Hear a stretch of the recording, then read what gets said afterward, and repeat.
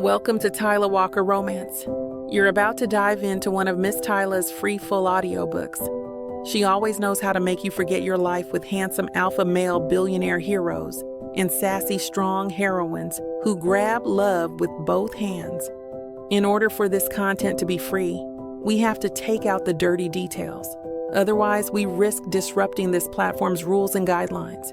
Buy the unabridged version of any Tyla Walker audiobook from TylaWalker.com, and with code SAVE40, you can get 40% off any digital product at checkout. Take this moment to subscribe to the channel, and remember that liking and commenting is what makes these free full audiobooks possible. Thank you for choosing to treat yourself with Miss Tyla.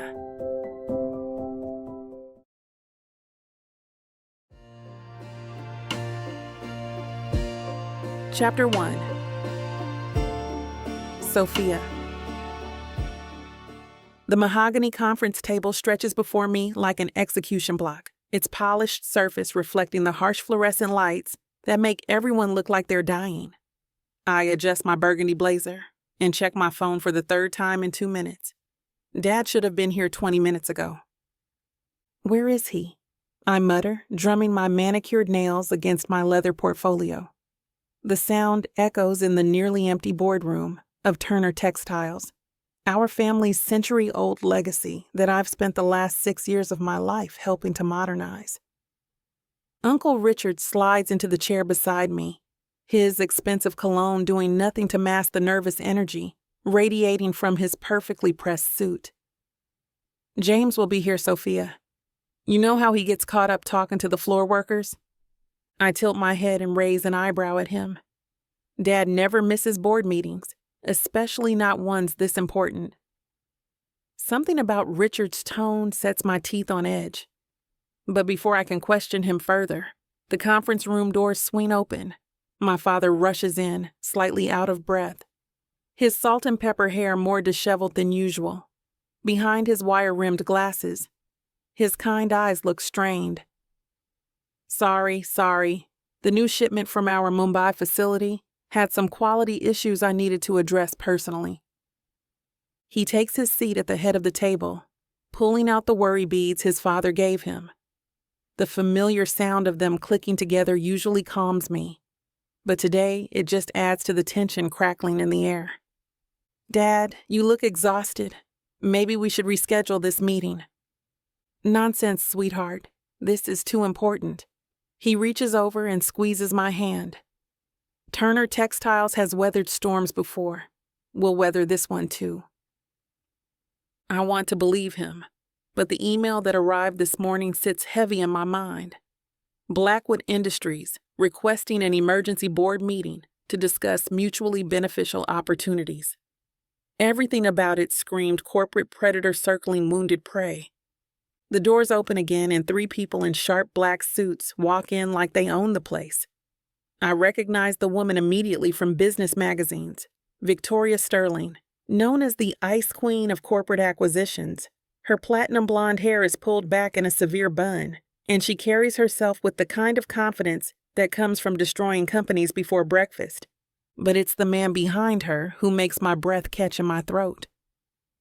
Marcus Blackwood. Even in person, he's more imposing than his photos suggest. 6'3" of controlled power in a custom navy suit that probably costs more than most people's cars. His dark hair has premature silver threading through the temples, and when his blue-gray eyes sweep the room, I feel like prey being assessed by an apex predator. He doesn't look at me directly, but somehow I know he's cataloged every detail. My protective hairstyle wrapped in silk, the way I'm gripping my pen, the fact that I've unconsciously touched the cherry blossom tattoo on my inner wrist. Thank you for accommodating our request on such short notice, Victoria says, her British accent crisp as winter air. She doesn't sit. None of them do. Mr. Blackwood has a proposition that will benefit all parties involved. Dad's worry beads click faster. Miss Sterling, while we appreciate Blackwood Industries' interest in Turner Textiles, I should mention that we're not currently seeking investment partners or... You're not seeking them. Marcus speaks for the first time, and his voice is like aged whiskey, smooth, dangerous, and likely to leave you with regrets. But you need them. The words hang in the air like a death sentence. He moves with predatory grace to the head of the table opposite my father. Turner Textiles is hemorrhaging money. Your Mumbai facility is producing substandard goods because you can't afford quality control. Your Shanghai operation is behind on 3 major orders. Your accounts receivable is a mess, and your largest client is considering switching to cheaper alternatives. Each word hits like a physical blow.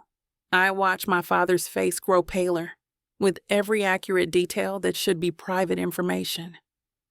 How do you... I start to speak, but Marcus's gaze finally lands on me, and the words die in my throat. How do I know? He almost smiles, but it's the kind of expression that makes you want to check if your wallet is still in your pocket. Because I make it my business to know everything about companies I'm about to acquire. The temperature in the room seems to drop 20 degrees. Uncle Richard clears his throat. Now, Mr. Blackwood, I think there might be some misunderstanding here. We invited you to discuss partnership opportunities, not... There's no misunderstanding. Marcus pulls out a tablet and slides it toward my father. Blackwood Industries is prepared to make a generous offer for Turner Textiles, 60% above current market value. I lean forward to look at the screen and nearly choke. The number is astronomical, but it's also a death sentence. That's not a partnership. That's a buyout. It's a lifeline. His voice remains perfectly controlled. Your company has 6 weeks before your creditors start circling.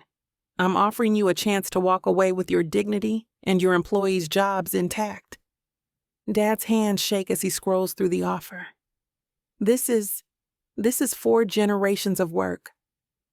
My great-grandfather started this company with nothing but a sewing machine and a dream. Dreams don't pay debts, Mr. Chen. The callousness in Marcus's tone makes my vision blur with rage. I stand up so fast my chair rolls backward. Listen here, you corporate vulture. This company isn't just about money. It employs 300 people who depend on us. It's about craftsmanship and tradition and it's about to collapse under the weight of poor financial management and outdated business practices. He doesn't raise his voice, doesn't even blink.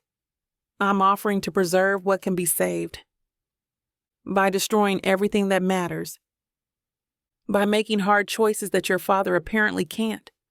The words hit Dad like a slap.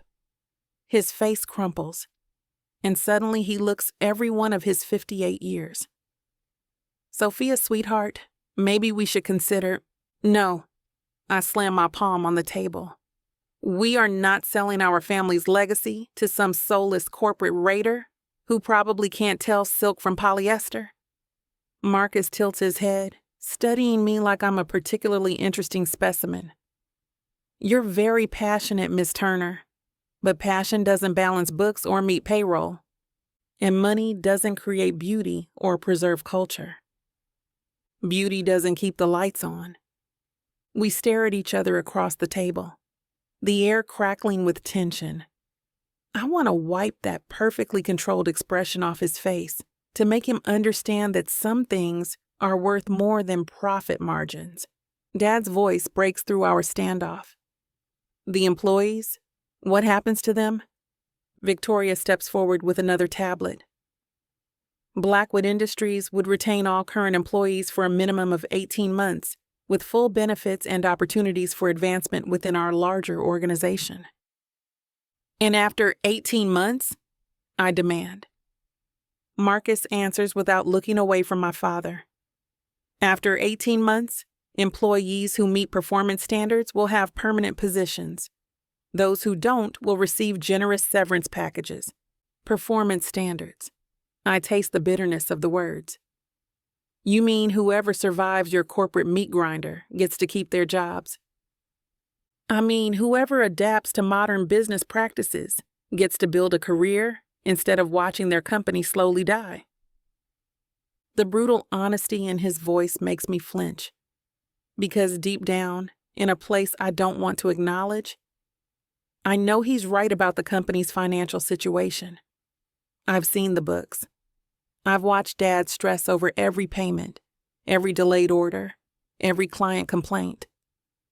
But admitting that feels like betraying everything my family has built. Dad's worry beads slip from his trembling fingers, scattering across the polished table like tears. I need to think about this. This is a lot to process. Of course, Marcus's voice gentles slightly. You have 48 hours to review the offer. After that, the terms may become less favorable. The threat is delivered with the same tone most people use to discuss the weather. 48 hours to decide whether to murder our family legacy, I snap. 48 hours to decide whether to save what you can or lose everything. He stands, and somehow the room feels smaller with him at his full height. Miss Sterling will leave the complete proposal with you. I suggest you have your accountant review the numbers carefully. He moves toward the door, then pauses. Oh, and Miss Turner? I look up, ready for another cutting remark. For what it's worth, your great-grandfather would be proud of the craftsmanship standards you've maintained. It's unfortunate that craft alone isn't enough in today's market. The unexpected kindness in his words hits harder than any insult could have. Then he's gone, taking Victoria and their silent companion with him, leaving behind only the lingering scent of expensive cologne and the devastating weight of his offer. Dad stares at the closed door, his face gray as ash. Sophia, That's when it happens. His hand flies to his chest, his eyes go wide with shock and pain, and he pitches forward onto the conference table with a sound I'll hear in my nightmares for the rest of my life. Dad! I scream, rushing to his side as Uncle Richard shouts for someone to call 911. But as I hold my father's head in my lap, watching the life drain from his kind eyes, I know with crystal clarity that Marcus Blackwood just destroyed everything I've ever loved, and somehow I'm going to make him pay. Chapter 2. Marcus. The elevator doors close with a soft whisper, sealing out the chaos I've just left behind in the Turner Textiles boardroom. I adjust my cufflinks and watch the floor numbers climb, each one taking me further from the wreckage of another family's dreams. That was brutal, even for you, Victoria says, her reflection sharp in the polished steel doors. She's reviewing something on her tablet, fingers moving with surgical precision across the screen. It was necessary. I run my thumb along my bottom lip, a habit that emerges when I'm thinking through the implications of what just happened. James Turner is a good man running a dying company. I gave him a way out. You gave him a heart attack. The words hit harder than they should. I've orchestrated dozens of acquisitions, watched countless executives realize their empires were crumbling. Most of them deserved it. James Turner doesn't, which makes this acquisition both necessary and distasteful. The medical emergency was unfortunate timing, I say, but even I can hear how hollow the words sound. Victoria glances up from her tablet. The daughter is going to be a problem. Sophia Turner. Even now, I can see her amber eyes blazing with fury, the way she stood up to me without flinching. Most people in that situation would have cowered or tried to negotiate. She declared war. She's passionate but inexperienced. She'll come around when she sees the financial reality. Will she? Victoria's British accent makes everything sound like a polite threat. Because from where I stood, she looked ready to burn the building down rather than let you have it. The elevator reaches the 42nd floor of my building, and we step into the reception area of Blackwood Industries. Floor-to-ceiling windows offer a commanding view of the city, and I've positioned my empire high enough to look down on everyone else's. My assistant Miguel Santos nods as we pass. Former Navy SEAL turned head of security.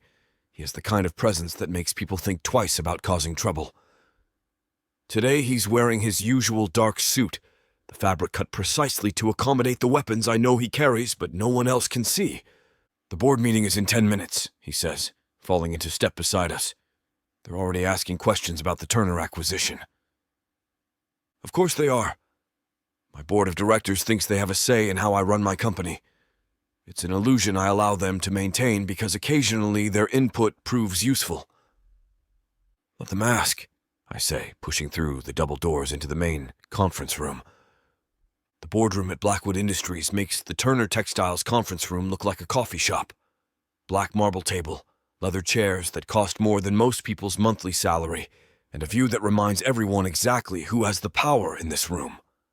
7 members of my board are already seated, their expressions ranging from curious to concerned. At the head of the table sits Catherine Nakamura, representing our potential Japanese partners. She's 50, elegant, and sharp enough to cut glass with her intelligence. "Marcus," she says without preamble, "we need to discuss the timeline for your upcoming marriage." I take my seat without revealing that her words feel like a trap closing around my throat. I wasn't aware my personal life was board business, Catherine. It becomes board business when it affects a $2 billion merger. Her English is precise, each word chosen for maximum impact. Yamamoto Industries values traditional family structures. They won't finalize the partnership with a bachelor. Board member Harrison Wright, a nervous man who sweats even in air conditioning, shuffles his papers. "Marcus, we've discussed this. The cultural expectations are clear. You need a wife. And not just any wife," adds Jennifer Morrison, the only other woman on the board besides Catherine. "Someone appropriate. Someone who understands the business world and can represent Blackwood Industries at the highest levels." I lean back in my chair, studying each face around the table. They're all watching me with the kind of intensity that suggests this conversation has been planned. "You seem to have given this considerable thought." "We have," Catherine says. "The Yamamoto merger represents the largest expansion opportunity in Blackwood Industries' history. We can't afford to let cultural sensitivities derail it." Victoria, seated to my right, clears her throat. "If I may, the acquisition we just completed might actually present an interesting solution." Every head turns toward her. I keep my expression neutral, but internally I'm calculating where she's going with this. "The Turner acquisition includes a significant asset we haven't discussed," she continues. "Sophia Turner herself, MBA from Wharton, fluent in Mandarin, understands both American and Asian business cultures. She's young, attractive, and comes from a respected textile family. She also hates my guts," I point out. "Which could be managed," Victoria says smoothly. "Financial pressures have a way of making people reconsider their options." Catherine leans forward, interested. "You're suggesting an arranged marriage?" "I'm suggesting a business arrangement that serves multiple purposes," Victoria corrects. "The appearance of marriage for the Yamamoto deal, while providing Miss Turner with the financial security her family desperately needs." The idea sits in the room like a lit fuse, waiting for someone to light the explosive. Harrison wipes his forehead with a handkerchief. "That seems ethically questionable." "So is allowing a 100-year-old company to collapse when it could be saved," I say. The plan is already forming in my mind, pieces clicking into place with mechanical precision. "What's Miss Turner's current situation?" Victoria consults her tablet. "Father hospitalized with a massive heart attack. Prognosis uncertain. The company has 6 weeks of operating capital remaining. Her stepmother Elena runs a small PR firm, but not nearly profitable enough to help. Her half-brother Danny is still in college." "Assets?" "The family owns their home outright, worth approximately $3 million. Sophia has a modest trust fund, but most of her wealth is tied up in Turner Textile stock, which is essentially worthless now." Jennifer Morrison looks uncomfortable.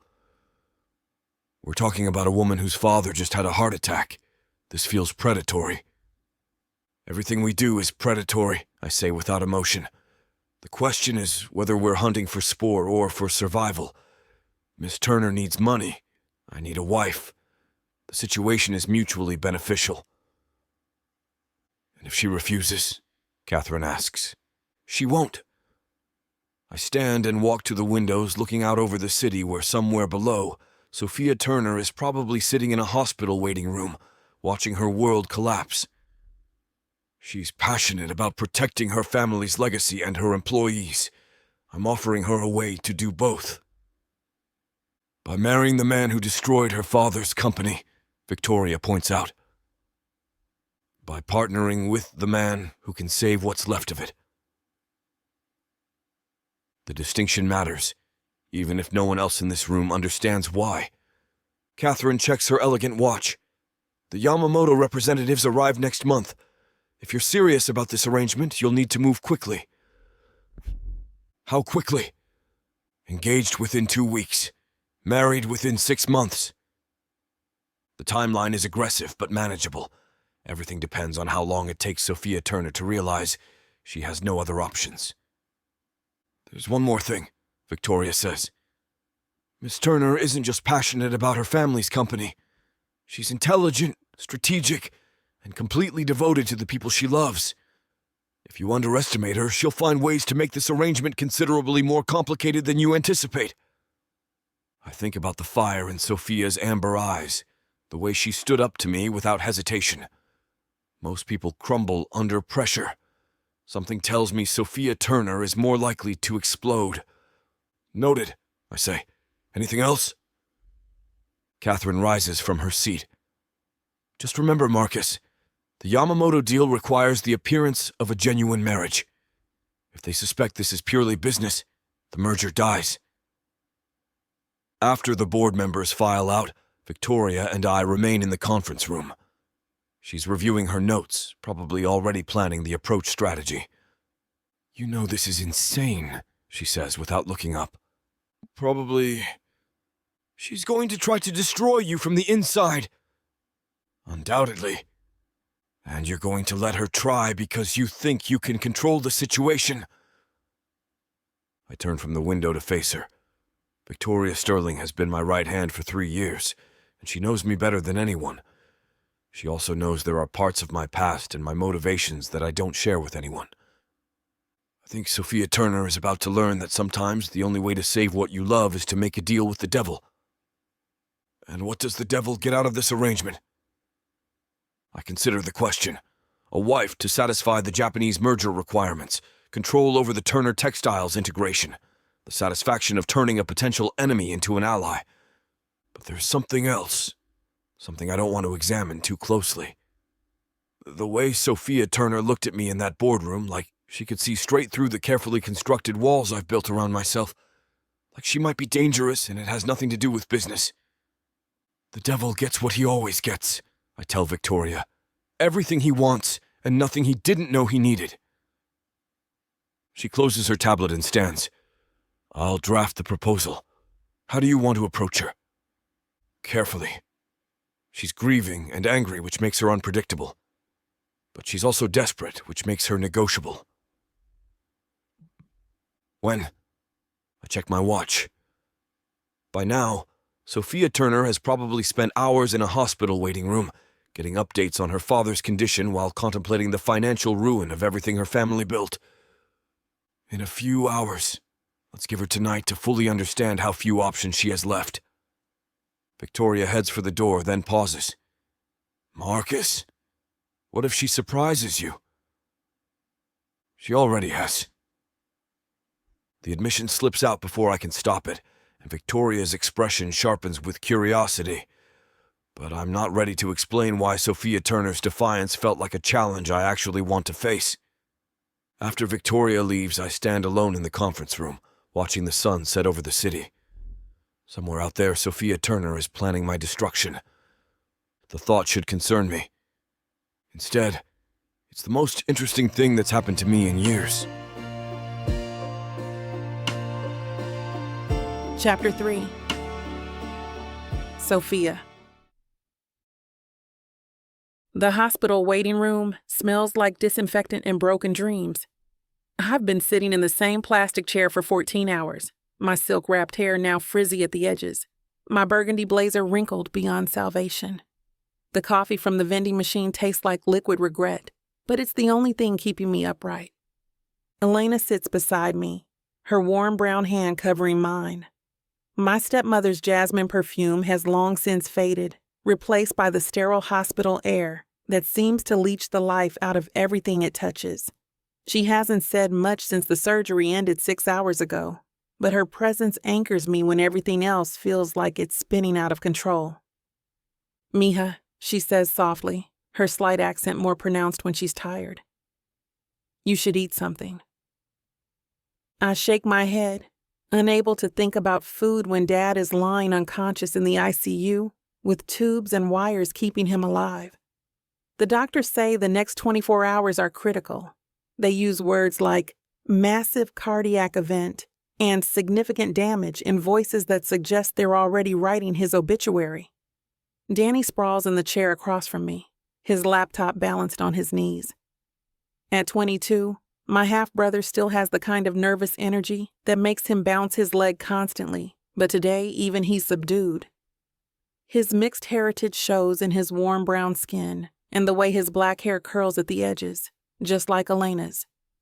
"The company's stock dropped another 12%, he says without looking up from his screen. Vultures are already circling. 3 competitors have reached out to key clients, offering to fulfill our contracts. Each word hits like a physical blow. How long do we have before total collapse?" Danny's fingers fly across the keyboard, pulling up financial projections that make my stomach clench. Maybe 4 weeks. Maybe less if news about Dad's condition gets out. Elena squeezes my hand tighter. "There has to be something we can do. Some way to what?" The exhaustion makes my voice sharper than I intend. Dad's fighting for his life. The company's dying, and I don't even know where to start fixing any of it. I lean back in the uncomfortable chair and close my eyes. Behind my lids, I see Marcus Blackwood's face. Those cold blue-gray eyes studying me like I'm a problem to be solved. I think about his words, the brutal accuracy of every financial detail he'd thrown at Dad like weapons. "Your company has 6 weeks before your creditors start circling." He'd been wrong. We don't have 6 weeks. We have 4, maybe less. "Sophia." I open my eyes and nearly fall out of my chair. Marcus Blackwood stands in the hospital corridor like a beautiful nightmare made flesh. He's changed out of his navy suit into charcoal gray, but he still looks like he stepped off the cover of Fortune magazine. His dark hair is perfectly styled despite the late hour, and somehow he manages to make even this sterile hospital hallway look like his personal kingdom. Elena's grip on my hand tightens protectively. Danny looks up from his laptop, and I can practically see him cataloging every detail of the man who destroyed our family. "What the hell are you doing here?" I stand up fast enough to make my head spin. The movement emphasizes the height difference between us, even in my heels. I tilt my head back to meet his gaze. "I heard about your father's condition. I wanted to express my condolences." "Your condolences?" The laugh that escapes me sounds slightly unhinged. "You gave him a heart attack, and now you want to offer condolences." I gave him information about his company's financial situation. How he chose to process that information was unfortunately beyond my control. The clinical detachment in his voice makes me want to slap him. "Get out."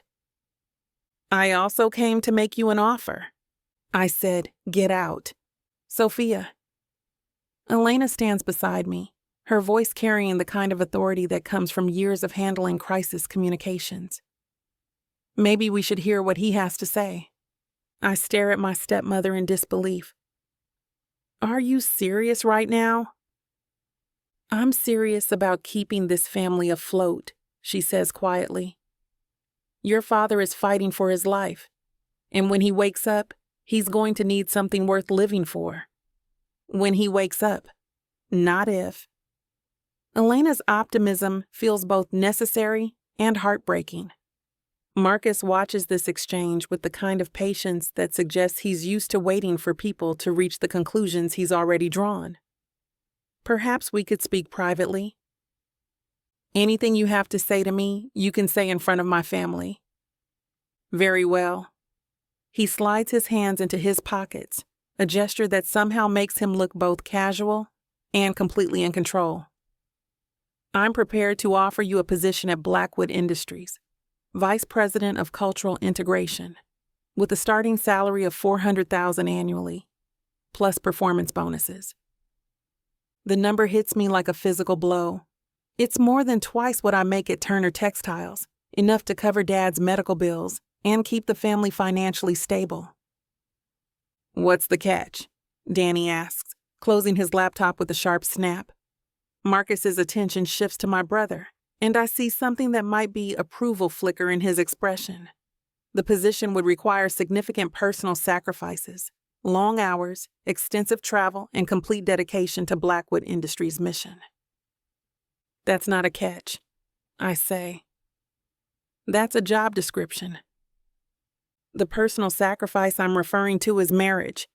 The words hang in the air like a bomb waiting to explode. Elena makes a sound somewhere between a gasp and a laugh. Danny's eyebrows shoot up so high, they nearly disappear into his hairline. And I just stare at Marcus Blackwood, like he's lost his absolute mind. I'm sorry, I say slowly. Did you just propose to me in a hospital waiting room? I'm proposing a business arrangement that would benefit both parties. A business arrangement. I repeat the words, trying to make sense of them. You want to marry me for business? I need a wife for an upcoming merger with traditional Japanese investors. You need financial security for your family.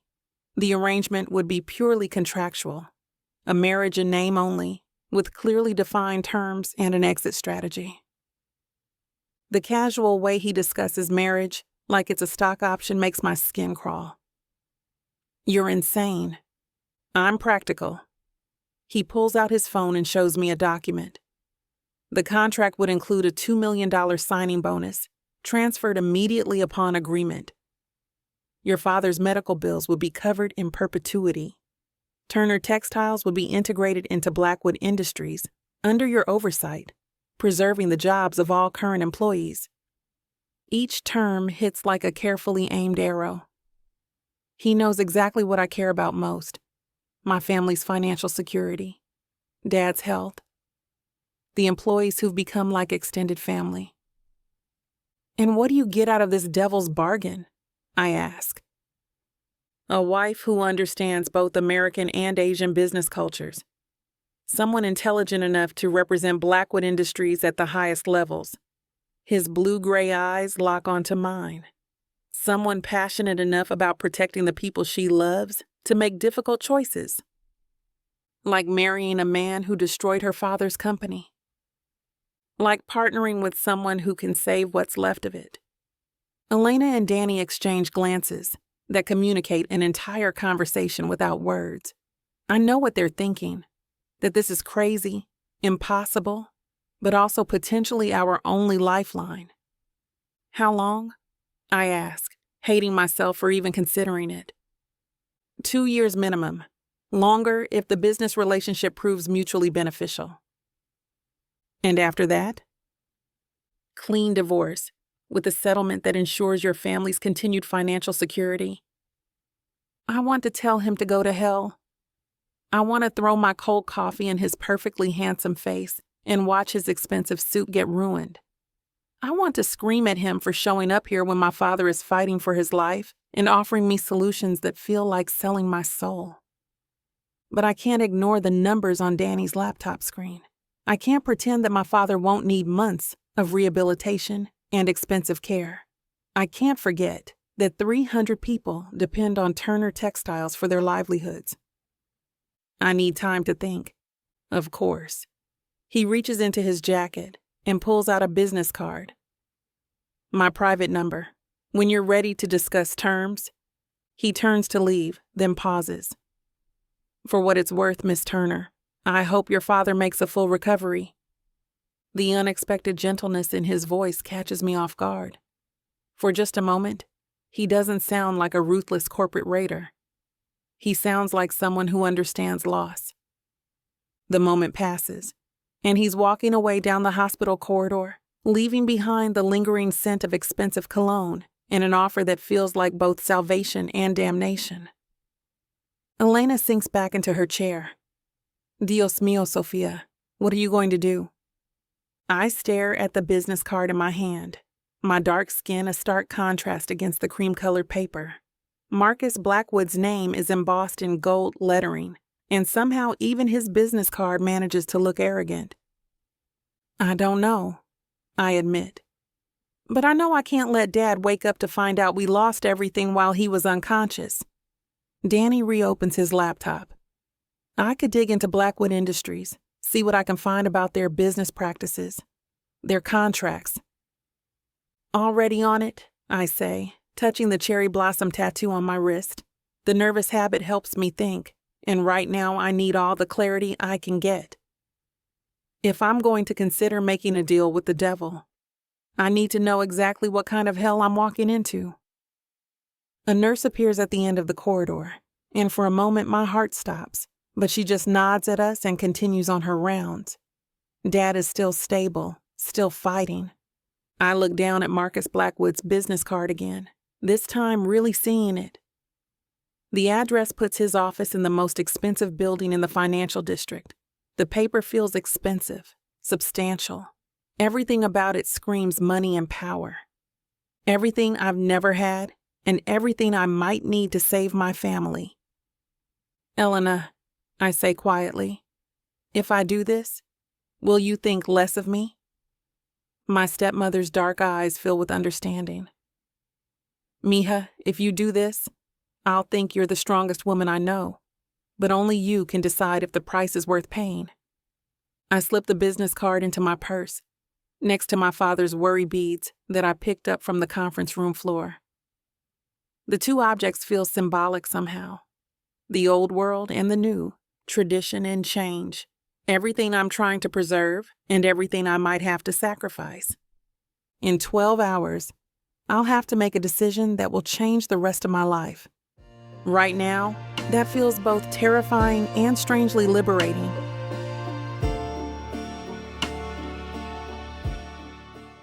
You won't know what hit you, baby. I'm going to take you, break you, and make you mine. When I'm done, you're... Now hold on just a minute. What? I got something to say. What's the meaning of this? Now you may be some fine-looking white boy. Got that right, baby.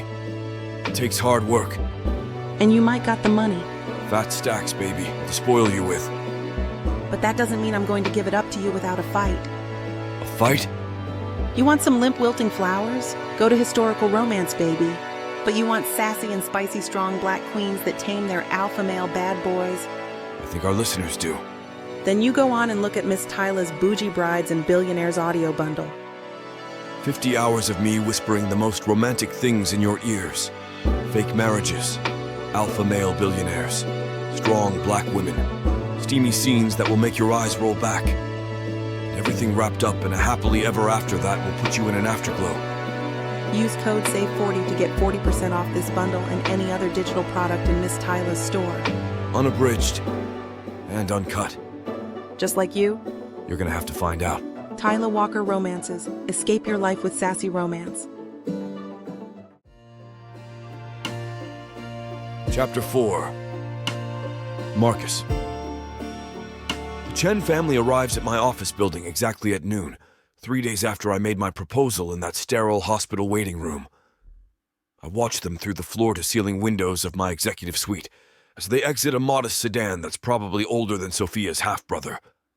The contrast between their arrival and the parade of Bentleys and Maseratis that usually grace my building's entrance speaks volumes about their current financial situation. Victoria enters my office without knocking, a habit I tolerate because she's earned the privilege. They're here. Conference room 3 is prepared with the contracts. How does she look? Like a woman who hasn't slept in 3 days and is about to sign her soul away to the devil. Victoria's British accent makes even observations sound like elegant insults. Are you certain about this approach, Marcus? She's going to try to negotiate. I'm counting on it. I adjust my cufflinks, a gesture that helps me focus before important meetings. Sophia Turner is intelligent enough to know this contract isn't just about marriage. She'll want to understand exactly what kind of game we're playing. And you're prepared to let her think she has some control? I consider the question while straightening my tie. Control is an illusion I'm willing to let Sophia maintain, at least initially. People fight harder when they believe they have agency, and I need her to fight for this arrangement. A reluctant wife serves my purposes, but a wife who thinks she chose this path serves them better. I'm prepared to let her believe whatever helps her sleep at night. Victoria nods and leaves to escort our guests upstairs. I remain at the window, watching the city sprawl below me. From this height, people look like chess pieces, and buildings become part of an elaborate board game. It's a perspective that served me well over the years, this ability to see patterns and strategies where others see only chaos. My phone buzzes with a text from Miguel. Family secure. No surveillance detected. Jen's father is stable. Good. I've had discreet security monitoring the Chen family since I made my proposal, not because I expect trouble, but because I protect my investments. If Sophia agrees to this arrangement, she becomes a valuable asset. Assets require protection. The conference room door opens, and Victoria leads in 3 people who look like they're walking to their own execution. Sophia enters first, and I catalog the changes since our hospital encounter. She's wearing a black suit that's well-tailored but not expensive, her natural hair pulled back in a professional style that reveals the elegant line of her neck. Her amber eyes are rimmed with exhaustion, but they burn with the same defiant intelligence I remember. She's beautiful in a way that photographs don't capture, all sharp cheekbones and full lips and rich mahogany skin that seems to glow even under harsh fluorescent lighting. Behind her, Eleanor Turner moves with the grace of someone who's navigated corporate boardrooms before. Her stepmother's presence suggests family solidarity, which could complicate negotiations if Eleanor decides to play protective guardian. The younger brother, Danny, brings up the rear with a laptop bag slung over his shoulder, and the kind of nervous energy that suggests he's already mentally hacking my security systems. MIT student, according to Victoria's research. Computer science major with a specialty in cybersecurity. Potentially useful, definitely dangerous. Miss Turner, I say, rising from my seat. Thank you for coming. Please sit wherever you're comfortable. Sophia chooses the chair directly across from me, a power move that puts us in direct confrontation. Elena sits to her right, Danny to her left. Family united against the corporate invader. How is your father? I ask, and I'm surprised to find I genuinely want to know the answer. Stable. Sophia's voice is carefully controlled. The doctors are optimistic about his recovery, though it will be a long process. I'm glad to hear that. I slide 3 copies of the contract across the table. I believe you'll find the terms we discussed are clearly outlined, along with several additional provisions your family might find beneficial. Sophia picks up the document, and I watch her face as she scans the first page. She has excellent control over her expressions, but there are tells she doesn't realize she's broadcasting. The slight widening of her eyes when she sees the signing bonus amount. The way she unconsciously touches her cherry blossom tattoo when she encounters something unexpected. $2 million, she says quietly. Transferred within 24 hours of signing. Correct. And Turner Textiles would be integrated as a subsidiary, not dissolved. With you maintaining operational oversight, yes. Danny leans over to read over her shoulder, his fingers drumming against the table. What about intellectual property, design patents, manufacturing processes, client relationships? All would remain under Turner Textiles' control, with Blackwood Industries providing financial backing and strategic support. Elena speaks for the first time. And the marriage itself? What exactly would that entail? This is where negotiations become delicate. I lean back in my chair, projecting calm confidence while I choose my words carefully. The marriage would be legally binding, but personally minimal. Separate living spaces within my residence, public appearances as needed for business purposes, complete discretion regarding private relationships. Sophia's head tilts slightly, and one eyebrow rises in skepticism. Complete discretion meaning what, exactly? Meaning what you do in your private time is your own business, as long as it doesn't interfere with business obligations. And your private time? The same standard applies. She's quiet for a long moment, and I can practically see her mind working through implications and possibilities. When she speaks again, her voice has an edge that suggests she's about to test my boundaries. What happens if I decide I want out before the 2-year minimum? Then you forfeit the signing bonus and any ongoing financial support.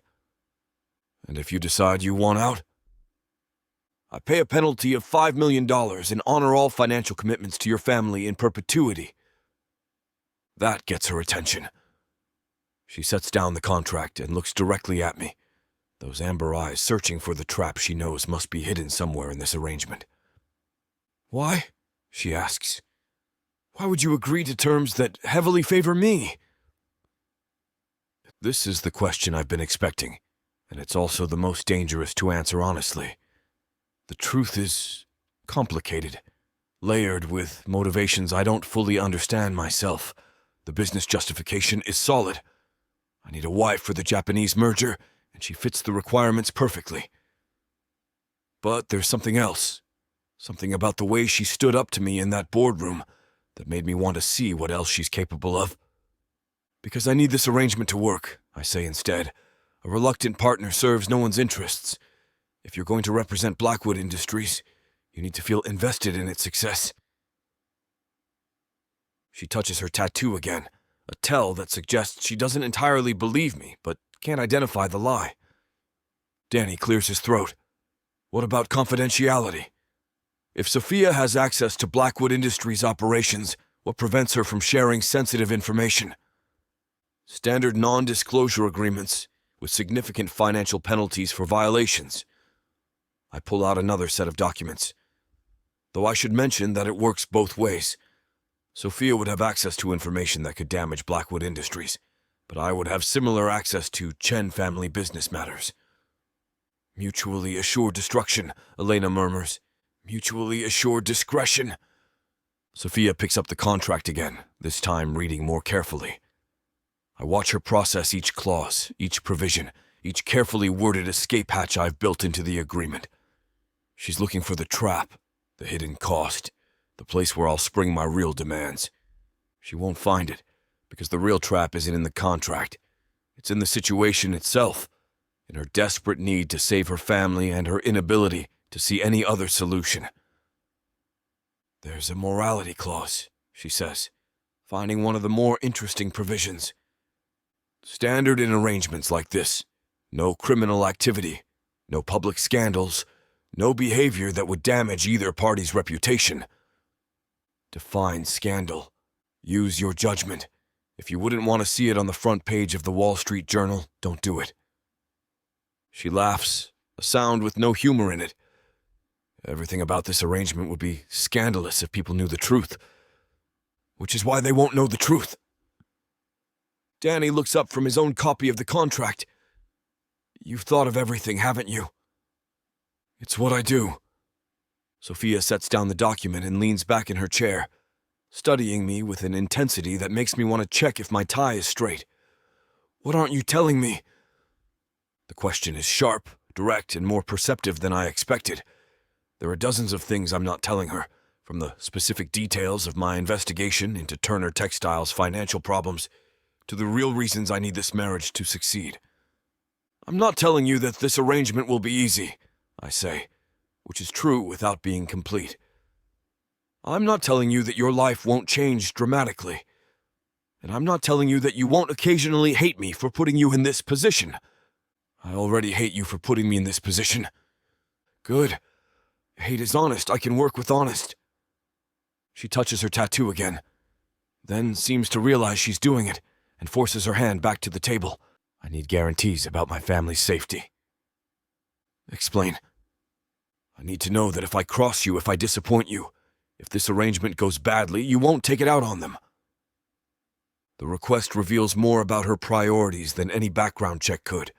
She's not worried about her own safety, her own future. She's worried about the people she loves. Your family will be protected regardless of how our arrangement develops, I tell her. That's not negotiable, and it's not dependent on your performance.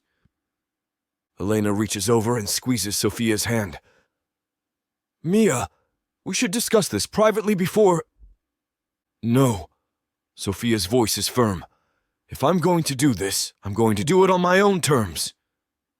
She picks up the pen Victoria has placed beside the contract, then hesitates.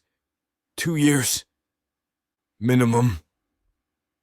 And after that, we reassess. If the arrangement is working for both parties, we continue. If not, we end it amicably. Define amicably. No lawyers, no public disputes, no attempts to damage each other's reputations. She nods slowly, then looks at her family. Elena gives her an encouraging smile. Danny nods once, sharply, like he's giving his approval to a military operation. Sophia Turner signs her name with bold, confident strokes that suggest she's either completely certain of her decision or completely terrified and hiding it well. I sign my own name below hers, and just like that, I've acquired a wife. The strangest part is that I'm actually looking forward to seeing what happens next. Chapter 5. Sophia. The elevator ride to Marcus's penthouse feels like ascending to another planet. Danny stands beside me with 2 oversized suitcases that contain everything I own worth keeping, while Elena clutches a box of family photos and my grandmother's jade bracelet like they're sacred relics, which, in a way, they are. 47th floor. Danny whistles low. This building probably costs more per month than most people make in a year. I touch my cherry blossom tattoo and try to quiet the voice in my head that keeps screaming. I've made a terrible mistake. The contract is signed. The money is already transferred to Dad's medical account. And Turner Textiles employees got the news this morning that their jobs are secure. By every rational measure, I've made the right choice. So why does it feel like I'm being delivered to my own execution? The elevator doors open with a soft chime that probably costs more than my monthly salary, and I step into a foyer that looks like it belongs in a museum. Black marble floors stretch toward floor-to-ceiling windows that offer a view of the entire city. The furniture is all clean lines and expensive materials, everything positioned with the kind of precision that suggests either an interior designer or someone with obsessive control issues. Welcome home, Miss Turner. The voice belongs to a woman in her 50s, with a grain-brown hair pulled back in a practical bun and kind eyes that crinkle at the corners when she smiles. She's wearing a simple navy dress that's professional, but not formal, and something about her immediately puts me at ease. I'm Mrs. Rodriguez, the house manager. Mr. Blackwood asked me to help you get settled. House manager. Of course, Marcus has a house manager. Probably has people whose only job is to fold his pocket squares and arrange his expensive whiskey collection. Thank you, I say, because Elena raised me to be polite, even when my world is imploding. This is my stepmother Elena and my brother Danny. Mrs. Rodriguez's smile widens genuinely. It's wonderful to meet you both. Mr. Blackwood mentioned you might be staying for dinner to help Sophia settle in. Elena steps forward, with the warmth that makes her such a successful PR executive. That's very kind. I hope we're not imposing. Not at all. Miguel is already preparing extra plates. Danny shifts the suitcases and looks around the penthouse, with the kind of expression usually reserved for natural disasters. Miguel cooks too? How many people work here? Just 3 of us full-time, Mrs. Rodriguez says as she leads us deeper into the apartment. Miguel handles security and meals. I manage the household. And there's a cleaning service that comes twice a week. Mr. Blackwood prefers a minimal staff. Minimal? Right. Because most people consider a personal security chef and a house manager to be minimal. We pass through a living room that could double as a showroom for expensive furniture. Everything is black, white, or steel gray, arranged with mathematical precision. There are no personal photos, no books left casually on tables, no signs that an actual human being lives here. It feels like walking through a very expensive hotel suite.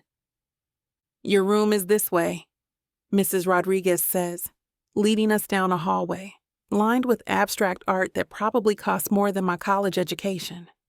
She opens a door to reveal a bedroom that's larger than my entire apartment. The king-sized bed is positioned to take advantage of the floor-to-ceiling windows, and there's a sitting area with a leather chair, an ottoman that looks like it was designed for reading. The color scheme is warmer here, deep blues and soft grays instead of the stark blacks and whites of the main living area. "Mr. Blackwood had this room prepared specifically for you," Mrs. Rodriguez explains. "There's a walk-in closet and private bathroom through there.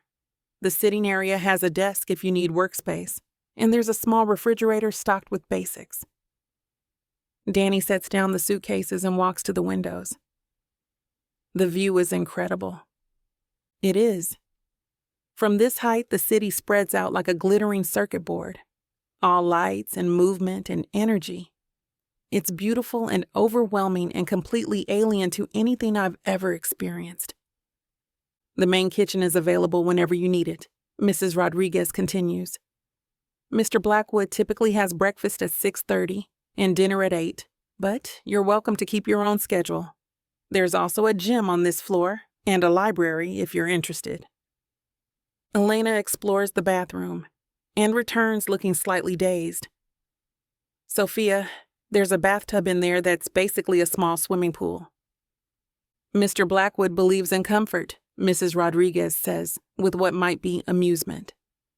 A door at the far end of the hallway opens, and Marcus emerges wearing dark jeans and a white button-down shirt with the sleeves rolled up. It's the most casual I've seen him, and somehow he still manages to look like he stepped out of a magazine.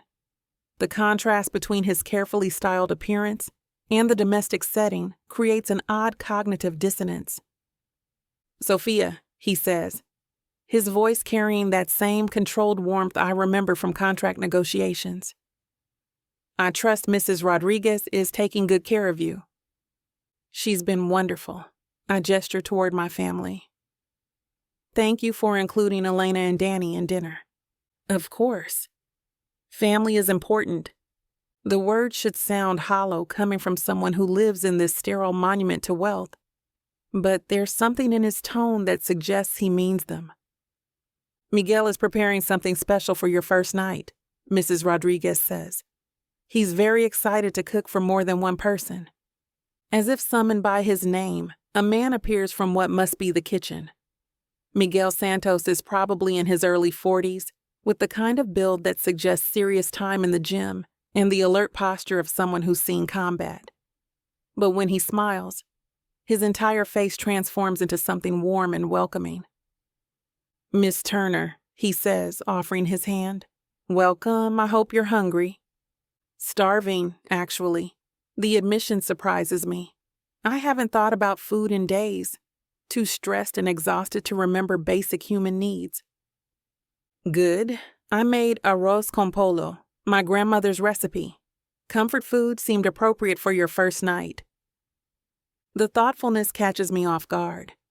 I'd expected Marcus's staff to be as cold and calculating as their employer, but both Mrs. Rodriguez and Miguel radiate genuine warmth. "That sounds perfect," Elena says. "Can I help with anything?" Miguel looks genuinely horrified. "Absolutely not. Your guests. Mrs. Rodriguez will show you around while I finish up." Danny has wandered over to examine what looks like a very expensive sound system. "Is this the new Bowers and Wilkins setup? The one that costs more than most people's cars?" Marcus moves to stand beside him. You know audio equipment? I know expensive things when I see them. Danny's tone is carefully neutral, but I can hear the underlying tension. He's still processing the fact that his sister just married a man who casually owns electronics that cost more than our father's annual salary. Would you like to see the rest of the apartment? Marcus asks, and something about the way he phrases it suggests this is a test of some kind. We follow him through rooms that feel more like museum exhibits than living spaces. A dining room with a table that could seat 12, a library with built-in shelves reaching to the ceiling, and what looks like first editions of books I studied in college. A home office that's all glass and steel and intimidating technology. But it's the kitchen that stops me in my tracks. The space is enormous, all professional-grade appliances and marble countertops, but it's also clearly used. There are herbs growing in small pots on the windowsill, copper pots hanging from a rack that shows signs of regular use, and the kind of organized chaos that suggests someone who actually cooks lives here. Miguel moves around the space with easy familiarity, stirring something that smells like heaven and checking on rice that's probably perfect. He's changed out of his security outfit into jeans and a t-shirt. And the transformation from intimidating bodyguard to welcoming chef is remarkable. This is where the magic happens, he says, gesturing with a wooden spoon. Mr. Blackwood doesn't entertain much, so I don't get to show off very often. You really cook all his meals? Elena asks. Most of them. He works late, travels constantly, forgets to eat when he's focused on business. Someone has to make sure he doesn't live on coffee and determination. There's genuine affection in Miguel's voice when he talks about Marcus, which creates another piece of cognitive dissonance. The ruthless corporate raider who destroyed my family's company apparently inspires loyalty in his staff. How long have you worked for Mr. Blackwood? I ask. 3 years, since he decided he needed someone who could handle both security and domestic management. Miguel grins. Turns out former Navy SEALs make decent chefs if you give them the right training. Navy SEAL. That explains the posture and the way he moves with such controlled awareness of his surroundings. Dinner's ready, he announces, and we migrate to the dining room, where Mrs. Rodriguez has set the table with china that probably costs more than my monthly rent. The food is incredible. Miguel wasn't lying about his grandmother's recipe. The arroz con pollo is perfectly seasoned, with tender chicken and rice that somehow tastes like love and tradition and everything I've been missing since my own grandmother died. This is amazing, Danny says around a mouthful of food. Where did you learn to cook like this? My abuela taught me the basics. Then I spent 2 years in culinary school after I left the military, Miguel explains. Figured if I was going to cook for someone, I should do it right. Elena and Mrs. Rodriguez are deep in conversation about managing household staff, and I realize this might be the most normal dinner conversation I've had in weeks. Despite the surreal setting and the circumstances that brought me here, there's something comforting about sitting around a table with food and family and people who seem genuinely kind. Marcus has been quiet through most of the meal, but I catch him watching me with an expression I can't quite read. When our eyes meet, he doesn't look away. How are you adjusting? He asks quietly. It's a lot to process, I admit. This place is beautiful, but it's also overwhelming, sterile, like a very expensive hotel. Something flickers across his face that might be amusement. Mrs. Rodriguez has been trying to convince me to add some personal touches for years. Maybe you should listen to her. Maybe I should. There's something in the way he says it that suggests we're not just talking about interior decorating anymore. After dinner, Elena and Danny prepare to leave, and the reality of my situation hits me fully. In a few minutes, I'll be alone in this beautiful, sterile apartment with a man I barely know and definitely don't trust. Call me if you need anything, Elena whispers as she hugs me goodbye. Anything at all, mija? Danny's hug is fiercer. I'm going to keep digging into Blackwood Industries, he murmurs in my ear. If this guy has secrets, I'll find them. After they leave, the penthouse feels enormous and quiet. Mrs. Rodriguez has retired for the evening. Miguel has disappeared somewhere, and Marcus and I are alone together for the first time since I signed that contract. Would you like me to show you how the security system works? He asks. You'll need to know the codes. It's a practical question, but something about it makes me realize how completely my life has changed. I now live in a place that requires security codes and surveillance systems and probably armed guards in the lobby. That would be helpful, I say, because what else can I say? He shows me the control panel hidden behind a piece of art, explains the codes for different levels of access, demonstrates how to check the cameras that monitor the hallways and elevator. It's all very efficient and slightly terrifying. Any questions? He asks when the tutorial is complete. Just one. I turn to face him directly. What happens now? Now you get some sleep. Tomorrow we start the public aspect of this arrangement. There's a charity gala on Saturday where we'll make our first appearance as an engaged couple. Engaged couple. The words feel foreign in my mouth, like speaking a language I've never learned. Marcus? I say as he turns toward what must be his bedroom. Thank you. For dinner, for your staff being so welcoming, for making this easier than it could have been. He pauses in the doorway, and for just a moment, his carefully controlled expression slips into something that might be genuine surprise. Good night, Sophia. Good night. I wait until I hear his door close before I allow myself to really look around the penthouse that's now my home. Despite the expensive furniture and museum-quality art, despite the view that makes me feel like I'm floating above the world, it feels empty. Like a beautiful shell with nothing living inside it. But Mrs. Rodriguez's kindness was real. Miguel's cooking was made with genuine care, and even Marcus, for all his calculated control, seems to inspire loyalty in people who could work anywhere. Maybe this arrangement isn't just about saving my family's business and paying for Dad's medical care. Maybe it's also about figuring out what kind of man Marcus Blackwood really is beneath all that expensive armor. The thought should terrify me. Instead, it's the most interesting challenge I've faced in years. Chapter 6. Marcus. The morning sun cuts through the floor-to-ceiling windows of my home office, casting sharp shadows across the marble floor as I review the itinerary Victoria has prepared for the week. 3 public appearances, 2 business dinners, and a carefully orchestrated walk along the waterfront that will give the photographers exactly what they need to fuel speculation about my sudden interest in romance. The timing is perfect, Victoria says, settling into the chair across from my desk with her ever-present cup of Earl Grey. Fashion Week starts next month, which means society photographers are already prowling for stories. A mysterious new woman in your life will be irresistible.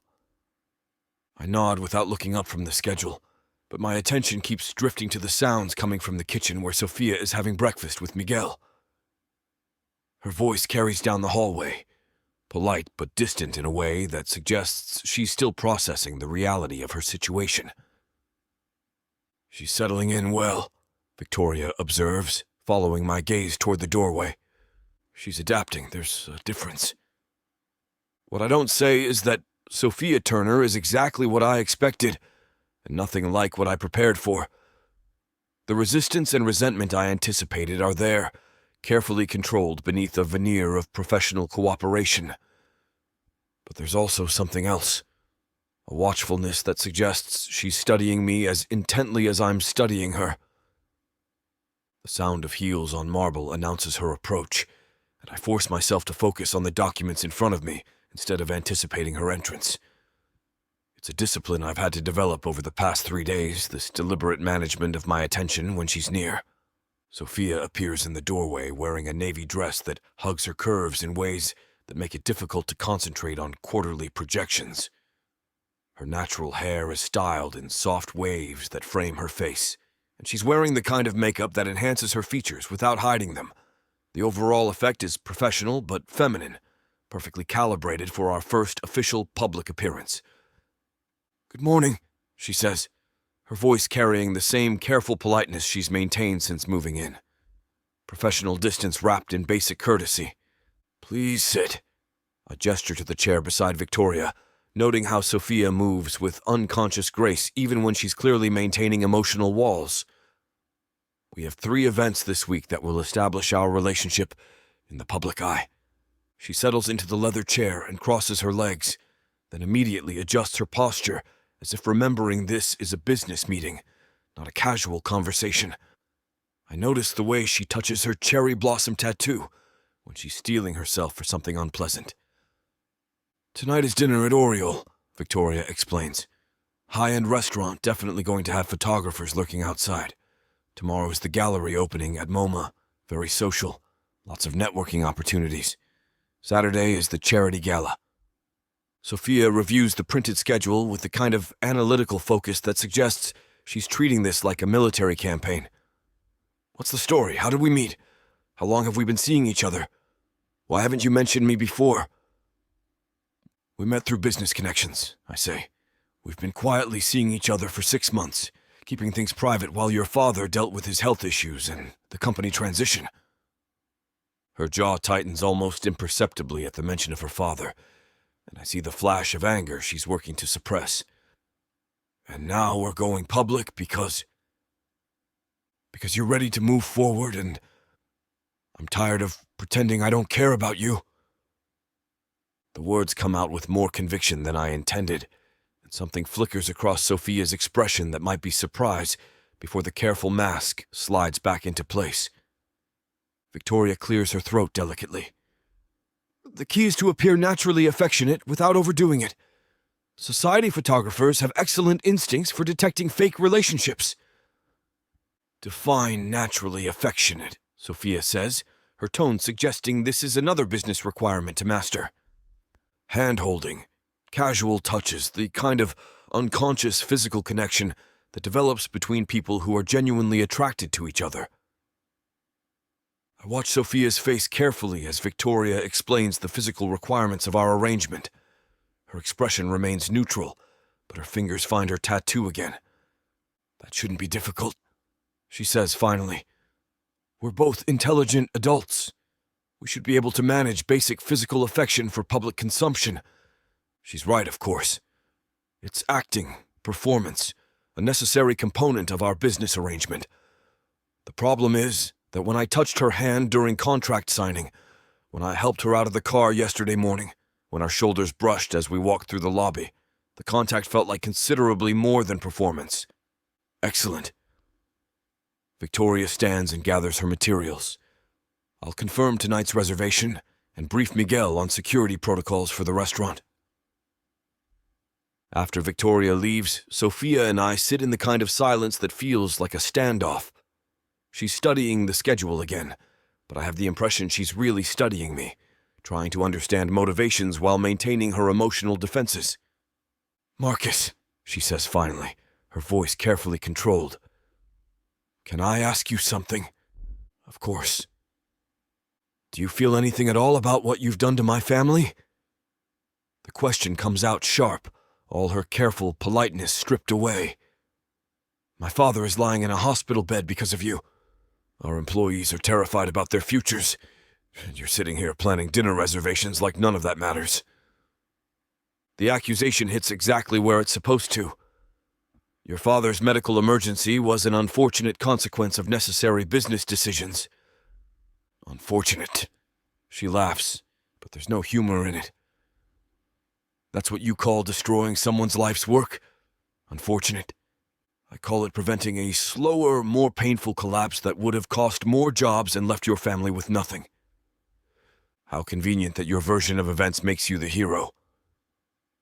I lean back in my chair, studying her face. The anger is real, barely contained beneath her professional facade, and it's considerably more honest than the polite cooperation she's been maintaining. I'm not the hero in this story, Sophia. I'm just the person willing to make hard choices that others won't make. Like forcing someone into marriage to save their family.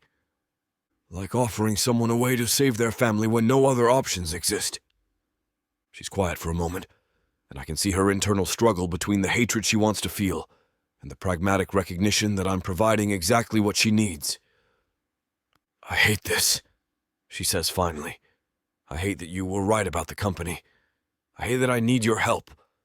And I especially hate that I can see why your staff cares about you, because it makes it harder to think of you as the monster who destroyed my father. The admission is more honest than I expected, and more complicated. What do you see? Someone who makes Miguel laugh when he thinks no one is watching. Someone who asks Mrs. Rodriguez about her grandson's baseball games. Someone who... She pauses, seeming to choose her words carefully. Someone who notices when people are struggling and does something about it, even if your methods are ruthless. But you still hate me. I still hate what you did to my family. I still hate that my father is fighting for his life because of stress you caused. But another pause, another internal struggle.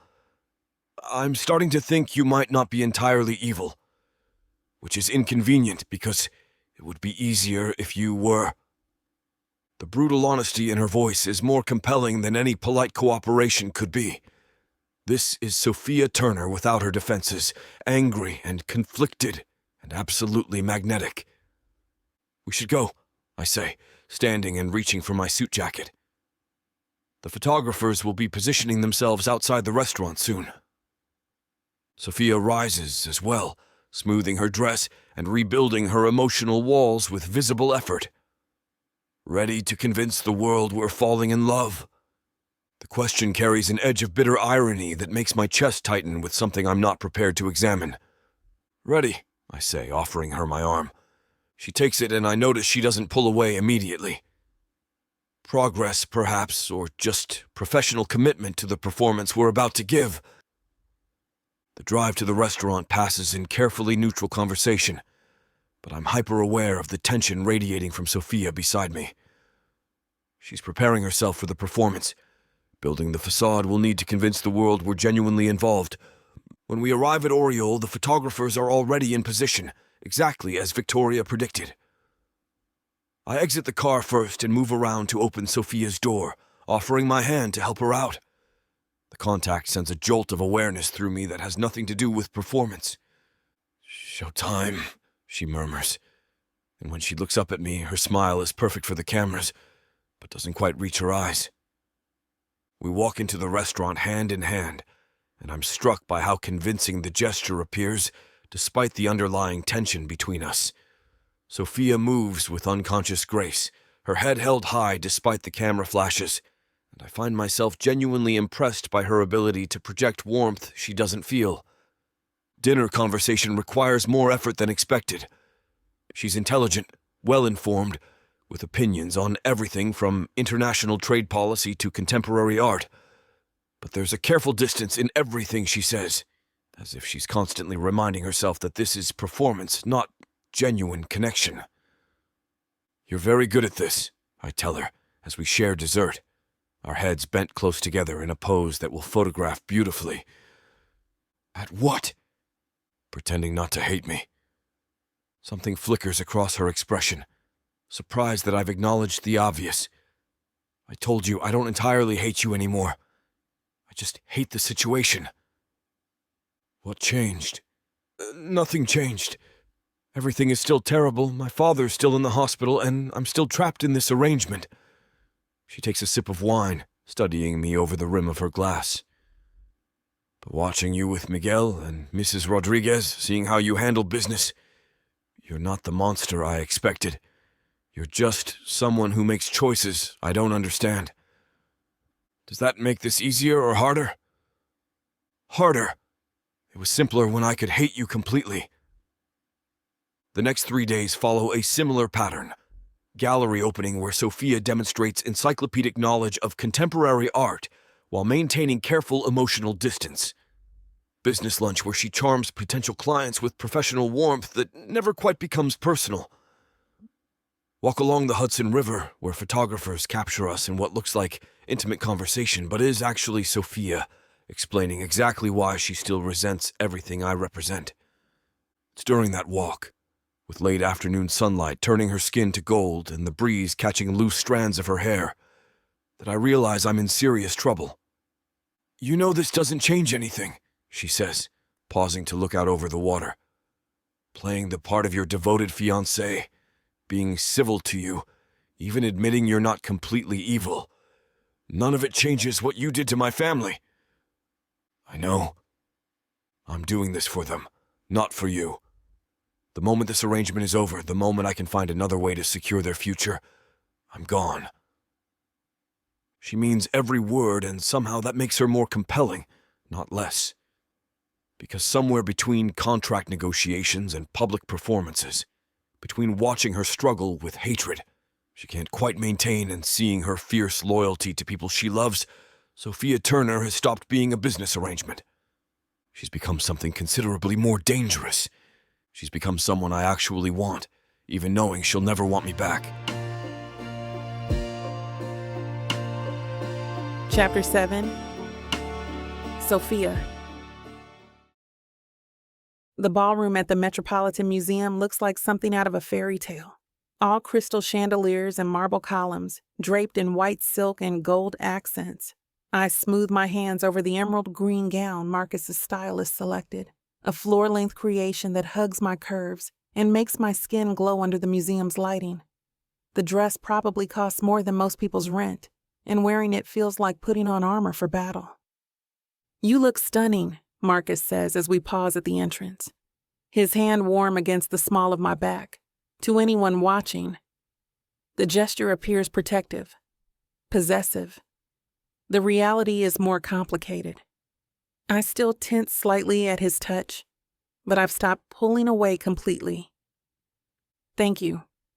I adjust the diamond necklace that came with the dress, another prop in tonight's performance. "Ready to make this official?"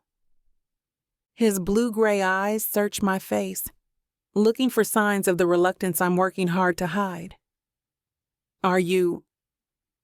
Am I ready to stand in front of New York's social elite and announce my engagement to the man who put my father in the hospital? Ready to smile and play the part of the devoted fiancé while people whisper about how Marcus Blackwood's ruthless business practices nearly killed James Turner? As ready as I'll ever be. We enter the ballroom together, and conversation dims to whispers as every head turns in our direction. I recognize the look, not quite surprised because the rumors have been circulating for days, but the kind of avid curiosity that comes from watching a real-life drama unfold among people they've only read about in business magazines. Victoria materializes beside us with champagne flutes and the kind of smile that suggests everything is going according to plan. Perfect timing. The society photographers are positioned near the silent auction tables, and I've already spoken to several journalists about the announcement. "What exactly are you telling them?" I ask, accepting the champagne and using the moment to scan the crowd. Half of these people probably know my father personally and watch Turner Textiles supply fabric for their fashion houses and interior design projects. That you and Marcus have been quietly seeing each other for months, that the engagement is recent but the relationship is serious. Victoria's British accent makes everything sound authoritative. The story is romance, not business. Romance. Right. I take a sip of champagne and try to look like a woman in love, instead of a woman who's calculating how many people in this room probably think I'm either a gold digger or an idiot. "Sophia Turner?" I turn to find Catherine Nakamura approaching, elegant in midnight blue silk, her expression politely curious. Marcus mentioned she's key to the Japanese merger that makes this entire charade necessary. "Miss Nakamura," I say, offering my hand, "it's wonderful to meet you." "The pleasure is mine. I've heard wonderful things about your work with Turner Textiles." Her smile is warm but assessing. "I understand congratulations are in order." Marcus's arm settles around my waist. and I resist the urge to stiffen. "We're very happy," he says, and there's something in his voice that almost sounds genuine. How lovely, and what perfect timing, with the integration going so smoothly. Catherine's eyes move between us, with the kind of intelligence that misses nothing. I imagine combining two textile empires requires considerable trust and partnership. It does. I agree, leaning slightly into Marcus's side, because that's what a woman in love would do. Fortunately, we work very well together. I'm sure you do. Catherine's smile becomes more genuine. I look forward to working with you both on future projects. After she moves away, Marcus's hand remains on my waist, and I'm hyper-aware of the warmth of his palm through the silk of my dress. "That went well," he murmurs. "She's not stupid. She knows this is about business. But she also knows business partnerships work best when they're built on genuine compatibility." Before I can respond to that loaded statement, we're approached by an elderly couple I recognize from the society pages. Harold and Margaret Pemberton, old money philanthropists who've supported arts education for decades. "Marcus," Harold says, shaking his hand warmly, "Margaret and I are so pleased to hear about your engagement. It's about time you found someone worthy of you." Margaret takes my hands in both of hers, her grip surprisingly strong for someone who must be in her 80s. "My dear, you're absolutely radiant. How did you manage to capture our Marcus's heart?" The question should feel intrusive, but there's such genuine warmth in her voice that I find myself smiling authentically for the first time tonight. "He's not as intimidating as everyone thinks," I say, which isn't entirely a lie. "Oh, we know that," Margaret laughs. "He's been supporting our literacy programs for years, always insists on visiting the schools personally to read to the children. Such a softy beneath all that corporate armor." I glance at Marcus, who looks genuinely uncomfortable with the praise. This is news to me. In all my research into Blackwood Industries, I never found anything about educational philanthropy or Marcus reading to children. "He never mentioned that," I say carefully. "He wouldn't," Harold chuckles. "Doesn't like people knowing he has a heart. Bad for the ruthless businessman image." More guests approach, and the evening becomes a blur of introductions, congratulations, and carefully orchestrated conversations. I play my part perfectly. The devoted fiancée who's clearly smitten with her brilliant, powerful man. But I'm also cataloging details that don't fit the image of Marcus I've constructed in my mind. The way he kneels down to talk to a board member's 6-year-old daughter, listening seriously as she explains her elaborate drawing of a unicorn. How he immediately notices when an elderly donor seems unsteady and quietly arranges for a chair to be brought over. The genuine warmth in his voice when he talks to a young entrepreneur about her sustainable fashion startup. "You're staring," he says during a brief lull in conversation. "I'm observing." "And what are you observing?" "That you're full of surprises." Before he can respond, a woman with perfectly styled blonde hair and a dress that probably costs more than my college tuition approaches with the kind of smile that suggests she's about to cause trouble. "Marcus, darling," she purrs, air kissing his cheeks. "I simply had to come congratulate you on your engagement. So sudden, though. Last I heard, you were quite adamantly against marriage."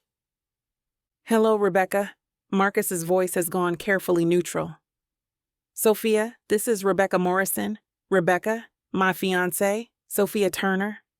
Rebecca's eyes rake over me with the kind of assessment that's designed to make other women feel inadequate. "Turner, as in Turner Textiles? How interesting. I heard Blackwood Industries recently acquired that company." Her smile turns sharp. What a convenient way to handle business negotiations. The implication hangs in the air like poison, and I feel every person within earshot suddenly paying closer attention to our conversation. "Actually," I say, my voice carrying just enough edge to cut through the false sweetness, The engagement and the business arrangement are completely separate. Though I can understand how someone might confuse personal relationships with financial transactions, given certain social circles. Rebecca's smile falters slightly, but she recovers quickly. Of course. Though I do hope your father is recovering well from his heart attack. Such a shame that Marcus's ruthless business practices literally put the poor man in the hospital. I mean, everyone knows the stress of losing your family's century-old company to a corporate raider like your husband would be enough to kill anyone. She pauses, her voice dripping with false sympathy as she delivers the killing blow. It must be so difficult, Marcus, knowing that your greed nearly murdered your wife's father.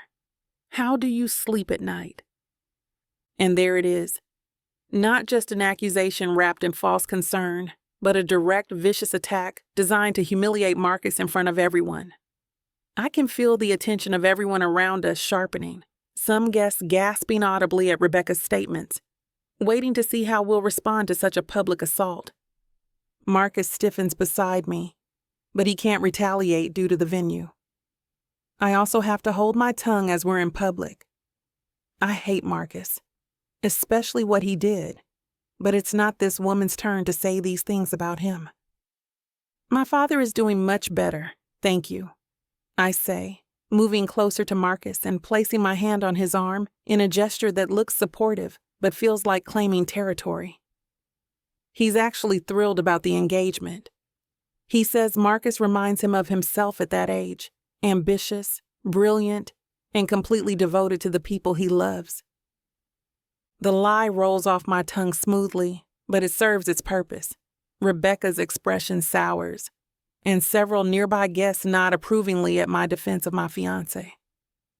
How sweet, Rebecca says, but her voice has lost its predatory edge. Well, I suppose I should let you get back to your celebration. After she leaves, Marcus looks down at me with something that might be admiration. That was well done. I protect the people I care about, I say, then immediately realize how that sounds. I mean, I protect the arrangement we have. It doesn't serve anyone's interest if people think you're a monster who gave my father a heart attack. Even though that's exactly what you thought when this started. Even though part of me still thinks that. The honesty slips out before I can stop it. And something flickers across his expression that might be hurt or respect or both.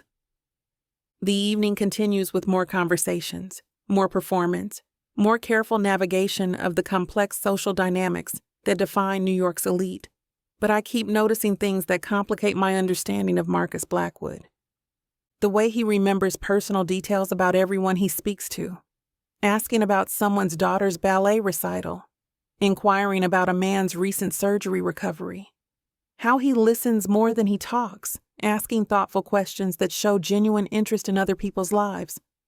Most surprising of all, the moment when a server accidentally spills wine near our table and Marcus immediately moves to help clean up, handing the young man his own pocket square and quietly slipping him what looks like a substantial tip when he thinks no one is watching.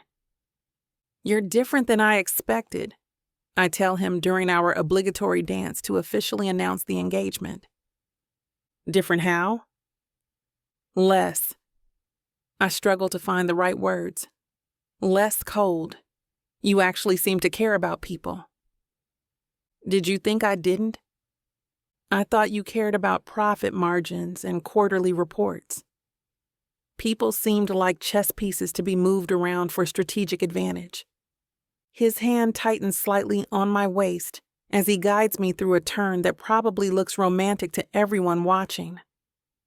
Some people are chess pieces, but not all of them. Which category do I fall into? He's quiet for a long moment, his blue-gray eyes studying my face with an intensity that makes me forget we're surrounded by hundreds of people. I'm still figuring that out, he says finally.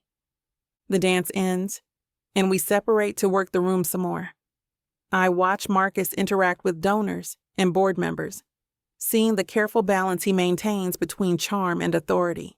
But I also see the moments when his guard drops slightly, when he laughs at something genuinely funny, when he shows real concern for someone's problems, when he looks at me across the room with an expression I can't quite read. By the time we leave the gala, my feet hurt from dancing in designer heels, and my face aches from smiling for photographers. But I'm also carrying questions I didn't have when the evening started. Successful night? Marcus asks as we settle into the back seat of his car. Define successful. No one questioned the authenticity of our relationship. Several important business connections were strengthened, and Rebecca Morrison was put in her place quite effectively. Don't forget the part where everyone now believes we're madly in love. Are you concerned about that? I consider the question as Manhattan lights blur past the window. I'm concerned about a lot of things, like how you never mentioned your literacy programs, or that you apparently read to children, or that you remember everyone's personal details. Does it matter? It matters because it makes you harder to hate, and I need to hate you to get through this. Do you still hate me? The question hangs between us like a challenge. The honest answer is complicated, messy, nothing like the clean anger I felt when this arrangement started. I hate what you did to my family. I say finally. I hate that my father is in the hospital because of stress you caused. But I'm starting to think you might not be the villain I needed you to be. What am I then? I don't know yet, but I'm going to figure it out. The car pulls up to our building, and Marcus helps me out with the same careful courtesy he's shown all evening. As we ride the elevator up to the penthouse, I catch my reflection in the polished doors and barely recognize myself. The woman looking back appears confident, elegant, genuinely happy. It's a convincing performance. The question is whether I'm performing for the world or for myself. You know that feeling when a book pulls you in, wraps around you, and refuses to let go? When the tension is so thick, you swear you can feel it? Welcome to 30 Sinfully Addictive Romance Audiobooks that will ruin your sleep. Wow, I wasn't ready for this. One chapter in, and I'm already hooked. Oh, you thought this was just another audiobook collection. No, sweetheart. This is the Dirty 30. Forbidden love, dangerous desires, billionaires with secrets, bad boys who bite back. And every last word is dripped in temptation. I thought I could just listen to one chapter before bed. Now it's 2 a.m. and I need answers. Need. So what are you waiting for? Click the link. Start listening. Let the Dirty 30 ruin you in the best way possible. Escape your life with Miss Tyla. Chapter 8. Marcus. I'm reviewing quarterly projections in my home office when Sophia's voice carries down the hallway, low and urgent in a way that makes me pause mid-sentence in my dictation to Victoria. The smart thing would be to continue working, to respect her privacy and maintain the professional distance we've carefully established. Instead, I find myself moving toward the sound, drawn by something in her tone that suggests this isn't a casual conversation. "Danny, listen to me," she's saying, and I catch the edge of frustration that means she's been repeating herself. I need you to dig deeper into the Yamamoto merger. There has to be something there. For some reason, Marcus needs this marriage so desperately that he'd offer these terms. I freeze in the doorway of my office, close enough to hear clearly but hidden from view. The smart thing would be to announce my presence, to respect boundaries. The strategic thing is to listen and learn exactly what kind of game my wife-to-be is really playing. I've already found the shell companies. Danny's voice comes through the phone speaker. 3 of them, all tied to Blackwood Industries, but buried deep enough that you'd need serious forensic accounting to trace them. But Sophia, what you're asking me to do, this is getting into corporate espionage territory. He destroyed our family, Danny.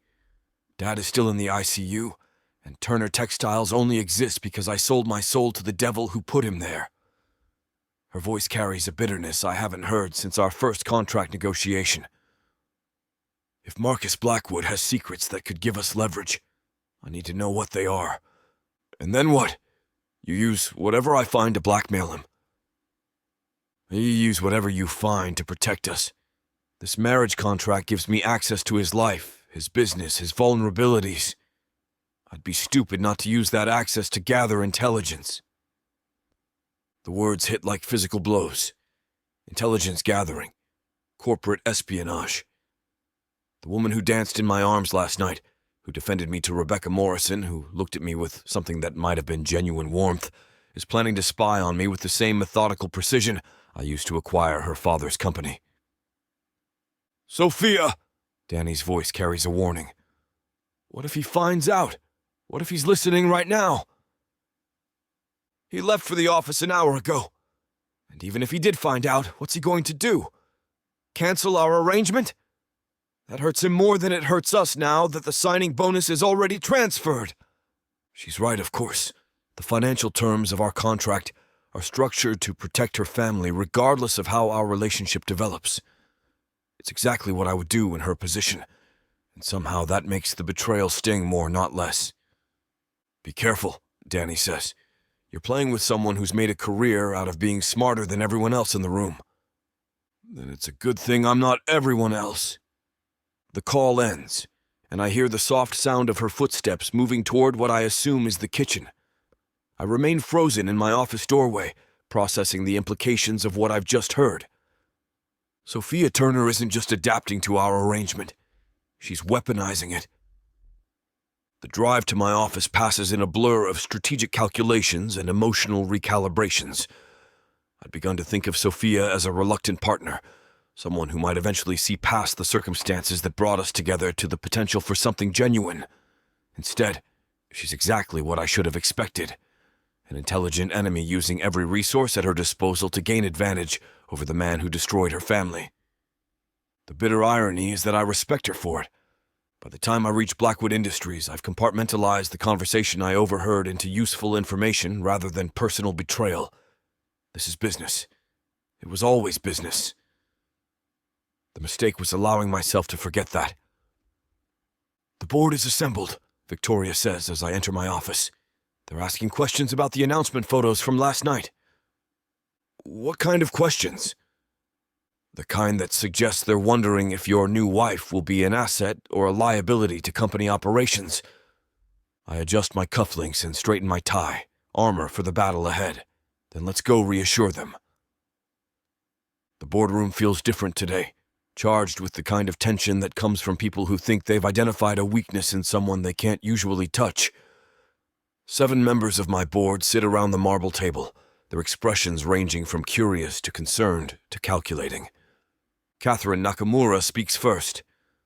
Marcus, congratulations on your engagement. Miss Turner made quite an impression last night. Thank you. Sophia is remarkable. She certainly seems intelligent, Harrison Wright says, mopping his perpetually sweating forehead with a handkerchief. Though, I have to ask, given the timing of the engagement and the Turner Textiles acquisition. You're wondering if my personal relationship influenced business decisions, I finish for him. The thought had occurred to us, Jennifer Morrison says carefully. Not that we question your judgment, but appearances matter in business. I take my seat at the head of the table and lean back, projecting the kind of calm confidence that served me well in hostile negotiations. The Turner acquisition was strategically sound regardless of personal considerations. The company had valuable assets, skilled workforce, and established client relationships. The fact that I subsequently developed feelings for James Turner's daughter is separate from the business rationale. Developed feelings, Catherine repeats, her tone suggesting she's testing the words for authenticity. How long have you known Miss Turner? We met approximately 8 months ago at a textile industry conference. The relationship developed slowly, privately, due to the sensitive nature of both our business interests and her family situation. The lies come easily, polished smooth by repetition. But underneath the practiced deception, I'm calculating how much Sophia's inevitable espionage attempts might complicate these carefully constructed narratives. And you're confident she supports the integration process? Jennifer asks. There's no concern about conflicts of loyalty between her family's interests and Blackwood Industries' objectives? The question hits closer to the mark than Jennifer realizes. Because based on this morning's overheard conversation, Sophia's loyalties are exactly where they should be. With her family, not with me. Sophia understands that successful integration serves everyone's interests, I say. She's committed to making the partnership work. Partnership. Board member Robert Chen leans forward with interest. That's an interesting way to describe marriage. Marriage is the ultimate partnership when done correctly. And when done incorrectly? Catherine asks. When done incorrectly, it becomes a liability that destroys everything both parties work to build. The warning in my voice is subtle but clear. This board hired me to grow Blackwood Industries into the empire it's become. They continue to profit handsomely from my leadership. Questioning my personal decisions crosses a line that could have consequences for their own positions. The Yamamoto merger remains on schedule? Harrison asks, returning to safer ground. Accelerated, actually. Catherine's team is impressed with the cultural integration capabilities that Sophia brings to the partnership. It's true. The conversations at last night's gala convinced several Japanese investors that my marriage demonstrates the kind of cultural awareness and personal stability they value in long-term business relationships. Excellent, Catherine says. Though I should mention that Mr. Yamamoto will want to meet privately with you and your wife during his visit next month. He places great importance on understanding family dynamics before finalizing partnerships. Family dynamics. The phrase carries weight in Japanese business culture, where personal relationships and professional success are inextricably linked. If Yamamoto suspects my marriage is purely transactional, the merger dies, which means Sophia's espionage activities could destroy considerably more than just my trust. That won't be a problem, I say. Sophia is looking forward to meeting the Yamamoto team. The meeting continues for another hour, covering quarterly projections, upcoming acquisitions, and strategic planning for the next fiscal year. But my attention keeps drifting to the conversation I overheard this morning, to the implications of Sophia's intelligence-gathering mission. The smart thing would be to confront her directly, to make it clear that corporate espionage violates our contract and could have serious legal consequences. The strategic thing would be to feed her false information, to control what she discovers and how she uses it. But there's a third option, one that appeals to the part of me that's always been drawn to worthy opponents. I could let her spy on me and see what she's capable of discovering. I could treat this as a test of her intelligence, her resourcefulness, her ability to think strategically under pressure.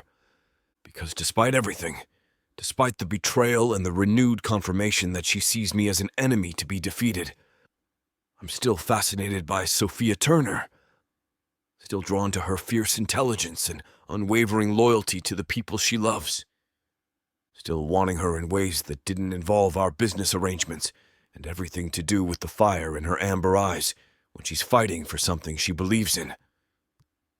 Marcus! Victoria's voice cuts through my distraction. The board is asking about security protocols for your residents. What about them? Whether they should be upgraded given your wife's access to sensitive information. The irony is almost funny.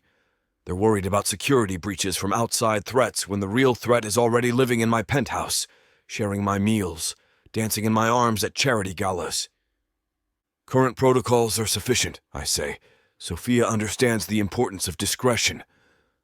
After the board meeting ends, Victoria lingers as the others file out. You seem distracted today. Just processing the implications of married life. Are you having second thoughts about the arrangement? I consider the question while watching the city sprawl below us through the floor-to-ceiling windows. Am I having second thoughts about marrying a woman who's planning to spy on me? About tying my business success to someone who still sees me as the enemy? No second thoughts, I say finally. But I'm adjusting my expectations. About what? About how interesting this marriage is going to be. Victoria's expression sharpens with curiosity, but I don't elaborate. Some battles are meant to be fought in private, between worthy opponents who respect each other's intelligence even when they can't trust each other's motivations. The drive home passes quickly, and I find myself actually looking forward to seeing Sophia again. Not because I've forgotten about her espionage plans, but because I'm curious to see how well she can maintain her performance now that the stakes have been raised. The penthouse feels different when I enter, charged with new tension. Sophia emerges from the kitchen wearing yoga pants and a Georgetown sweatshirt, her hair pulled back in a casual ponytail. She looks young, innocent, nothing like someone planning corporate espionage. How was your day?" she asks, and her smile seems genuine. "Productive. The board is pleased with how last night went." "Good. I was worried about the Rebecca Morrison situation. You handled that perfectly." She moves closer, and I catch the scent of jasmine and something uniquely her own. "Are you hungry? Miguel left instructions for reheating dinner." "That would be nice." We move through the domestic ritual of shared dinner, discussing neutral topics like her father's improving condition and the logistics of our upcoming public appearances. But underneath the surface conversation, I'm hyper-aware of everything she says, every question she asks, every detail she might be cataloging for future use. "Marcus," she says as we finish eating, "can I ask you something about the Yamamoto merger?" And there it is, the opening move in what I now recognize as a carefully planned intelligence-gathering operation. "What would you like to know?" "Just the basics. If I'm going to be meeting with them, I should understand what makes this partnership important to you." Her voice is perfectly casual, her expression genuinely curious. If I hadn't overheard this morning's conversation, I might believe she was simply being a supportive partner. Instead, I see exactly what she's doing, and I'm impressed despite myself. "The Yamamoto merger represents our entry into Asian markets," I tell her, choosing my words carefully. "It's the largest expansion opportunity in Blackwood Industries' history. And it requires marriage because traditional Japanese business culture values family stability. They see marriage as evidence of personal responsibility and long-term thinking." She nods thoughtfully, processing information that could be used to understand my vulnerabilities or identify pressure points. "What happens if the merger falls through?" "It won't. But hypothetically?" I study her face, looking for tells that might reveal her true motivations. "Hypothetically, it would cost Blackwood Industries approximately $2 billion in lost revenue and damage our reputation in international markets." The number makes her eyes widen slightly, and I see her calculating exactly how much leverage that information gives her. "That's a lot of pressure," she says sympathetically. "I work well under pressure." "I've noticed." We finish dinner in comfortable conversation, but I'm aware that every word is being weighed and measured for strategic value. When Sophia excuses herself to call her stepmother, I retreat to my office and begin planning my countermoves. Because if Sophia Turner wants to play spy games, I'm going to make sure she gets exactly what she's looking for. The question is whether she'll be prepared for what she finds. Chapter 9. Sophia. 2 days after overhearing Marcus deflect his board's questions about our marriage through the slightly open door of his office, I decide it's time to get serious about understanding exactly who I've tied myself to. The man who reads to children and remembers everyone's personal details doesn't align with the corporate raider who destroyed my family's business. And the contradiction is driving me crazy. I wait until Marcus leaves for his morning boxing session, a routine I've learned happens every day at 5:30 sharp. Mrs. Rodriguez doesn't arrive until 8, and Miguel is grocery shopping, which gives me roughly 2 hours to explore areas of the penthouse that have remained mysteriously off-limits. I start with the obvious places first. Marcus's home office is unlocked, but everything inside is frustratingly generic. Expensive furniture, state-of-the-art technology, and files that contain nothing more interesting than quarterly reports and acquisition summaries. Either he's incredibly careful about what he keeps at home, or he's better at hiding secrets than I anticipated. The master bedroom feels like invasion territory, but I force myself to search it methodically. Walk-in closet filled with custom suits organized by color and season. Bathroom stocked with expensive toiletries that smell like him. Cedar and something darker, more complex. Bedside table containing only a charging station and what appears to be a first edition of Marcus Aurelius's Meditations. Philosophy? Another detail that doesn't fit the image I've constructed of him. I'm photographing the book's inscription when I hear the soft chime of the elevator arriving. Marcus is back early, and I'm standing in his bedroom like a burglar, with her hand in the cookie jar. I slip out quickly, closing the door behind me with what I hope is casual nonchalance, just as Marcus emerges from the elevator, wearing workout clothes and a sheen of sweat that makes my mouth go unexpectedly dry.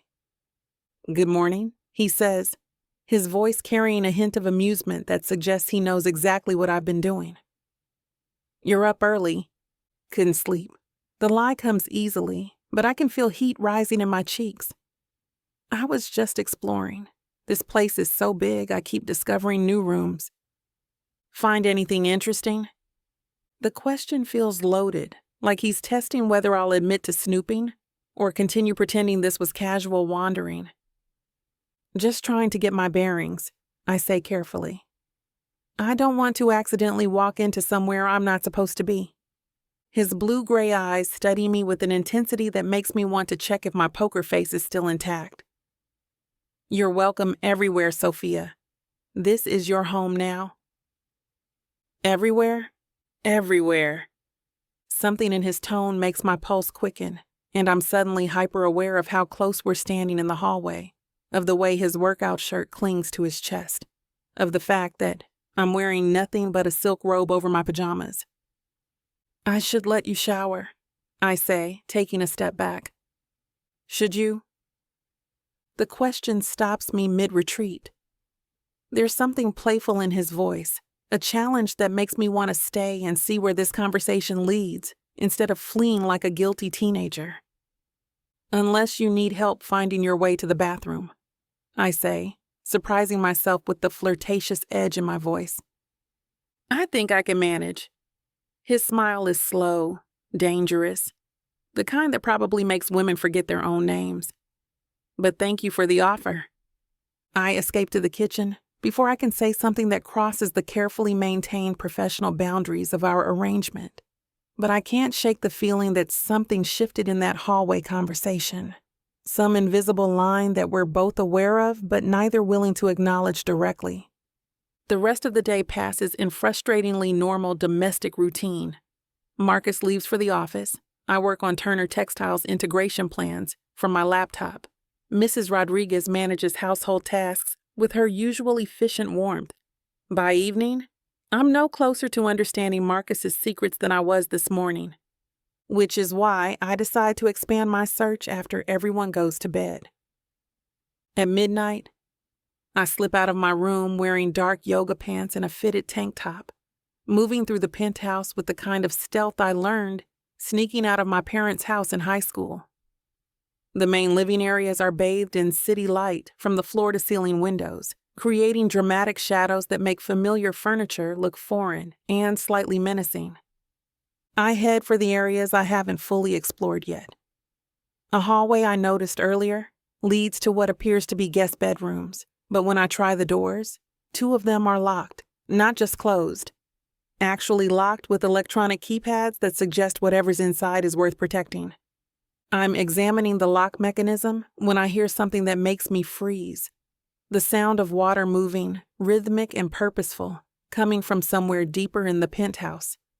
Following the sound leads me down a corridor I haven't explored before, toward what must be the building's recreational facilities. The lighting here is different, softer, designed for relaxation rather than work. At the end of the hallway, glass doors reveal an indoor pool I didn't even know existed. And swimming laps with powerful, efficient strokes is Marcus. I should leave immediately. This is exactly the kind of invasion of privacy that crosses every reasonable boundary. Instead, I find myself frozen in place, watching him move through the water with the same controlled grace he brings to everything else. He's wearing nothing but black swim briefs that leave very little to the imagination, and every stroke showcases the kind of physique that comes from serious dedication to fitness. Broad shoulders tapering to a narrow waist, defined muscles that flex and release with each movement, skin that looks golden under the pool's underwater lighting. This is Marcus Blackwood, without his expensive suits and carefully constructed armor. This is just a man, powerful and beautiful and completely unaware he's being watched, except he's not unaware. He reaches the far end of the pool and surfaces, water streaming from his dark hair, and looks directly at me through the glass doors. I should run, should apologize and flee back to my room like the guilty spy I am. Instead, I push open the glass door and step into the warm, humid air of the pool area. "Couldn't sleep again?" he asks, treading water near the pool's edge. His voice echoes slightly in the enclosed space, creating an intimacy that makes my skin feel too tight. I heard water and got curious. The truth, even if it's not the complete truth. The pool helps me think, clears my head when business gets complicated. Is business complicated right now? He swims to the edge where I'm standing and rests his forearms on the pool deck, looking up at me with water droplets clinging to his eyelashes. Everything's complicated right now. The way he says it suggests we're not just talking about business anymore. "Want to join me?" he asks. I don't have a bathing suit. Neither do I, technically. The comment sends heat shooting through me, and I'm grateful for the dim lighting that hopefully hides my reaction. That's not the same thing, isn't it? You're wearing something. Barely. This conversation is veering into dangerous territory, but I can't seem to make myself leave. There's something hypnotic about watching him in the water, about the play of light and shadow across his skin, about the way he's looking at me like he's seeing something he wants. This is probably inappropriate, I say, but I sit down on the pool's edge anyway, dangling my feet in the warm water. Probably.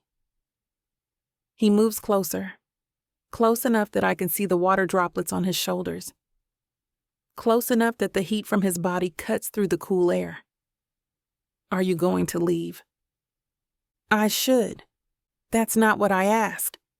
I meet his gaze directly, seeing challenge and desire, and something that might be genuine affection mixed with the attraction that's been building between us for weeks. No, I say quietly. I'm not going to leave. Good. He boosts himself out of the pool in one fluid movement, water streaming from his body as he reaches for a towel. The motion puts him close enough that I can smell chlorine and something essentially masculine, can see the way his muscles move under his skin. You know, he says as he towels off his hair, if you want to explore the penthouse, you could just ask. I'd be happy to give you a proper tour. The comment makes me realize he knows exactly what I was doing earlier, and probably knows I was planning to do more of it tonight. Maybe I like discovering things on my own. Maybe you do. He sits beside me on the pool's edge, close enough that our thighs brush. But some discoveries are better with a guide. What if I prefer the mystery? What if the mystery is overrated?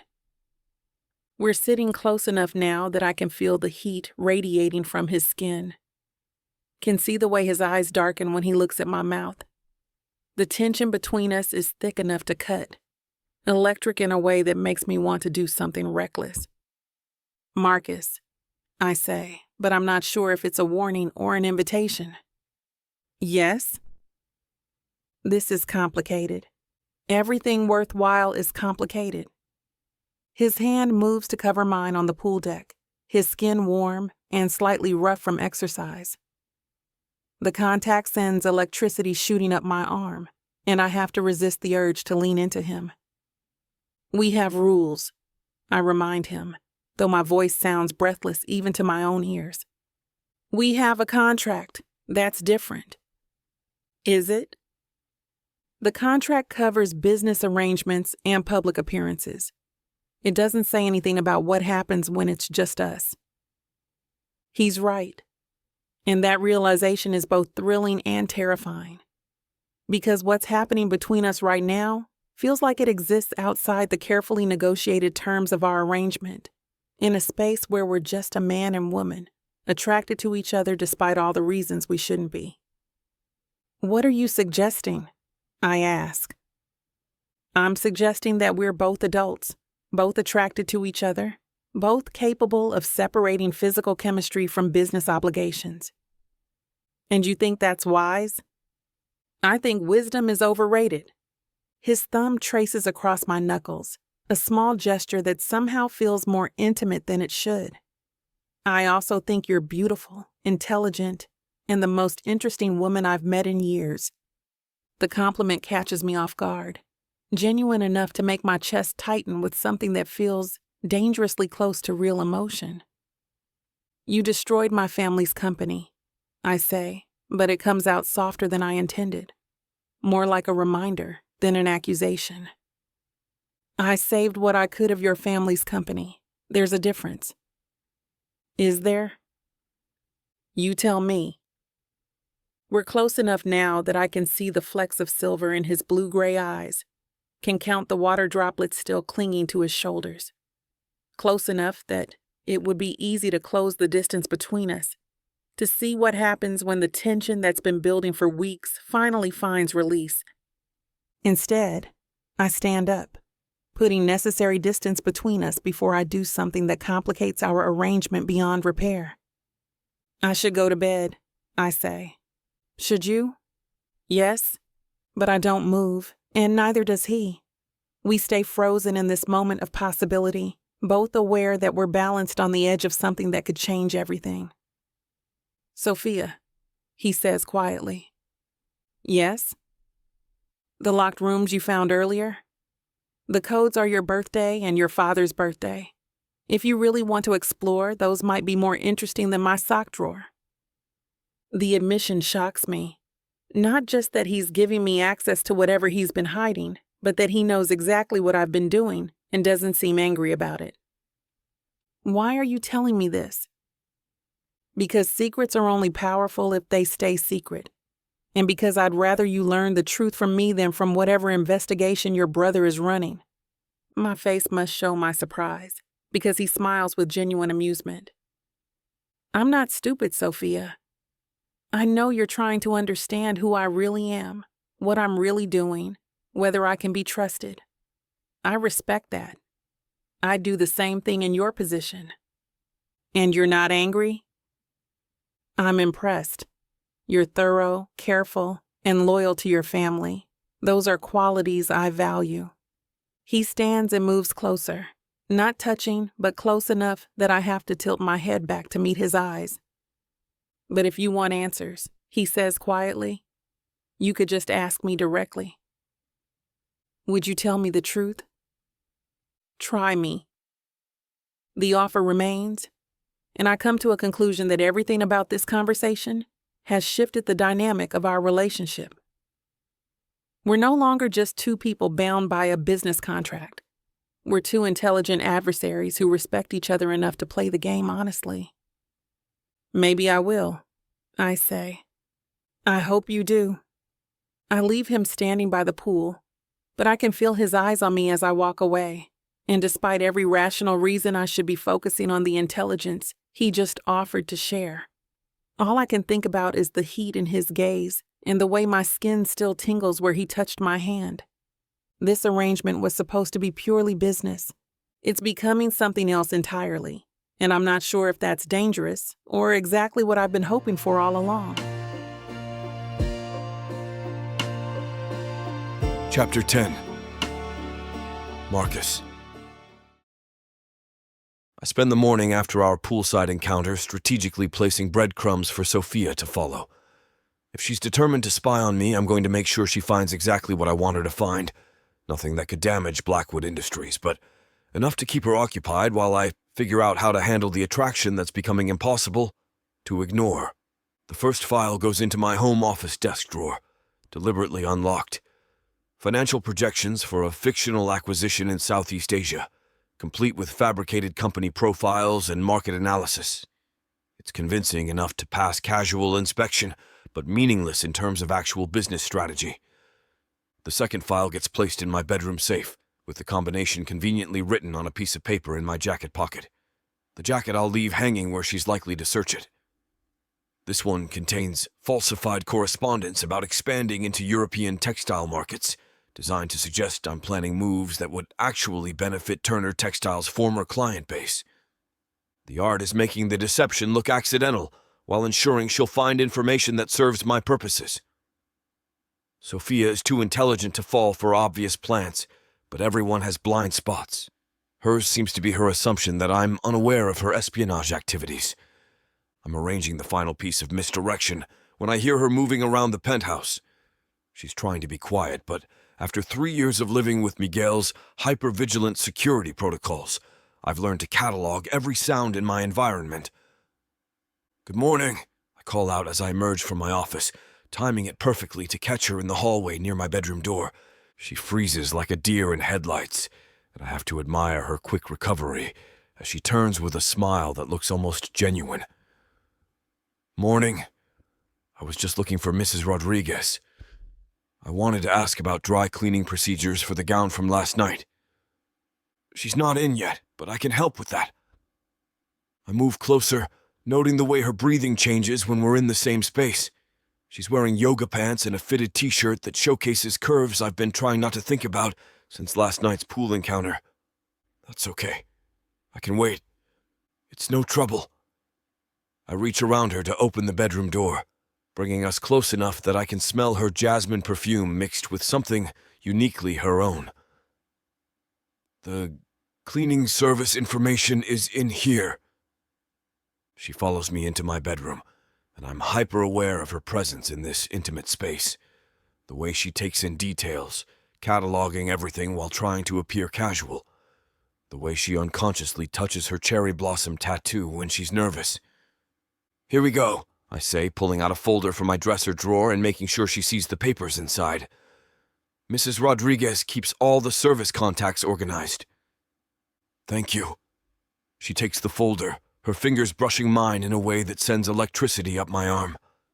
"This is very organized. I prefer systems that work efficiently. I've noticed your entire life seems very controlled." "Control is necessary when you have responsibilities." She's quiet for a moment, amber eyes studying my face with an intensity that makes me want to tell her things I've never told anyone. "Don't you ever want to just let go?" The question hits deeper than it should. Letting go is a luxury I can't afford.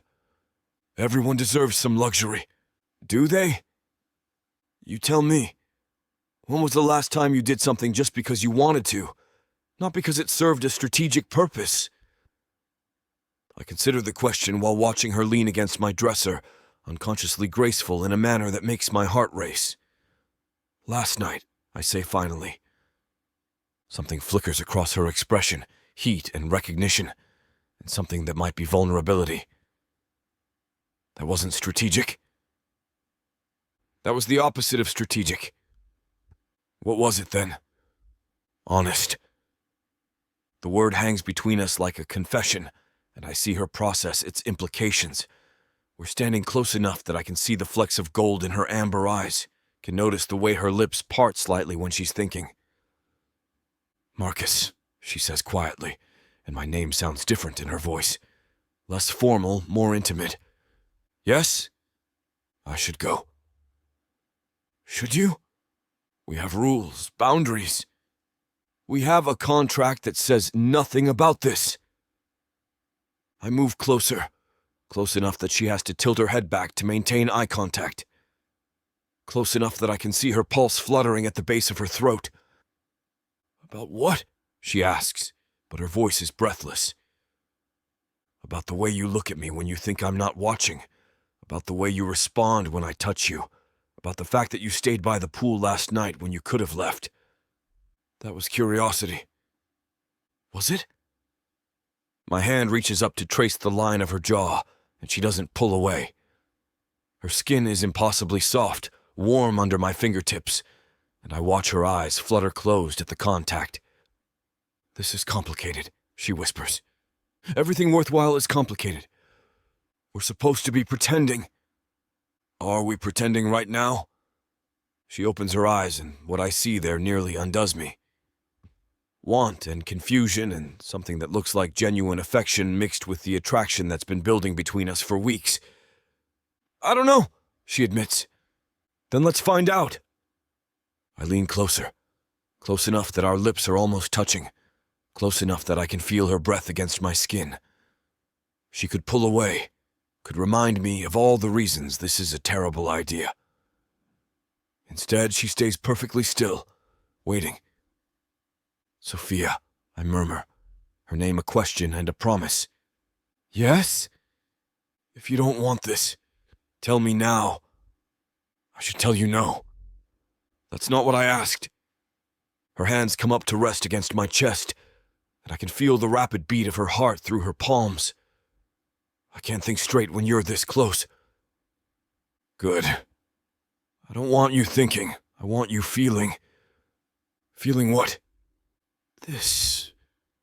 I close the last inch of distance between us, and her lips are soft and warm and perfect against mine. She makes a small sound of surrender, and her hands fist in my shirt as she kisses me back with a passion that surprises us both. This isn't the careful, performed affection we've shown in public. This is honest desire, raw and immediate, and completely outside the boundaries of our arrangement. She tastes like coffee and something sweet, and when her tongue touches mine, I lose the last shred of control I've been maintaining. My hands tangle in her hair and she presses closer, eliminating any space between us.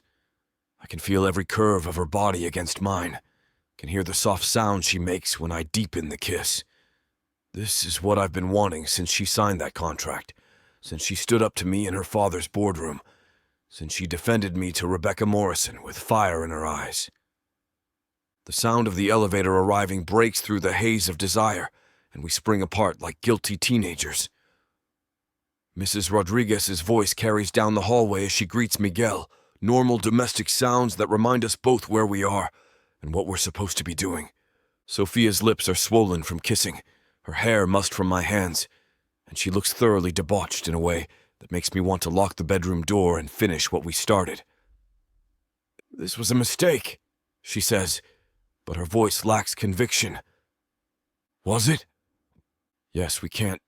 This isn't what we agreed to. What we agreed to was a marriage in name only, but marriages evolve. Into what?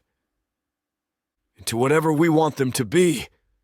She straightens her hair with shaking hands, rebuilding her composure with visible effort.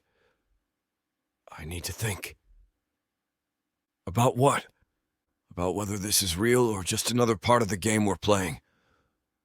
The accusation stings because it's fair. I've been playing games, planting false information, and managing her access to my life. But what just happened between us was the most honest thing I've experienced in years. Some things can't be faked, Sophia." "Can't they? You're very good at making people believe what you want them to believe." "And what do you think I want you to believe? That you care about me. That this arrangement is becoming something real." She meets my eyes directly. "That I'm more than just a convenient solution to your business problems." "You are more than that. Am I, or am I just another asset you're managing?" The question hits harder than it should because there's truth in it. I did acquire Sophia Turner like I acquire everything else, strategically with clear objectives and calculated risk assessments. But somewhere between contract negotiations and charity galas, between watching her laugh with Miguel and seeing her fierce loyalty to her family, the business arrangement has become personal.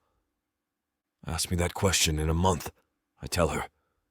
"When you've had time to see who I really am instead of who you think I am.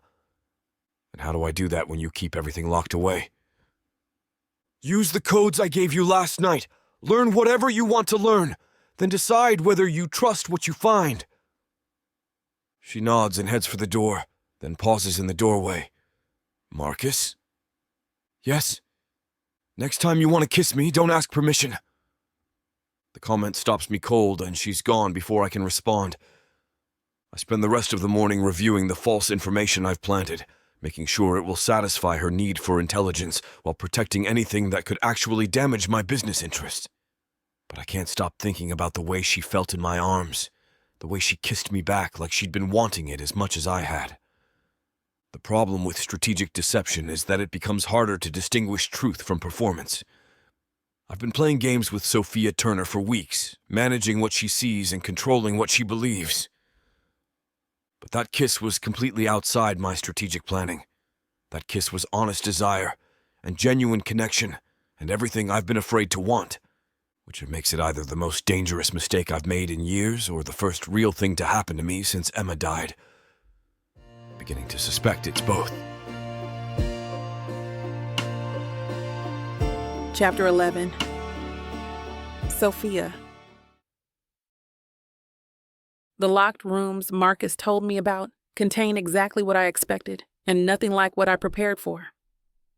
Financial records, acquisition plans, correspondence that paints a picture of a man methodically building an empire through calculated moves and strategic partnerships. But buried in the files are details that make my chest tight with guilt. Employee retention programs, environmental cleanup initiatives, scholarship funds for the children of workers at companies he's acquired. This isn't the corporate raider I've been imagining. This is someone who destroys companies to rebuild them better, which makes what I'm about to do feel like betrayal instead of justice. Danny's voice echoes in my head from our phone call this morning. The Shanghai manufacturing contact expects the shipment details by midnight, Sophia. If Blackwood's logistics system goes down for even 12 hours, it'll cost them millions and give you serious leverage. Leverage. The word tastes bitter now, but I can't ignore the reality of my situation. My father is still in the hospital, still fighting complications from surgery. Our family's financial security depends entirely on Marcus's continued goodwill. And despite the kiss that's been replaying in my mind for days, despite the way he looks at me like I'm something precious instead of purchased, I can't trust that this attraction is real or just another strategic move. I need insurance. I need something that proves I'm not completely powerless in this arrangement. The computer virus Danny designed is elegant in its simplicity. A delayed action program that will corrupt non-essential systems while leaving critical infrastructure intact. Enough to cause problems without risking actual harm to employees or operations. Just enough to remind Marcus that I'm not as helpless as he might think. I input the code into his home office computer at 11:30 p.m., my hands shaking as I execute the program that will activate in exactly 6 hours. By the time Marcus discovers the problem, I'll be having breakfast and expressing appropriate concern about his business difficulties. The walk back to my bedroom feels like a death march. Every step takes me further from the woman who defended Marcus at charity galas and closer to the spy who's sabotaging the man she's contractually bound to support. The woman who kissed him like she meant it 3 days ago and is now proving that loyalty can't be purchased, no matter how generous the terms. I lie in bed, staring at the ceiling for 2 hours, my mind racing through justifications and excuses that sound hollow even to my own internal voice. This is what I came here to do. This is what my family needs. This is protection against a man who could destroy everything I care about with a single business decision. But it feels like crossing a line I can't uncross. At 2 a.m., I give up on sleep and pad to the kitchen in bare feet and silk pajamas. Needing something to calm the churning in my stomach, the penthouse is dark, except for the city light streaming through floor-to-ceiling windows, creating patterns of shadow and illumination that make familiar spaces feel foreign. I'm reaching for chamomile tea when a voice from the darkness nearly makes me jump out of my skin. Couldn't sleep either? Marcus emerges from the living room wearing nothing but pajama pants slung low on his hips, his chest bare, and hair mussed like he's been running his hands through it. The sight of him, casual, unguarded, beautiful in the half-light, makes my throat go dry with want and guilt in equal measure. I was just getting tea, I say, proud of how steady my voice sounds. Mind if I join you? It's your kitchen. It's our kitchen. The correction carries weight that makes me look at him more carefully. There are shadows under his eyes that suggest he's been having his own sleepless night, and something in his expression that feels heavier than simple insomnia. Rough day? I ask as I fill the kettle, hyper aware of his presence behind me. Rough week? Rough month, actually. The Yamamoto merger, among other things. I turn to face him, leaning against the counter with what I hope looks like casual interest instead of guilty curiosity. What other things? My wife is keeping secrets. The words hit like a physical blow, and I have to grip the edge of the granite countertop to keep my expression neutral. What kind of secrets? The kind that could hurt people I care about. People like who? People like you. He moves closer, close enough that I can see the serious intent in his blue-gray eyes, close enough that I catch his scent, cedar and something darker, more complex, and remember exactly how it felt to have his hands in my hair, his mouth on mine. I'm not sure I understand, I say carefully. Don't you? The question hangs between us like a challenge, and I realize this conversation isn't going the way I expected. Marcus isn't acting like a man who's oblivious to potential threats. He's acting like someone who knows exactly what kind of game we're playing. Marcus, if you have something to say to me, just say it. I'm saying that secrets have consequences, that actions taken in darkness have a way of coming to light, and that people who care about each other should trust each other enough to be honest. People who care about each other? Yes. Is that what we are? He steps closer, close enough that I have to tilt my head back to maintain eye contact. You tell me, because from where I'm standing, that kiss days ago felt like more than contractual obligation. The memory of that kiss sends heat shooting through me, and I have to remind myself that this conversation is happening 6 hours before Marcus discovers what I've done to his computer systems. The kiss was a mistake. Was it? Yes, we both know this arrangement is temporary. Getting emotionally involved just complicates things unnecessarily. What if I want things to be complicated? What if I don't? Then you're lying to yourself as much as you're lying to me. The accusation makes me angry, partly because it's fair, and partly because I can't defend myself without admitting to things I'm not ready to acknowledge. I'm not lying about anything, I say, which is technically true and completely misleading. Aren't you? Because I think you're lying about not feeling anything for me. I think you're lying about this marriage being purely business. And I think you're lying about whatever you were doing in my office earlier tonight. My blood turns to ice water. He knows. Somehow, despite all my careful planning and Danny's assurances about undetectable infiltration, Marcus knows exactly what I've done. I don't know what you're talking about. Don't you? No. Sophia. His voice gentles, but there's steel underneath the softness. I have security cameras in every room of this penthouse except the bedrooms and bathrooms. I know you were in my office at 11:37 p.m. I know you accessed my computer, and I know you uploaded something that probably shouldn't be there. The confession hits me like a sledgehammer. He's known about the sabotage for hours, has been sitting in the dark thinking about what I've done while I've been lying in bed, consumed with guilt.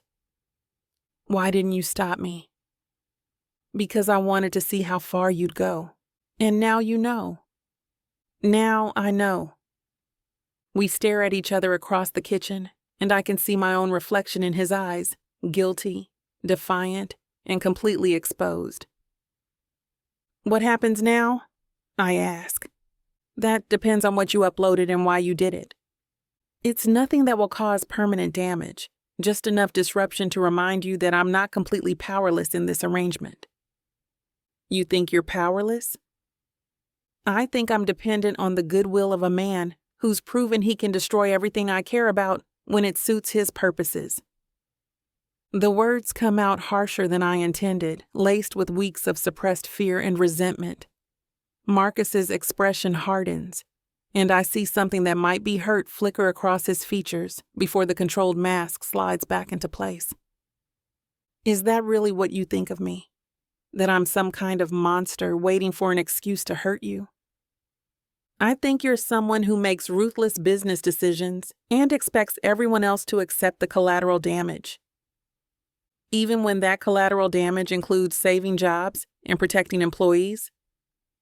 Even when it includes putting my father in the hospital. Your father's heart attack was not my fault. Wasn't it? You think the stress of watching his life's work get dismantled had nothing to do with his cardiac event. I think your father was dealing with financial pressures and health issues that existed long before I entered the picture. How convenient for you. It's not convenient. It's tragic. Just like it's tragic that you're so determined to see me as the villain that you can't recognize when someone is trying to help you. Help me? You bought me, Marcus. You made me an offer I couldn't refuse because my family was desperate. And now you want credit for being generous? I want credit for giving you a way to save everything you care about when no other options existed. And what do you get out of this generous arrangement, besides a convenient wife and access to Turner Textile's client base? I get you. The simple declaration stops my anger mid-rant. There's something raw in his voice, something honest that cuts through all the strategic positioning and calculated responses. What's that supposed to mean?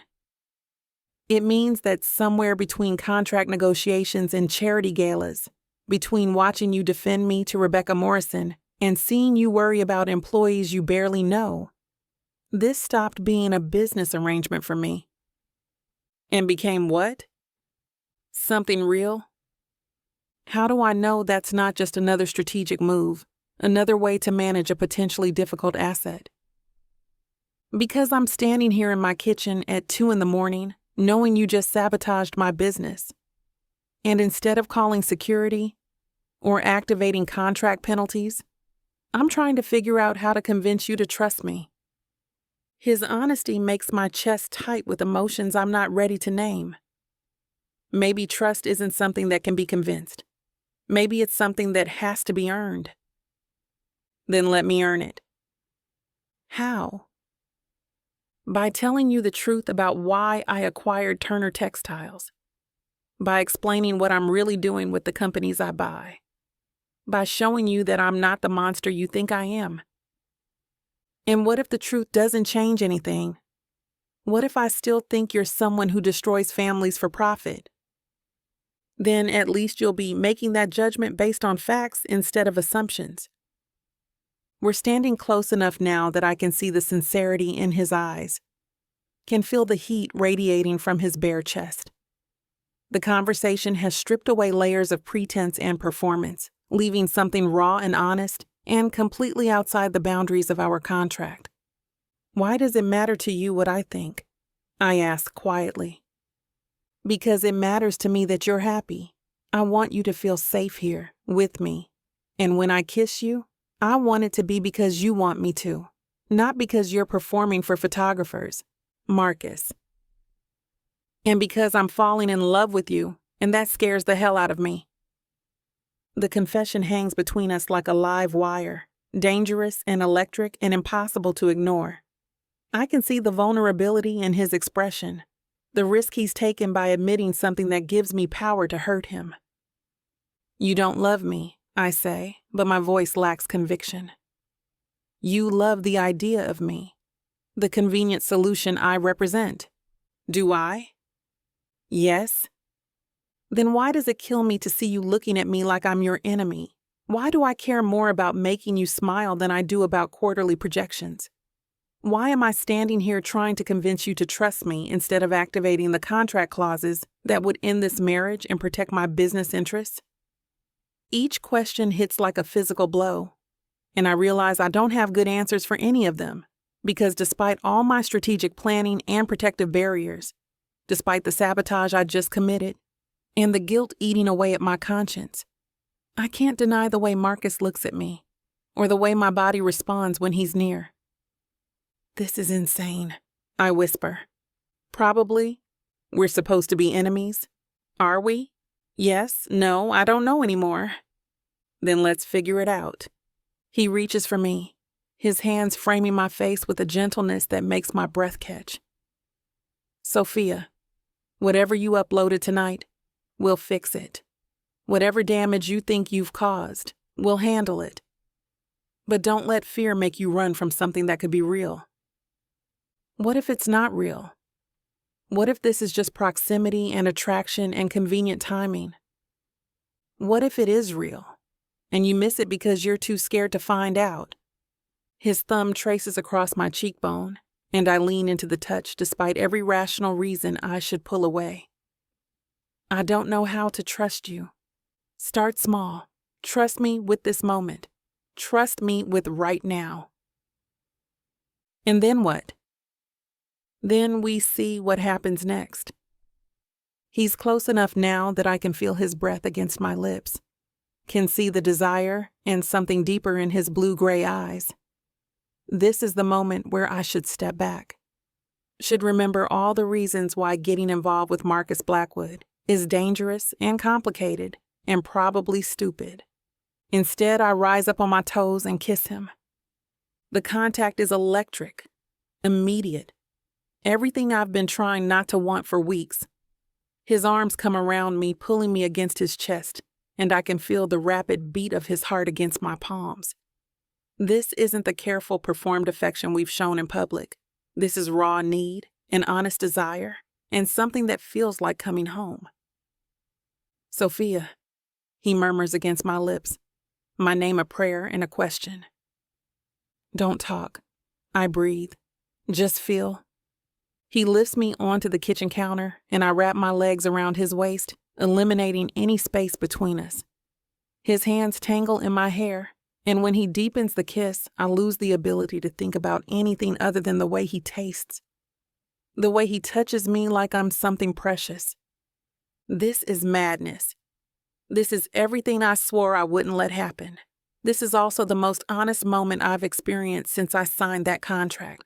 His mouth moves to my throat, and I arch against him, needing more contact, more heat, more of whatever this is that's burning away all my careful defenses. We should stop, I whisper, but my hands are already exploring the muscles of his back, mapping the warm skin I've been trying not to think about. Should we? This will affect everything. Good. I want everything to change. His hands slip under my silk pajama top, and the contact of skin against skin makes me gasp. Marcus. Tell me to stop, he says against my collarbone. Tell me you don't want this. But I can't, because I do want this. I want him, despite every reason I shouldn't, despite the sabotage and the secrets and the fact that this started as a business arrangement. I want you, I admit, the words torn from somewhere deep and honest. I hate that I want you, but I do. Then have me. He captures my mouth again, and this time there's nothing careful or controlled about the kiss. This is pure need, desperate and consuming, and when he lifts me off the counter, I don't protest. My room, he says against my lips. Yes. Marcus carries me through the dim hallway like I'm weightless, but there's tension in the way his arms tighten around me, like he knows exactly how fragile this moment is, how easily it could collapse under the weight of everything unsaid. He pushes the bedroom door open with his shoulder. Inside, it smells like him. Warm skin, cedar, something faintly smoky, and the sheets are still rumpled from where he tried to sleep tonight. He doesn't put me down right away. He just holds me against him, My arms looped around his neck, our foreheads almost touching. "You can still say no," he murmurs. I shake my head. "I won't." "Not can't?" "No," I whisper. "I won't." That's all it takes. He sets me on the bed, not roughly but with purpose, like he's waited too long to pretend this is anything but necessary. His mouth is on mine before I can take another breath, kissing me like he's claiming the truth we've both been denying. His lips are hot and searching, and when his tongue parts mine, I moan, helpless to hold anything back anymore. I hate to put a stop to a good time, but it looks like we've hit this platform's limit for spiciness. This platform's got some rules we have to play by if we want to keep giving you these stories for free. And trust me, this scene isn't something you want to miss. While we can't get into all the details here, you can still dive into the full, uncut version at tylawalker.com. Miss Tyla has an entire collection of unabridged audiobooks and ebooks waiting for you. And the best part? You can treat yourself with 40% off when you use the code SAVE40. That's right. You'll save on any digital product, even bundles that are already discounted. Miss Tyla would never let anyone feel the kind of disappointment you must be feeling right now. So why wait? Treat yourself with Miss Tyla. "I still hate you," I whisper. "I know. I still don't trust you. I know. I'll betray you." He smiles, sad and real. "Then I'll accompany you until you have enough." My chest cracks open. Hating him should have been easy, but it's getting harder. What do I truly want? Chapter 12. Sophia. The flight to Tokyo stretches endlessly before us. 13 hours of forced proximity in the first-class cabin of a plane that feels too small despite its luxury. I settle into the leather seat beside Marcus, hyper-aware of every movement he makes, every breath he takes, every casual brush of his hand against mine when he reaches for his water glass. It's been 3 days since our night in his bedroom, 3 days of careful politeness and professional distance that feels like acting in a play where neither of us knows our lines. The sabotage was discovered exactly as planned, caused exactly the disruption Danny predicted, and was resolved with an efficiency that impressed me despite myself. Marcus handled the crisis like someone who deals with much worse problems on a regular basis, which made me feel both guilty and grudgingly admiring. "Nervous about meeting the Yamamoto team?" he asks as the plane reaches cruising altitude. "Should I be?" They're traditional but fair. They value authenticity above everything else. The irony isn't lost on me. We're flying to Japan to convince traditional businessmen that our fake marriage is real, after I've spent the week sabotaging my fake husband's business operations. Authenticity seems like the one thing we're least qualified to provide. Any advice for navigating Japanese business culture? Be yourself. They're excellent at reading people, so any pretense will backfire. Be myself. The woman who married a man she barely knows for money. The woman who's been spying on said husband while falling into bed with him. The woman who can't stop thinking about the way he touched her 3 nights ago, despite every rational reason she should be maintaining emotional distance. That might be problematic, I admit. Why? Because I'm not sure who that is anymore. Marcus turns in his seat to study my face, those blue-gray eyes searching for something I'm not sure I want him to find. You're Sophia Turner. You're intelligent, fierce, loyal to your family, and brave enough to make hard choices when people you love are threatened. I'm also someone who sabotaged her husband's business and then slept with him. In that order, yes. The casual way he acknowledges both events makes me look at him more carefully. You're not angry about the sabotage. I'm impressed by it. The virus was elegant, well-designed, just disruptive enough to make a point without causing permanent damage. Your brother has excellent technical skills. How do you know Danny designed it? Because you're smart enough to know corporate espionage, but not trained enough to write that kind of code. And because I've been monitoring his online activities since our first contract meeting. The admission should outrage me, but instead I find myself almost smiling. You've been spying on my family while I've been spying on you. It seemed like a reasonable precaution. And now I think we're even. The plane settles into its flight pattern, and I try to focus on the business materials Victoria prepared for this trip, instead of the way Marcus's presence affects my ability to concentrate.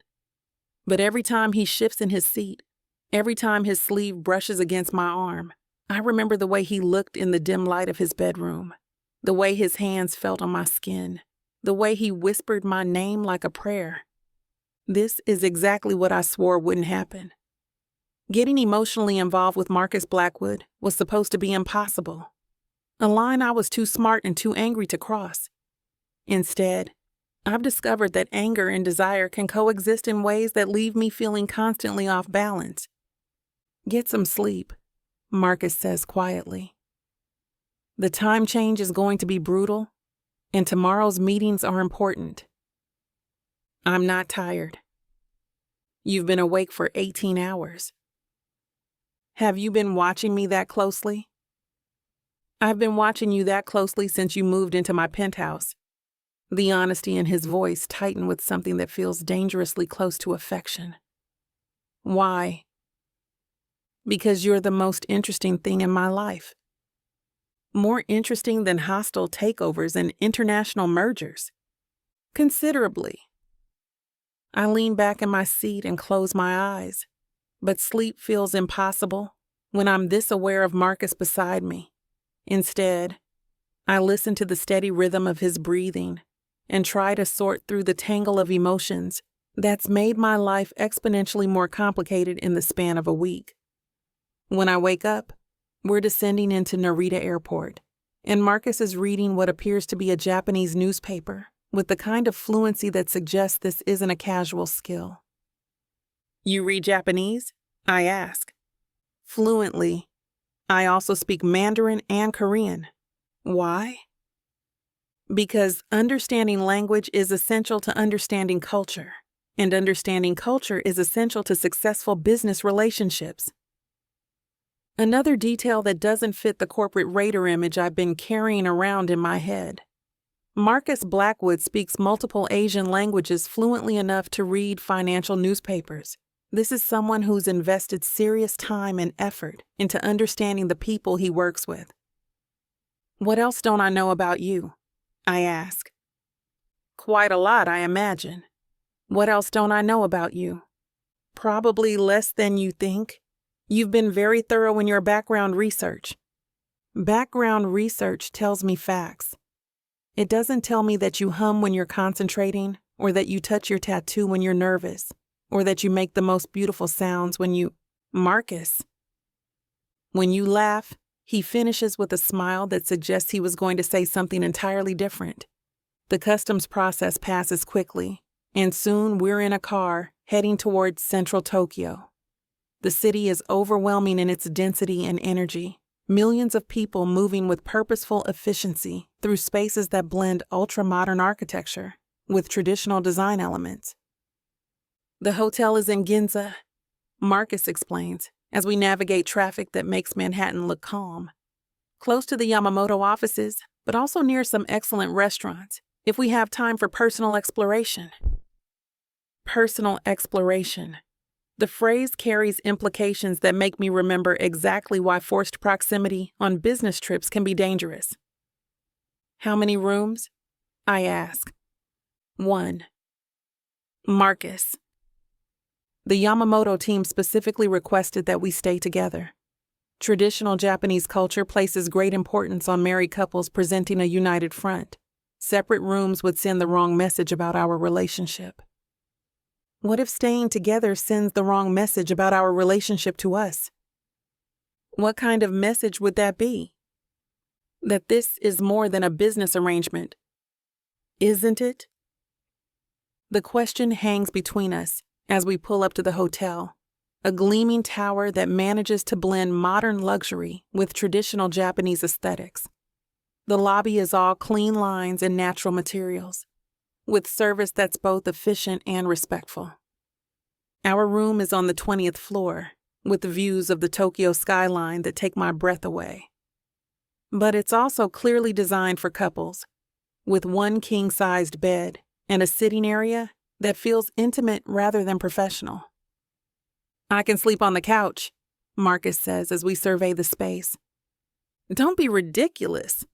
We're both adults." Are we? Because I'm not sure adults would have spent the last 3 days pretending nothing happened between them. Nothing did happen between us. Didn't it? He moves closer, close enough that his cologne lingers, and I remember exactly how his skin tastes. Close enough that I have to resist the urge to reach out and touch him. We slept together, I admit. Once. It doesn't mean anything has to change. Everything has already changed. Has it? You tell me. Before I can answer, his phone buzzes with a message that pulls his attention away from our conversation. The Yamamoto team wants to meet for dinner tonight. Informal introduction before tomorrow's business meetings. What should I expect? Traditional kaiseki cuisine, extensive conversation about family and personal interests, and very careful evaluation of our relationship dynamics. No pressure. None at all. The restaurant Marcus chooses is the kind of place that doesn't advertise, tucked away in a neighborhood that tourists never find. We're seated in a private tatami room, and I watch Marcus interact with the staff in fluent Japanese that flows with natural ease. He's not just speaking the language, he's understanding cultural nuances, showing exactly the right level of respect and formality. When the Yamamoto team arrives, led by a distinguished man in his 60s who must be the patriarch, Marcus rises and bows with perfect form. The greeting ritual that follows is complex and formal, but Marcus navigates it like someone who's done this hundreds of times.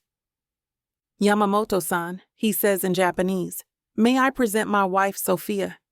I stand and bow as Elena taught me during our crash course in international business etiquette, but I'm struck by the way Marcus says wife in Japanese. There's something in his tone, a warmth and possession that sounds genuine even though I know it's performance. The dinner that follows is revelatory. Marcus doesn't just speak Japanese, he thinks in it, responding to cultural cues and social dynamics with the kind of fluency that can only come from deep study and genuine respect. He asks about Yamamoto-san's grandson's baseball games, remembers details about each team member's personal interests, and demonstrates knowledge of Japanese business philosophy that goes far beyond strategic preparation. "Your husband is very well informed about our culture," Yamamoto-san says to me in careful English. This is rare among American businessmen. "He believes understanding is the foundation of respect," I reply, surprised to realize I mean it. "And you? Do you share this philosophy?" "I'm learning to..." The conversation continues for hours, covering everything from textile manufacturing techniques to the importance of family harmony in business success. I watch Marcus throughout the evening, seeing him operate in an environment where cultural sensitivity and personal relationships matter more than profit margins. This is someone who's invested years in understanding not just how to do business in Japan, but why Japanese business culture values the things it does. "He is very different from what I expected," Yamamoto-san's daughter, Keiko, says quietly during a lull in conversation. "American businessmen are usually more aggressive." Marcus isn't typical in many ways, I admit. "You are fortunate. He looks at you like you are precious."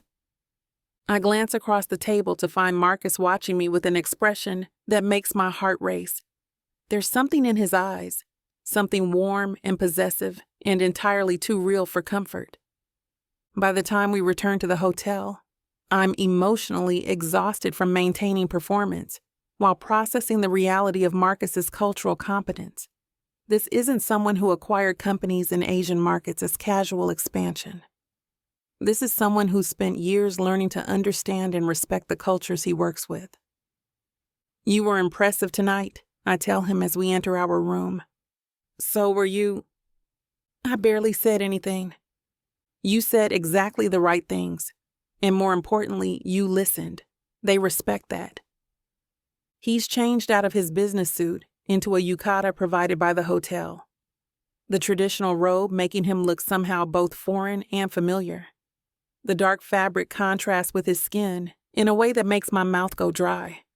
And when he moves, the robe shifts to reveal glimpses of chest and shoulders I remember all too well. This is strange, I say, settling into the chair by the window. What is? Seeing you like this? In your element, but not the element I expected. What did you expect? Ruthless efficiency, cultural insensitivity, the kind of American businessman who expects everyone else to adapt to his way of doing things. And instead, I see someone who spent years learning to speak Japanese fluently, who remembers personal details about business partners' families, who understands that respect is earned through understanding. He sits on the edge of the bed, close enough that I can see the serious intent in his expression. Does that change anything? It changes how I see you. How do you see me now? As someone considerably more complicated than I gave you credit for. Good or bad? I'm still figuring that out. The conversation lapses into comfortable silence, but I'm hyper-aware of the intimacy of the setting. One room, one bed, and a man I'm trying not to think about in ways that have nothing to do with business arrangements. Sophia, he says quietly. Yes? About the other night. We don't have to talk about it. It happened. It's over. We're both adults who can move forward professionally, I added. Is that what you want? To move forward professionally? The question forces me to look at him directly, to meet those blue-gray eyes that see too much. I want to not complicate this arrangement any more than it already is. What if the complication is the best part? What if it's the part that destroys everything we're trying to build? What if it's the part that makes everything we're building worth having? He stands and moves to the window, looking out over the Tokyo skyline.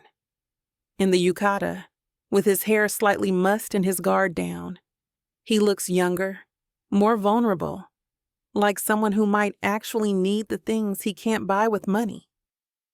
I should take a shower, I say, needing distance before I do something that proves his point about complications being the best part. Sophia. I pause in the bathroom doorway. Yes? For what it's worth, watching you tonight, seeing how you handled yourself with the Yamamoto team, you're going to be an incredible partner. Business partner? Any kind of partner you choose to be. The words follow me into the bathroom, and as I stand under the hot water, I can't stop thinking about the way Marcus navigated cultural complexities with genuine respect. The way he looked at me across the dinner table, the way he's sleeping 20 feet away in a hotel bed. I'm trying not to think about sharing. This trip was supposed to be about business, about convincing Japanese investors that our marriage is real and our partnership is strong. Instead, it's becoming about the possibility that our marriage could be real and our partnership could be everything I've been afraid to want. The question is whether I'm brave enough to find out what that might look like. I thought I was getting a fake marriage, but I didn't know my story was being told by Miss Tyla. This isn't just any fake marriage now, is it? No. You introduced me to the devil. Come on, girl. Jacob isn't that bad. Oh, I love Jacob. His family, on the other hand? Beggars can't be choosers, Nyla. You should be grateful I even let Jacob Stone look your way. I just wanted to save my granddaddy. Is that so bad? Why couldn't you let this be a normal fake marriage? Instead, you put me in a twisty story filled with money, betrayal, power, and lies. Let's not forget love. That's what keeps me going. But not gonna lie, Miss Tyla. This story you got me in ain't the simple fake marriage happy ending I thought it would be. It's not. Where would be the fun in that? Treat yourself to Say Less, I Love You. New releases every Thursday, now with longer episodes. Or skip the wait and grab the full series bundle from TylaWalker.com for up to 85% off. Treat yourself with Miss Tyla.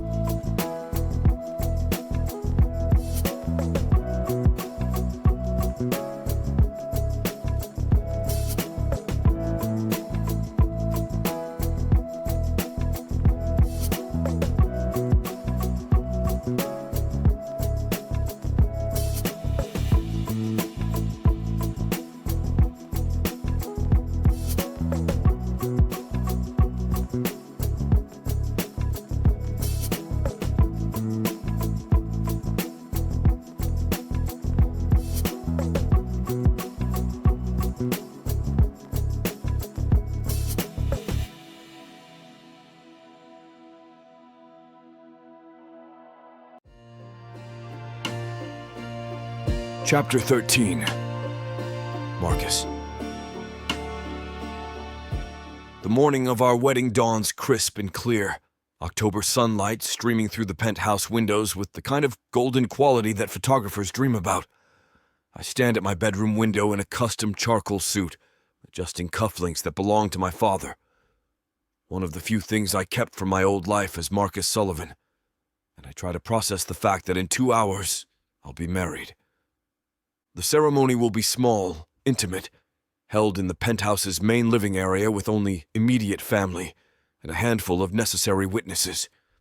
Victoria has orchestrated everything with her usual precision, transforming the sterile space into something that actually looks like a place where two people might choose to pledge their lives to each other.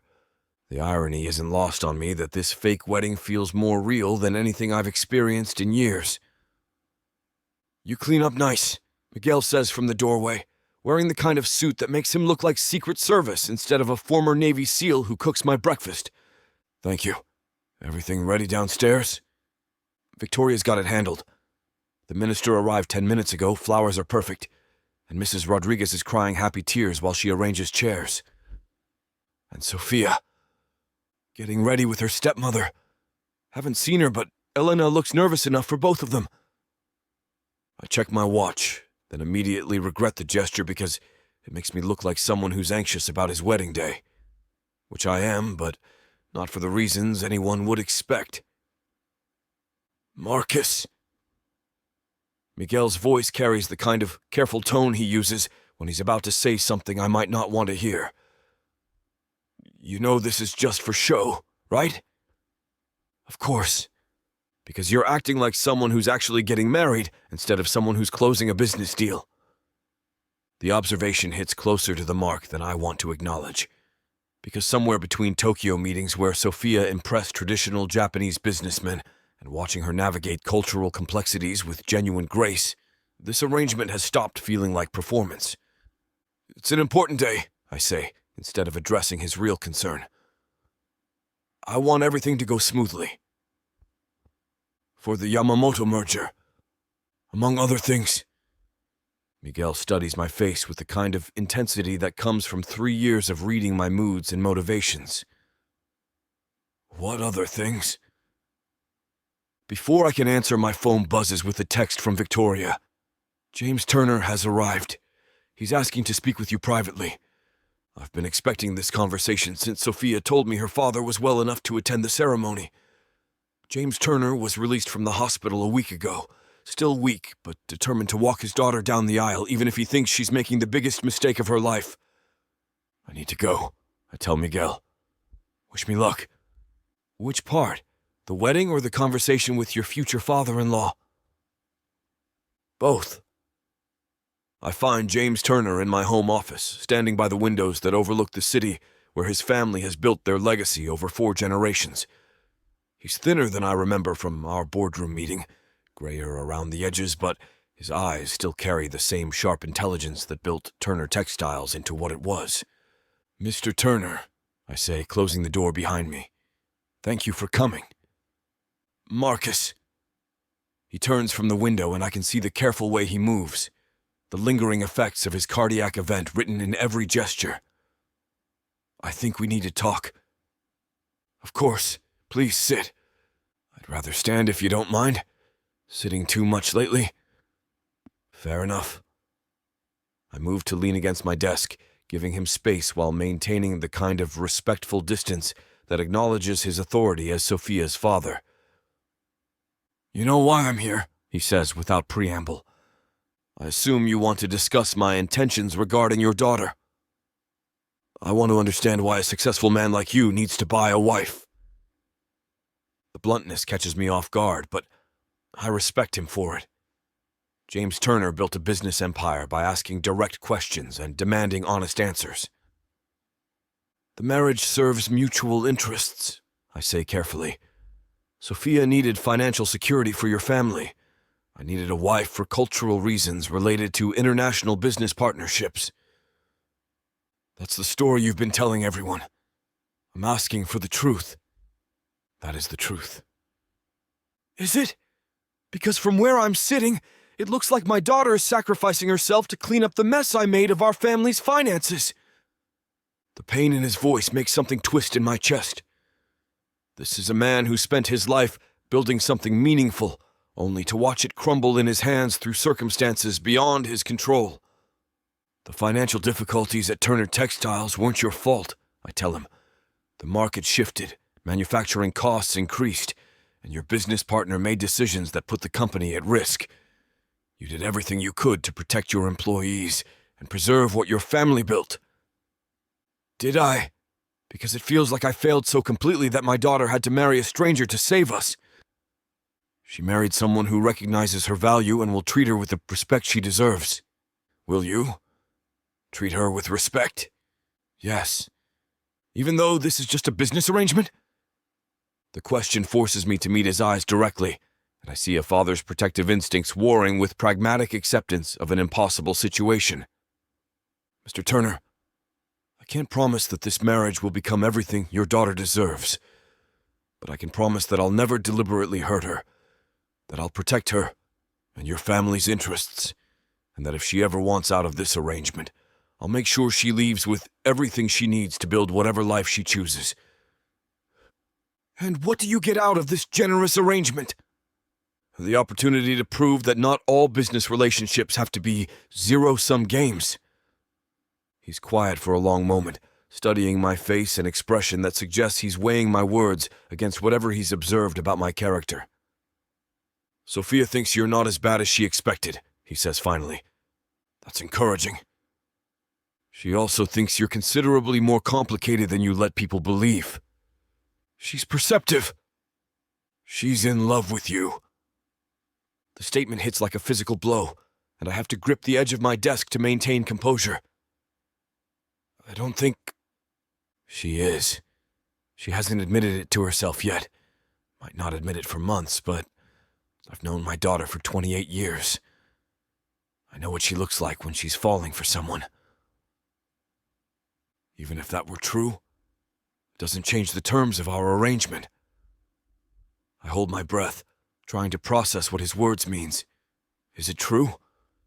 Can it be? Doesn't it? Because from what I can see, you're falling for her too.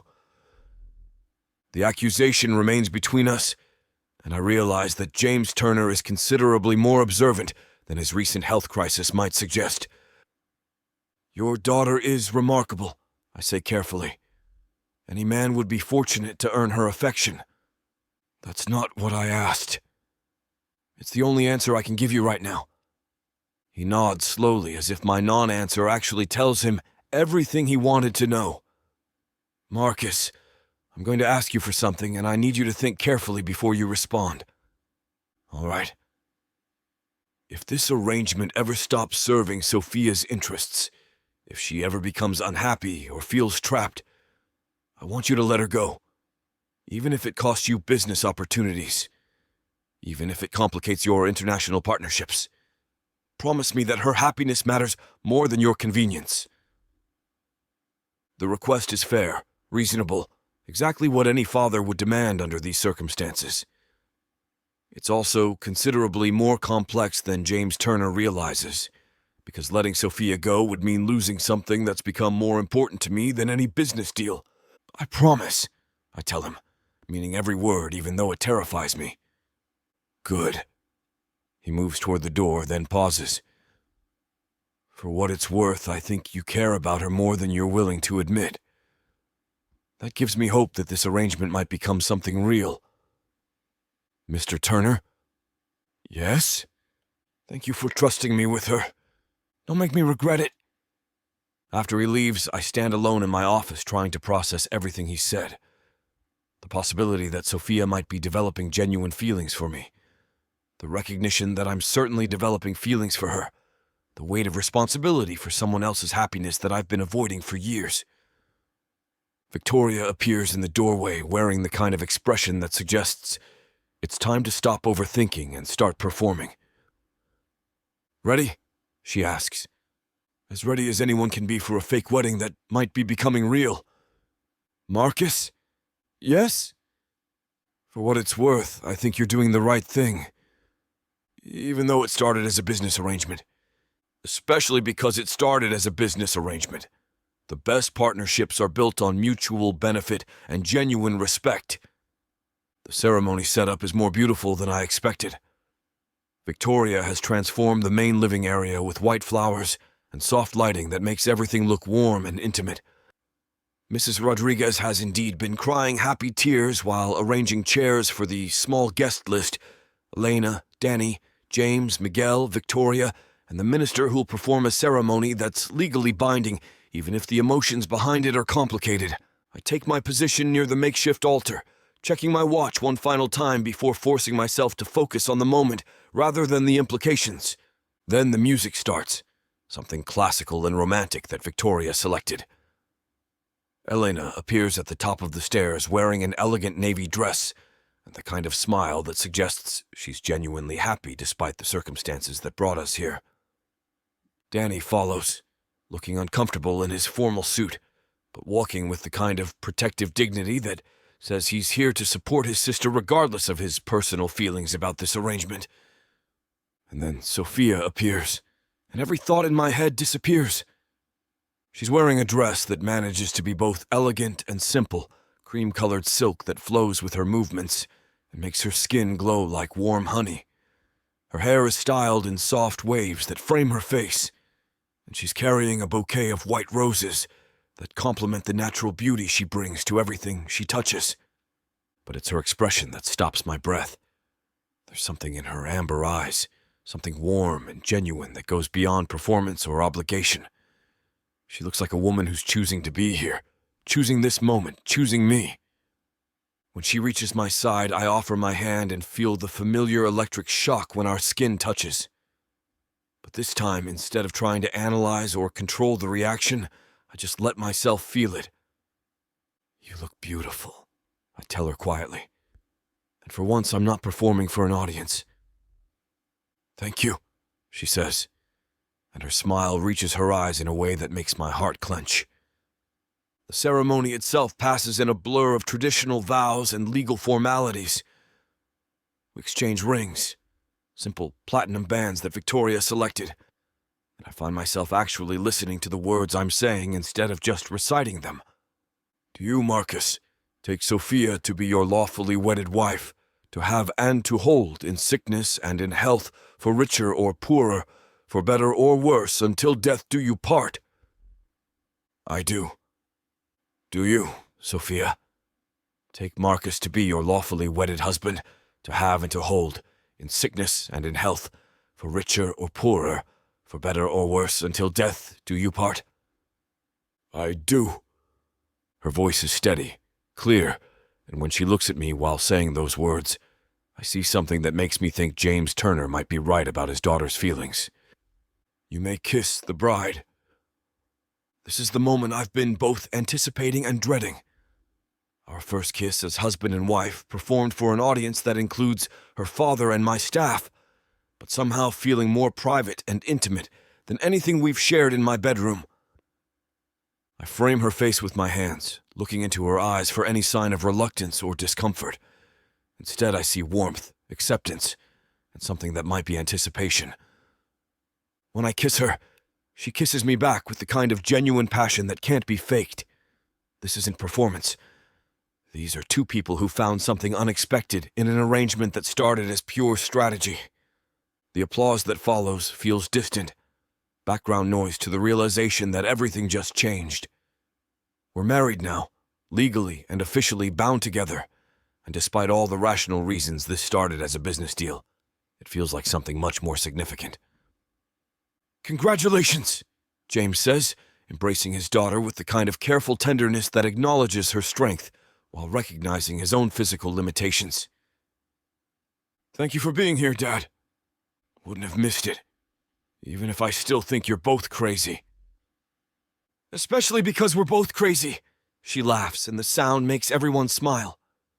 The reception is small, intimate, exactly the kind of celebration that feels appropriate for a marriage that's finding its footing between strategy and genuine emotion. Miguel has prepared an incredible meal. Elena gives a toast that brings tears to everyone's eyes. And for a few hours, it's easy to forget that this started as anything other than two people choosing to build a life together. Later, as our guests prepare to leave, I find myself standing with Sophia in the foyer, both of us still wearing our wedding clothes, both of us processing what just happened. "So," she says quietly, "we're married. We're married. How do you feel about that?" "Honestly, like it's the most real thing I've done in years. Even though it started as fake, especially because it started as fake, it means everything that's happened since then has been a choice." She touches her wedding ring, a gesture that's unconscious but somehow significant. "What happens now?" "Now we figure out what kind of marriage we want to have." "Any ideas?" "Few, but I'm more interested in hearing yours." "I think," she says carefully, "that I want to try making this real. All of it. All of it." The admission hangs between us like a promise, and when I kiss her again, this time with no audience, no strategic objectives, it feels like the beginning of something that might actually be worth all the complications we're creating. "Mrs. Blackwood," I say against her lips, "that's going to take some getting used to. We have time. Do we? We have all the time in the world. And for the first time since this arrangement began, I actually believe that might be true." Chapter 14. Sophia. The cabin sits nestled in the Adirondack Mountains, like something out of a fairy tale. All weathered wood and stone chimneys, surrounded by trees that have turned brilliant shades of gold and crimson.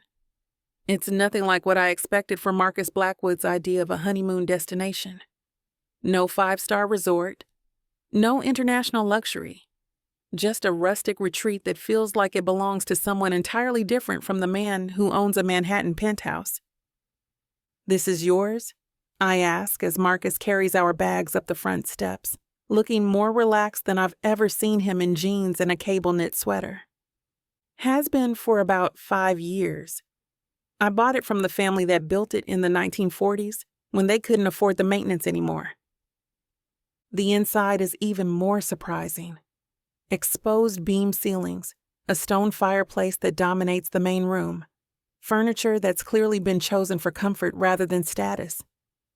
There are quilts draped over chairs, books scattered on side tables, and the kind of lived-in warmth that my stepmother Elena would call soul.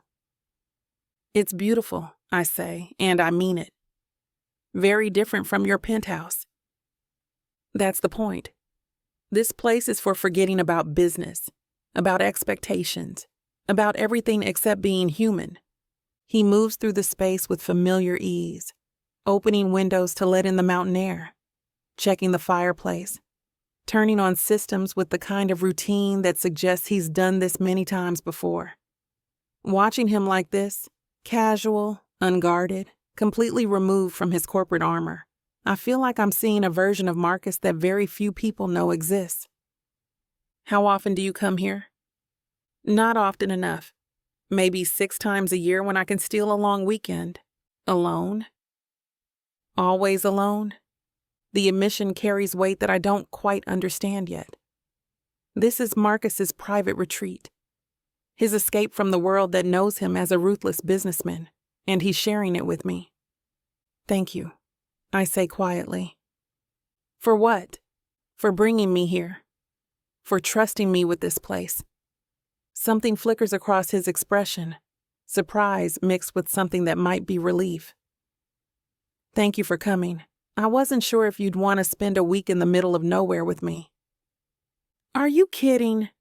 After the last month of charity galas and business dinners, the middle of nowhere sounds perfect."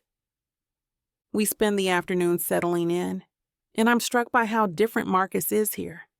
He cooks dinner in a kitchen that's clearly designed for actual use rather than show, choosing ingredients from a pantry he keeps stocked with simple, quality foods. He builds a fire with the kind of competence that suggests real experience with manual labor. He moves through domestic tasks with an ease that doesn't match his carefully constructed image. "Where did you learn to do all this?" I ask as we sit down to dinner at a wooden table that bears the scars of decades of family meals. "Here, actually.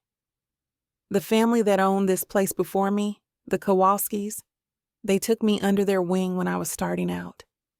Taught me that having money doesn't mean you have to lose touch with practical skills." "Starting out doing what?" "Building Blackwood Industries. I was 26, newly successful, and completely out of my depth with anything that wasn't business strategy. And they just adopted you." Tommy Kowalski was working construction in the city when I met him. We got to talking, and he invited me up here for a weekend. His parents treated me like family from day one. There's warmth in his voice when he talks about the Kowalskis, a genuine affection that I rarely hear when he discusses other relationships. "Do you still see them?" Tommy and I stay in touch. His parents passed about 2 years ago, which is when the family decided to sell. I couldn't bear the thought of this place going to strangers. "So you bought it?" So I bought it and tried to keep it exactly the way they had it. After dinner, we settle in the living room with wine and the kind of comfortable silence that's becoming natural between us. Marcus builds up the fire while I explore the bookshelves, finding an eclectic mix of philosophy, history, and surprisingly, poetry.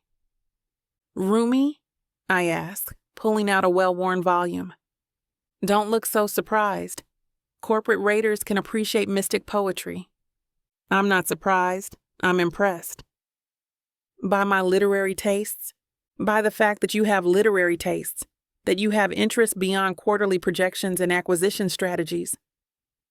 I'm a person, Sophia. I have thoughts and feelings and curiosities that don't relate to business.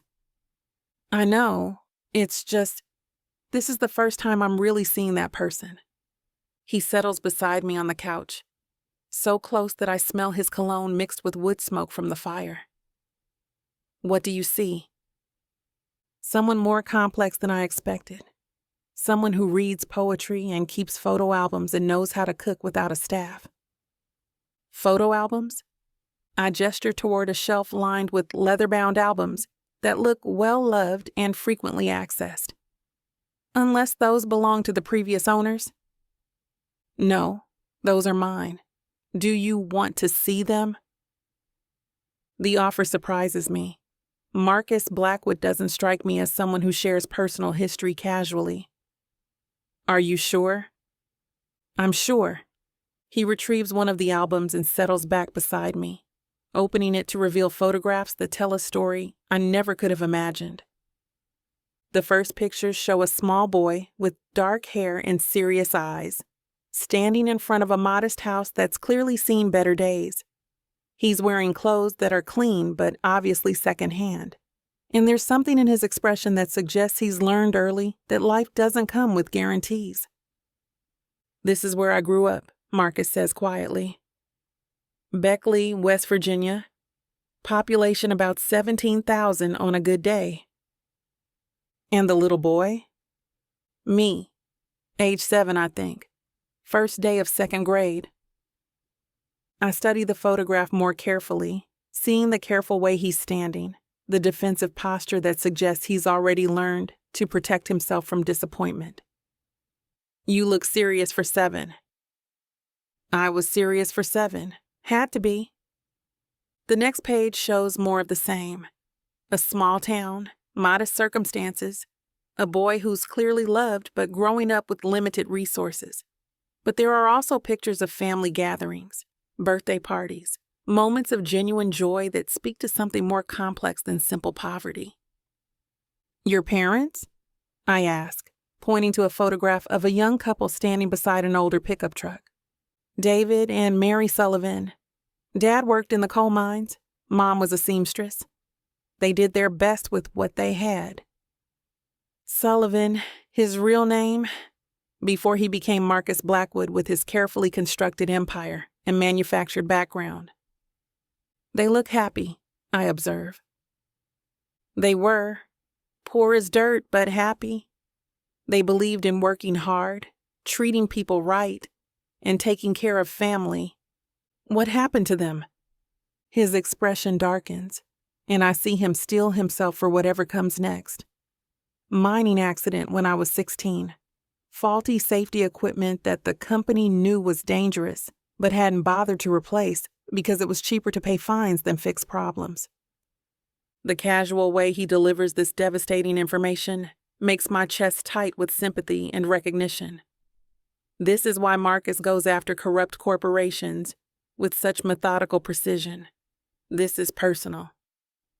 I'm sorry, I say quietly. It was a long time ago. That doesn't make it hurt less.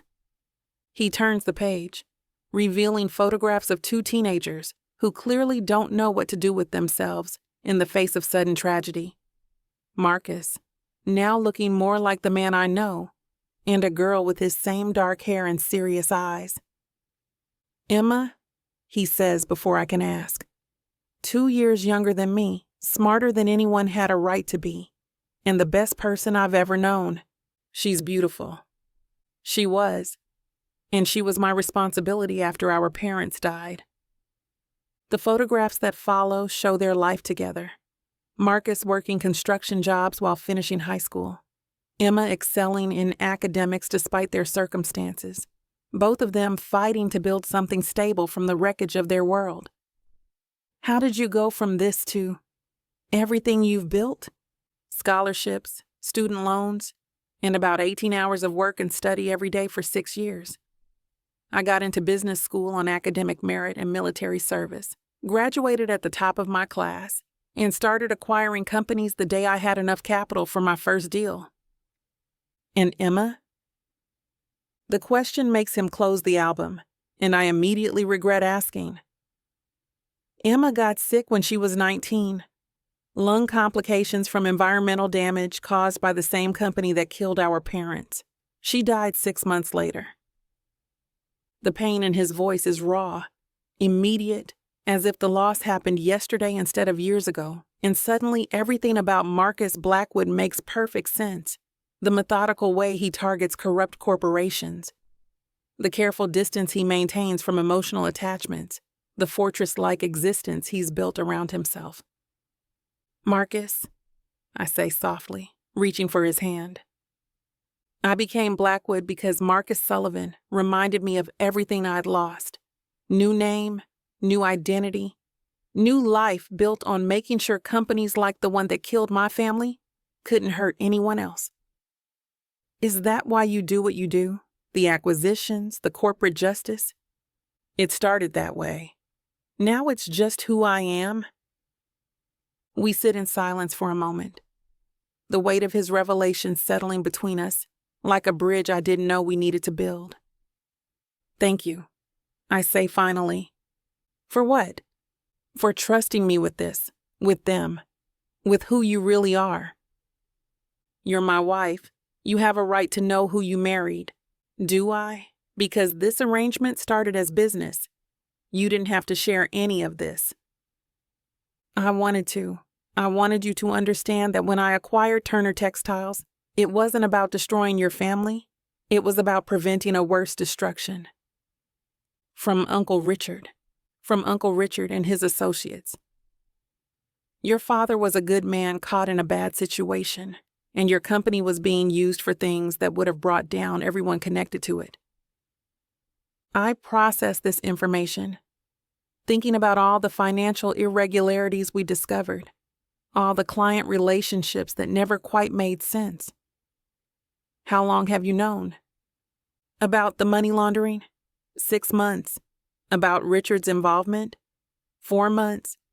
About the fact that your father was completely innocent of wrongdoing from the beginning? And you didn't tell me? I couldn't. Not without putting you in danger, and not without solid proof that would hold up in court. Do you have proof now? I'm building a case. Carefully, methodically, the same way I handle all my acquisitions. When I'm ready to move against Richard, it'll be decisive. The fire crackles in the silence that follows, and I find myself processing not just what Marcus has told me, but what it means for everything I thought I understood about our situation. I owe you an apology, I say. For what? For thinking you were the villain, for sabotaging your systems, for fighting this arrangement when you were trying to protect my family. You had every reason to think I was the villain. Most people in your situation would have reached the same conclusions. But I'm not most people. I should have looked deeper, asked harder questions, trusted my instincts instead of my assumptions. Your instincts told you to protect your family. That's exactly what you should have done. I lean back against the couch cushions, studying his profile in the firelight. So what now? Where do we go from here? Wherever you want to go. What if I want to go forward? What if I want to try making this marriage real instead of just legal? He turns to look at me directly, and I see hope and vulnerability and something that might be love in his blue-gray eyes. Then we take it one day at a time and see what we can build together. Even though it started as a business arrangement, especially because it started as a business arrangement, we know we can work together professionally. Now we get to find out if we can work together personally. And if we can't, then we'll figure that out too. But Sophia, I don't think that's going to be a problem. Why not? Because I'm falling in love with you, and I think you might be falling in love with me too. The admission hangs between us like a confession and a challenge, and a promise all at once. He's right. I am falling in love with him. Have been falling for weeks without wanting to admit it to myself. This is terrifying, I tell him. The best things usually are. What if we mess this up? What if we don't? Later, we move outside to the hammock, strung between two ancient oak trees, sharing wine and conversation under a canopy of stars that's impossible to see from the city. Marcus tells me about his years building Blackwood Industries, about the companies he saved, and the workers he's protected, and the corporate corruption he spent his career fighting. I tell him about growing up between two cultures, about losing my mother and gaining Elena, about watching my father struggle to balance tradition with innovation in a changing market. I used to think successful marriages were about finding someone who completed you, I say as we rock gently in the mountain breeze. And now I think they're about finding someone who chooses to build something with you, even when it's complicated and scary and nothing like what either of you planned. Is that what you want to do? Build something with me? Yes, I say without hesitation. Even though I still don't understand half of what you do for a living, and even though you probably think I'm naive about business realities, and even though this whole situation is completely insane. Especially because this whole situation is completely insane.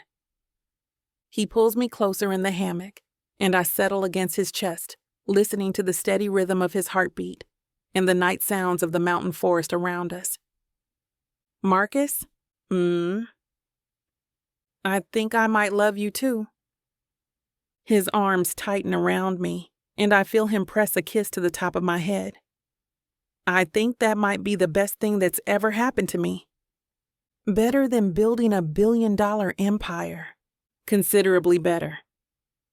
Better than getting revenge on corporate corruption. Infinitely better. Better than this perfect mountain hideaway. Better than everything else combined. I tip my head back to look at him, seeing stars reflected in his eyes and something that looks like complete contentment in his expression. So what do we do now, Mr. Blackwood? Now we go inside, Mrs. Blackwood, and we start figuring out what the rest of our lives are going to look like. Any ideas? A few, but I'm more interested in hearing yours. I think, I say as we climb out of the hammock and head back toward the cabin, that I want to wake up tomorrow and still be married to you, and then do the same thing the day after that, and keep doing it until we're old and gray and can't remember why we ever thought this was complicated. That sounds perfect. Does it? It sounds like exactly the kind of life I never knew I wanted until I met you. As we settle into bed together, really together, not just sharing space, but choosing to share intimacy and trust in the beginning of something that feels like forever, I realize that this honeymoon has accomplished something I never expected. It's helped us stop pretending we're in a fake marriage and start building a real one instead. And that feels like the best possible beginning to whatever comes next. Chapter 15. Marcus. The morning after our conversation on the hammock dawns with the kind of perfect autumn weather that makes you believe in possibilities. Sophia emerges from the bedroom wearing one of my old college sweatshirts over leggings, her hair in a messy bun, looking more beautiful than any woman has a right to look in borrowed clothes. "Good morning, husband," she says, settling beside me at the kitchen table where I'm drinking coffee and pretending to read the news on my phone instead of thinking about how natural she looks in my space. "Good morning, wife. Sleep well?" "Better than I have in months.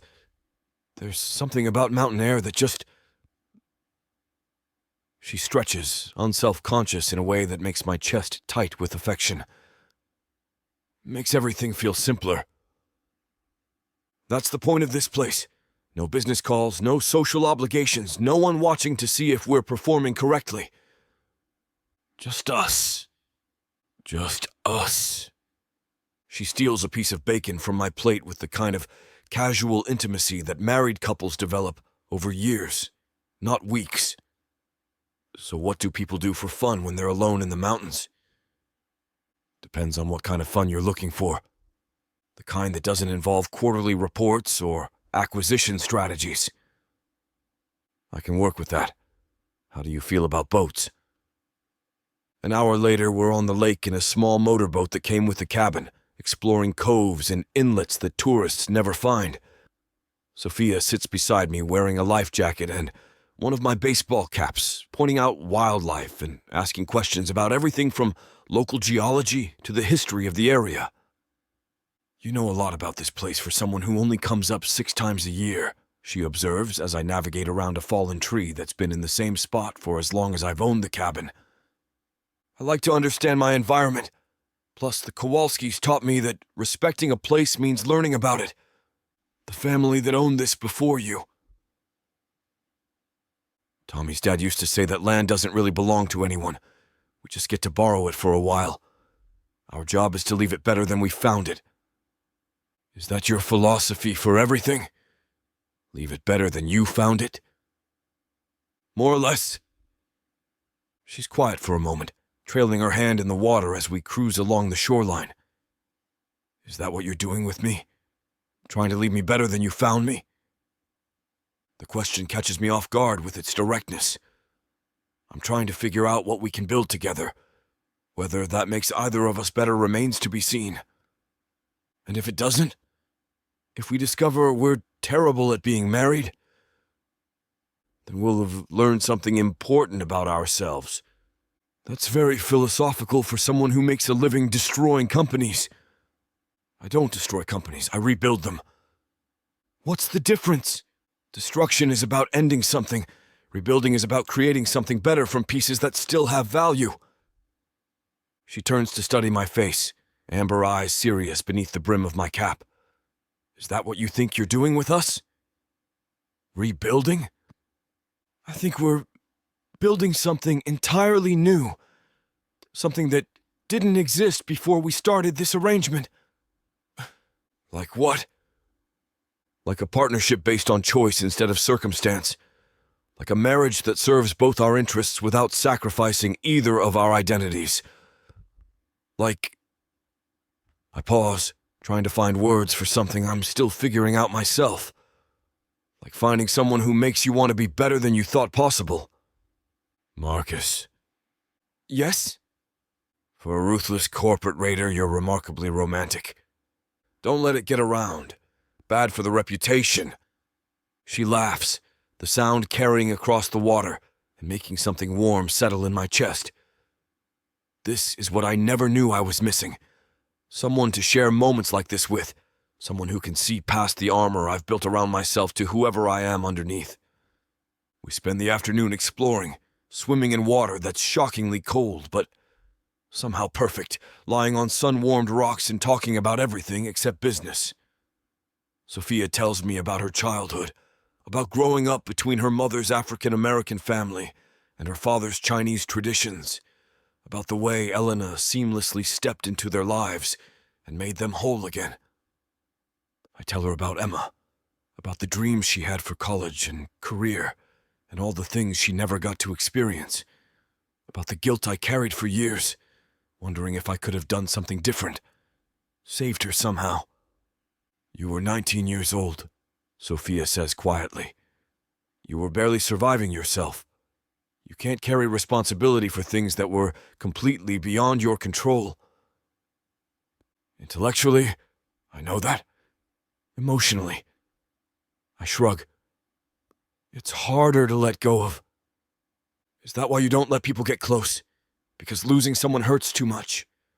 Partly. Also because caring about people makes you vulnerable in ways that can be exploited. By people like me. By people unlike you. As the sun sets, we head back to the cabin, and I find myself reluctant to end this perfect day. There's something about being here with Sophia, about seeing her relaxed and genuinely happy, that makes me want to stretch these moments into something permanent. Want to go for a night swim? I suggest as we're cleaning up from dinner. The water's warmer after dark, and there's supposed to be a meteor shower tonight. Night swimming sounds perfect, though I should probably mention that I didn't pack a bathing suit. Neither did I. The admission hangs between us, loaded with implications that we're both aware of but not quite ready to address directly. That could be a problem, she says, but her smile suggests she doesn't think it's much of a problem at all. Could be. Or it could be an adventure. I like adventures. I was hoping you'd say that. We walk down to the lake in comfortable silence, the path lit by stars and a moon that's almost full. The water looks like black glass, reflecting the sky and creating the illusion that we're walking toward infinity. It's beautiful, Sophia breathes, settling on the small dock that extends into the lake. It's perfect. I sit beside her, close enough that our shoulders brush, and we watch the first meteors streak across the sky in brilliant flashes of light that seem almost too spectacular to be real. Make a wish, she says, as a particularly bright meteor burns across the horizon. What should I wish for? Whatever would make you happy. I consider the question, thinking about all the things I thought I wanted when this arrangement started. Business success, international expansion, the respect that comes with building an empire through strategic intelligence and careful planning. None of that seems important now. Sitting beside this woman who's somehow become more essential to my happiness than any corporate achievement. I think I already have what would make me happy, I tell her. Do you? I think so. What about you? What would you wish for? More time. More moments like this. More opportunities to figure out who we are together instead of who we are separately. That seems achievable. We have 2 years minimum. That's a lot of moments. And after 2 years, we reassess. See if what we've built is worth extending. She's quiet for a moment, dangling her feet in the water and watching the meteors continue their celestial display. Marcus? Yes? I don't want to wait 2 years to know if this is real. What do you want? I want to know now. I want to stop thinking about contracts and time limits and what happens if this doesn't work. I want to just be married to you. The simple declaration makes my chest tight with something that feels like hope and terror in equal measure. What does that mean to you? Being married to me? It means trusting you with the important things. It means building something together that's stronger than what either of us could build alone. It means... She pauses, seeming to choose her words carefully. It means choosing you every day. Not because I have to, but because I want to. Even knowing all my flaws, all the ways I'm probably going to disappoint you? Especially knowing those things, because you're choosing me too. Flaws and all. I reach for her hand, threading our fingers together in a gesture that's become natural over the past few weeks. Sophia? Yes. I love you. The words hang in the air between us, honest and immediate and completely outside any strategic planning I might have done. I love you too, she says without hesitation. I love you and I want to be married to you for real, not just legally. She stands up and starts unbuttoning her shirt, movements casual but deliberate in a way that makes my mouth go dry. What are you doing? Going for that night swim? Care to join me? She drops her shirt on the dock and continues undressing with unself-conscious grace. And I realize this isn't about seduction or performance. This is about trust, about being completely vulnerable with someone who's earned the right to see you without armor. I stand and follow her lead, shedding clothes until we're both standing naked in the moonlight, comfortable with each other in a way that feels both new and inevitable. Ready? She asks, poised at the end of the dock. Ready? We jump together, hitting the water with twin splashes that send ripples across the previously still surface. The lake is surprisingly warm, embracing us like silk as we surface, laughing and gasping from the shock of total immersion. This is incredible, Sophia says, floating on her back and looking up at the star-filled sky. This is perfect. We swim in comfortable silence for a while, sometimes together, sometimes apart. always aware of each other in the darkness. When another meteor streaks overhead, Sophia swims closer, close enough that I can see water droplets clinging to her eyelashes in the moonlight. "I made my wish," she says quietly. "What did you wish for?" "For this, for you, for the courage to trust what's happening between us." I pull her closer, and she wraps her legs around my waist, skin sliding against skin in the warm, dark water. The stars reflect off the lake's surface like shattered diamonds, painting her in silver and shadow. Her body is slick from the swim, her eyes soft, unguarded. This isn't performance. It isn't need tangled in guilt or urgency. This is surrender. This isn't like the first time, I murmur against her lips. "I know," she whispers, breath ghosting over my mouth. I brush her wet hair back, letting my thumb trail down her jaw. "We don't have to do this." "I want to." She holds my gaze, her voice clear and steady. Not because it's expected, not because we're pretending anymore. "I want you, Marcus.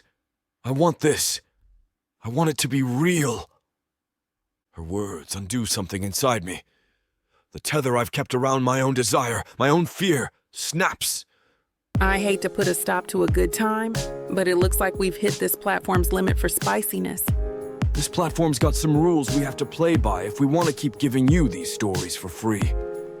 And trust me, this scene isn't something you want to miss. While we can't get into all the details here, you can still dive into the full, uncut version at tylawalker.com. Miss Tyla has an entire collection of unabridged audiobooks and ebooks waiting for you. And the best part? You can treat yourself with 40% off when you use the code SAVE40. That's right. You'll save on any digital product, even bundles that are already discounted. Miss Tyla would never let anyone feel the kind of disappointment you must be feeling right now. So why wait? Treat yourself with Miss Tyla. That was... She starts, voice thick. "Everything." I finish, brushing her hair back. "You're everything." We float like that, tangled and bare beneath the stars, the water still around us as if even the lake knows something sacred just happened. "No regrets?" I asked quietly. "None, you? Only that it took us this long to get here. We got here when we were ready, when we could trust each other enough to make it real. And now? Now we go back to our cabin, and we wake up tomorrow still married, and we keep figuring out what that means." "Sounds perfect." We swim back to shore and dress quickly, but the intimacy of what just happened stays with us as we walk back up the path. This isn't about physical attraction anymore, though that's certainly part of it. This is about choosing to build something lasting with someone who sees you completely and loves you anyway. When we reach the cabin, Sophia turns to me with a smile that makes my heart skip. "So, husband, what do married people do on the second night of their real honeymoon?" "Whatever they want, wife. Whatever they want." Good answer. She takes my hand and leads me inside. And for the first time since this arrangement began, I'm not thinking about contracts or time limits or what happens when we return to the real world. I'm thinking about how lucky I am to have found someone worth building a real life with, and how determined I am to make sure we get the chance to see where this leads. Tomorrow, we'll start figuring out what our marriage looks like in the daylight. Tonight, we're just two people who found something worth fighting for. That feels like the most important beginning of all. Chapter 16. Sophia. 5 days since returning from the cabin, and I wake up every morning still surprised by how natural this feels. Marriage to Marcus has settled into something that doesn't require performance or strategic thinking. Just the simple pleasure of sharing space with someone who makes even mundane moments feel significant. This morning I find him in the kitchen making coffee, wearing nothing but pajama pants and reading something on his phone. When he sees me, his face lights up with the kind of genuine happiness that still catches me off guard. "Good morning, beautiful wife," he says, pulling me against his chest for a kiss that tastes like morning and promises. Good morning, handsome husband. Anything interesting in the news? Nothing more interesting than the fact that you're wearing my shirt. I look down at the button-down I borrowed from his closet, rolled up at the sleeves and hanging to mid-thigh. It's comfortable. Plus, it smells like you. Keep it. It looks better on you anyway. These are the moments that prove what we have is real. The casual intimacy. The way he looks at me like I'm the best part of his day. The fact that I've stopped calculating advantages and started simply enjoying his company. What's the plan for today? I ask, stealing his coffee cup and taking a sip. Board meeting this morning. Lunch with potential investors. Conference call with the Tokyo team. The usual. You? Turner Textiles integration planning, followed by a very important appointment with Mrs. Rodriguez to discuss redecorating the penthouse. Redecorating? Your home is beautiful, but it feels like a museum. I want it to feel like somewhere we actually live. Do whatever makes you happy. This is your home too now. The casual way he says it, like my happiness is a priority rather than an afterthought, still makes my chest warm with affection. We've been legally married for 2 weeks, but it's only in the last 5 days that we felt actually married. Marcus leaves for the office with a kiss that lingers longer than necessary, and I spend the morning working on integration plans that feel more like restoration projects. Turner Textiles under Blackwood Industries oversight is thriving in ways it never could have independently. Better financing, expanded client relationships, modern equipment that's allowing us to compete globally while maintaining the quality craftsmanship my great-grandfather built the company on. I'm reviewing production schedules when my phone rings with a number I haven't seen in months. Uncle Richard, I say, keeping my voice carefully neutral. Sophia, darling, I hope you're well. I've been meaning to call and congratulate you on your marriage. His voice carries the same smooth charm I remember from childhood. But now I hear undertones that I missed when I thought he was just my father's business partner.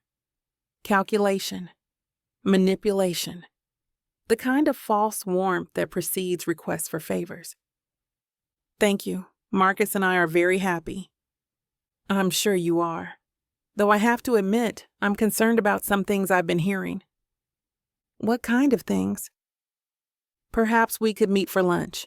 There are matters involving your father's company, your company now, I suppose, that I think you should be aware of. Every instinct I have screams that this is a trap, but it's also an opportunity. Marcus has been building a case against Richard for months, gathering evidence methodically. If Richard is reaching out to me directly, it might mean he's getting desperate enough to make mistakes. I'd be happy to meet for lunch, I say. Where did you have in mind? The University Club, 1 o'clock, and Sophia? Perhaps it's best if we keep this between us for now. No need to involve Marcus in family business discussions. The request confirms my suspicions. Richard wants to meet without Marcus knowing, which means he's planning something that won't benefit anyone except himself. Of course, I'll see you at 1. After ending the call, I immediately text Marcus. Richard Turner wants to meet for lunch, says he has information about Turner Textiles that I should know. Playing along to gather intel, his response comes back within minutes. Be careful. Don't go anywhere private with him. Miguel will be watching from a distance. The University Club is exactly the kind of place Richard would choose. Old money elegance, private dining rooms. The sort of environment where powerful men make deals that affect thousands of lives. I arrive precisely on time, wearing a conservative navy suit that projects competence without revealing anything about my emotional state. Richard rises when I enter the dining room, looking every inch the successful businessman in his custom suit and gold watch. But now I see the calculation behind his smile, the way he assesses every detail of my appearance for information he can use. Sophia, my dear, you look radiant. Marriage obviously agrees with you. Thank you. You look well, too. We settle into the elaborate dance of ordering lunch and making small talk, but I can feel him building toward whatever he really wants to discuss. Richard Turner has never done anything without multiple layers of motivation. I wanted to talk to you about Marcus, he says finally, once our appetizers arrive. I'm concerned that you might not fully understand what kind of man you've married. What do you mean? Blackwood Industries has a reputation for ruthless business practices. Companies acquired, stripped for assets, employees discarded when they're no longer useful. His voice carries paternal concern that I now recognize as performance. I'm worried that what happened to Turner Textiles is just the beginning. The integration has been very smooth, actually.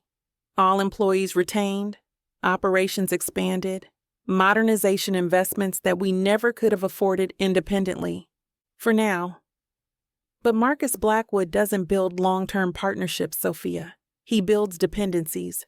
Once you're completely reliant on Blackwood Industries, once your family has no other options, that's when the real demands begin. I force myself to look concerned rather than disgusted. What kind of demands? The kind that compromise your integrity, the kind that force you to choose between your family's financial security and doing what's right. Has something like that happened to you? Richard's expression shifts, becoming more serious, more urgent.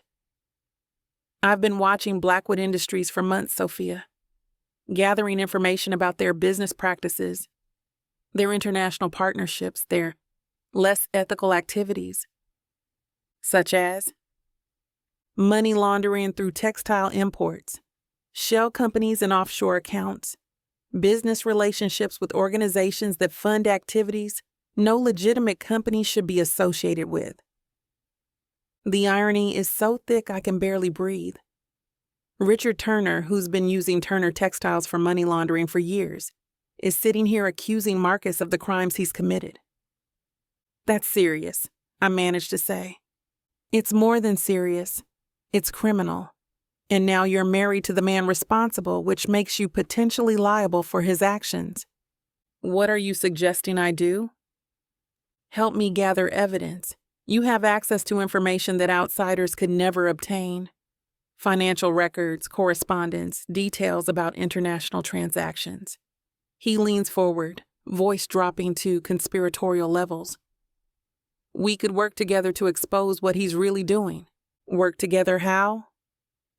Carefully, strategically.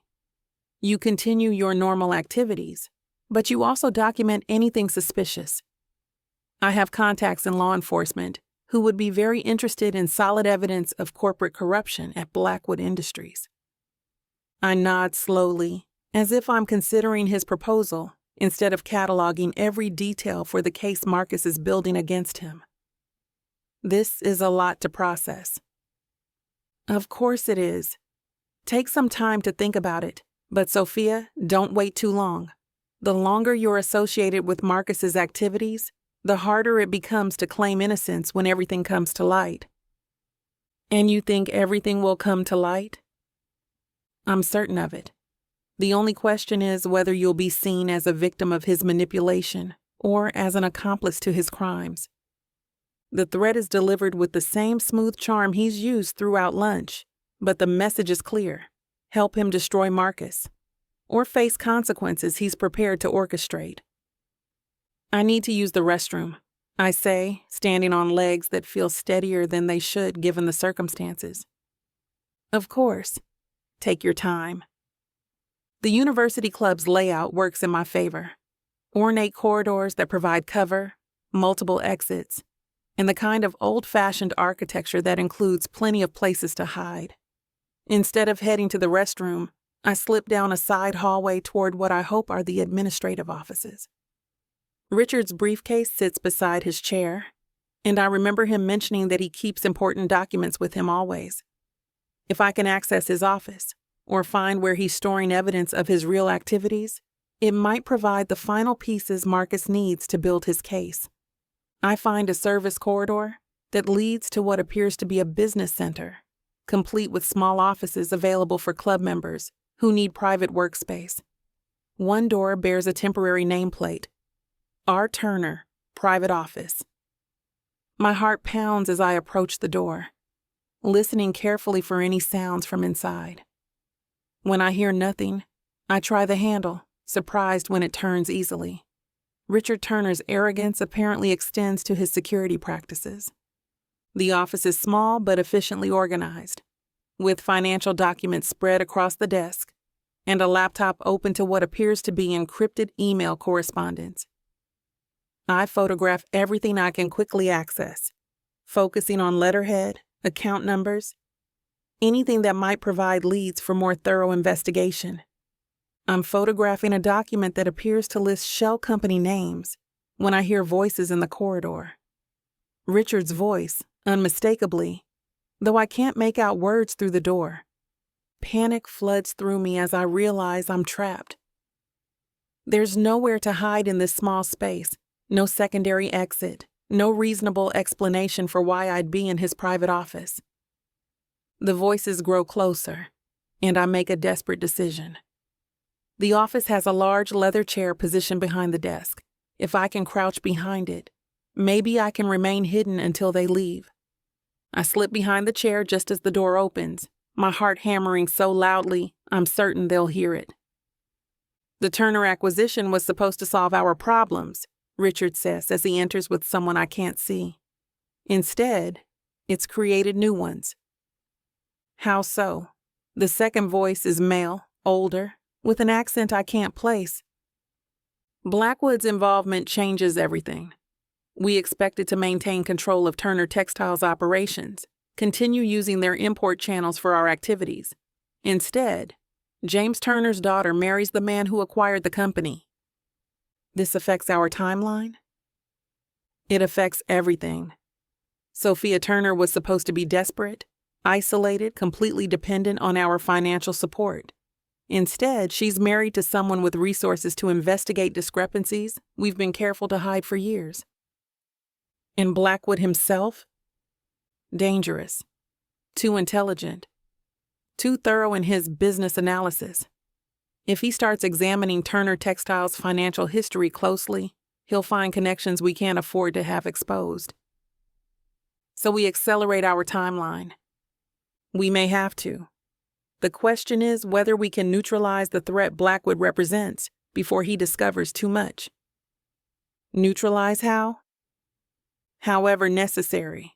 Business reputation, personal relationships, physical safety, we have options. The casual way Richard discusses destroying Marcus makes my blood run cold. This isn't just about money laundering or corporate corruption. This is about a man willing to do whatever it takes to protect his criminal activities. The wife could be useful, the other voice suggests, if she can be convinced to cooperate. I'm working on that. Sophia Turner has always been protective of her family. If she believes her father's safety depends on her assistance, she'll provide whatever information we need. Also, I'm family, her uncle. And if she refuses, then she becomes a liability we'll have to manage. I press my hand over my mouth to muffle the sound of my breathing, terror and rage warring in my chest. Richard isn't just threatening Marcus. He's threatening my entire family, using the same manipulation tactics he's probably employed for years. I need to return to lunch, Richard says. She'll be wondering where I went. Be careful. If she's as intelligent as you say, she might see through your performance.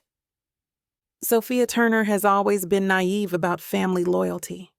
She'll believe what she wants to believe, especially if it means protecting people she loves.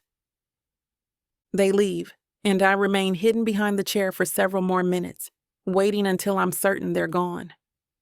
When I finally emerge, my hands are shaking so badly I can barely operate my phone's camera to finish documenting the papers on his desk. I return to the dining room on unsteady legs, trying to compose myself for the rest of this performance. Richard sits exactly where I left him, checking his phone with the kind of casual indifference that suggests our conversation is just another business transaction. Feeling better? He asks as I sit down. Much, thank you. Good. I hope you'll give serious thought to what we discussed. I will. This is obviously a big decision. Of course. But remember, Sophia, time isn't on our side. The longer we wait to act, the harder it becomes to protect the people we care about. The threat is clear, and now I understand exactly what he means. This isn't about protecting anyone except Richard Turner and his criminal associates. I understand, I say. I'll be in touch soon. Excellent. And remember, this conversation stays between us for now. I nod and finish lunch, playing the part of a concerned niece who's grateful for her uncle's warning about her dangerous husband. But inside, I'm calculating how quickly I can get this information to Marcus. How soon we can move against Richard before he has a chance to carry out whatever threats he's planning. By the time I leave the university club, I'm no longer the naive young woman Richard Turner thinks he's manipulating. I'm a wife whose husband has been threatened, a daughter whose family is in danger, and a woman who now has evidence that can help destroy the man responsible for years of corruption and manipulation. Richard Turner made a critical mistake today. He underestimated exactly how far I'm willing to go to protect the people I love. He's about to discover that was a very expensive miscalculation. Chapter 17. Marcus. The truck comes out of nowhere. One moment I'm crossing the street outside Blackwood Industries, reviewing notes from my afternoon meeting on my phone, and the next I'm diving between parked cars as 2 tons of steel screams past, close enough to tear my suit jacket. The vehicle doesn't slow down, doesn't brake, just accelerates through the intersection like the driver had somewhere urgent to be, or like someone urgent to kill. I pick myself up from the asphalt, cataloging injuries that amount to scraped palms and a torn sleeve, but my mind is already racing through the implications. In my line of work, you don't survive by believing in coincidences, especially not when you've been building a case against someone with both the motivation and resources to eliminate threats. Mr. Blackwood! Miguel appears at my side, having materialized from his position across the street with the kind of speed that comes from years of military training. Are you hurt? I'm fine. Did you get a plate number? Obscured. Professional job. His expression carries the grim satisfaction of someone whose paranoid security protocols have just been validated. We need to get you to a secure location. Hospital first. Protocol. Sir. Hospital, Miguel.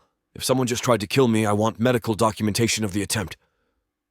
The emergency room at Mount Sinai moves with efficient urgency once Miguel explains the situation to the head of security. Within minutes, I'm in a private room being examined by a doctor who's clearly accustomed to treating patients whose injuries might be evidence in criminal investigations. Superficial abrasions, possible mild concussion from impact with the pavement, Dr. Martinez says, as she checks my pupils with a penlight. You're extremely lucky, Mr. Blackwood. Luck had nothing to do with it. Reflexes and paranoid security training. Whatever works. I'd like to keep you for observation, given the head injury and the circumstances. How long? 6 hours minimum. Longer if you develop any symptoms. I'm about to argue when my phone explodes with notifications. Text messages, missed calls, voicemails, all from the same number. Sophia. The most recent text sent 2 minutes ago. On my way. Don't you dare leave that hospital. Dr. Martinez, I say, settling back against the hospital pillows. 6 hours sounds perfect. Sophia arrives like a force of nature, her heels clicking rapidly down the hospital corridor before she appears in my doorway, looking like she's been through her own traumatic experience. Her hair is disheveled, her makeup smudged, and she's breathing like she ran from the parking garage.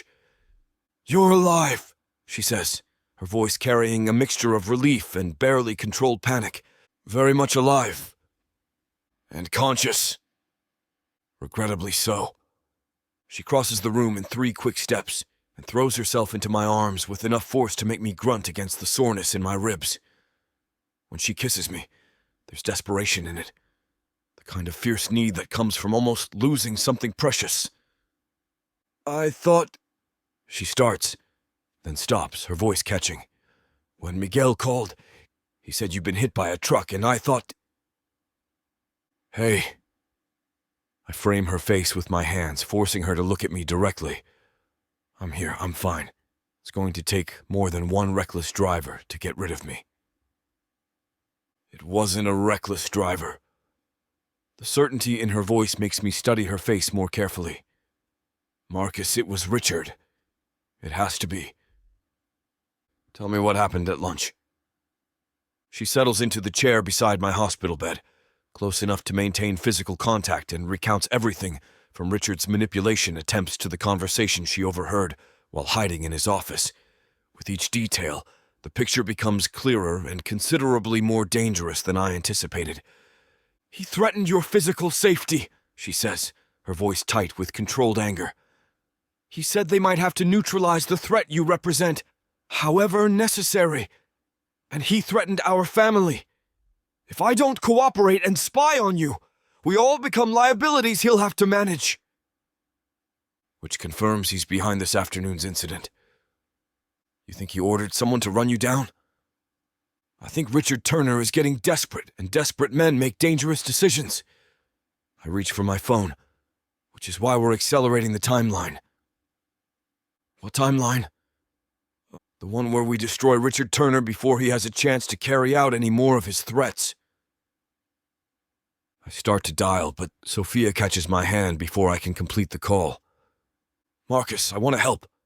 I can continue playing along, gather more evidence. Here. Absolutely not. Why not? I already have access, and after today's performance, he thinks I'm considering his proposal. He doesn't trust you, Sophia. He's trying to manipulate you, and the moment he realizes you're working against him, he'll kill you without hesitation. He's my uncle. He wouldn't... Your uncle just tried to have me run over by a truck. Family loyalty doesn't apply to sociopaths.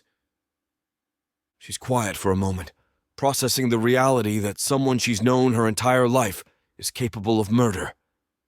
So, what do? We move fast, and we move decisively. No more careful evidence gathering, no more waiting for the perfect case. We take him down with what we have and let the lawyers sort out the details. Do we have enough?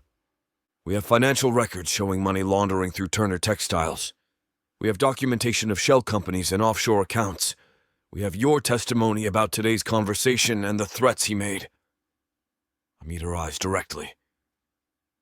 Most importantly, we have the fact that he just committed attempted murder, which means he's desperate enough to make mistakes. The kind that happen when someone panics and tries to cover their tracks too quickly.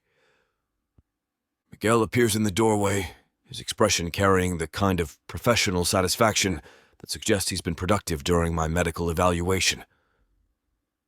The truck was reported stolen this morning, he says without preamble.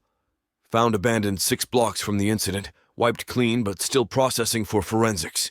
Registered owner has a solid alibi, but the theft report was filed by someone with connections to organizations we've been monitoring. Richard's associates? Looking that way. I've also been monitoring communications around Turner's known locations. A lot of sudden activity, encrypted calls, people moving money around like they're preparing for something. Preparing to run, Sophia says. He knows his timeline just got accelerated. Which gives us maybe 48 hours before he disappears completely, I conclude. Miguel, what do we need for a coordinated takedown? Federal agents are standing by, waiting for your signal. Financial Crimes Unit has been building parallel cases against the shell companies. If we move tomorrow, we can hit him from multiple directions simultaneously. And the evidence from today? Sophia's recordings and photographs give us enough for immediate arrest warrants. The attempted murder charge means no bail, no opportunity to destroy additional evidence. I look at Sophia, seeing determination mixed with residual fear in her amber eyes. Are you ready for this? Once we move against Richard, there's no going back. Your family relationship, such as it is, ends permanently. He stopped being family the moment he threatened you, she says without hesitation. The moment he put my father in the hospital with his crimes. The moment he decided that money was more important than the people who trusted him. This could get dangerous. Richard's obviously willing to use violence when he feels cornered. Then we make sure he doesn't have time to feel cornered. Dr. Martinez returns with discharge papers and instructions for monitoring potential concussion symptoms. Take it easy for the next few days, Mr. Blackwood. No strenuous activity, no high-stress situations. I'll keep that in mind, I say, signing forms while planning exactly the kind of high-stress situation she's warning against. As we leave the hospital, Sophia takes my hand with the kind of fierce possessiveness that makes something warm settle in my chest despite the circumstances. Marcus?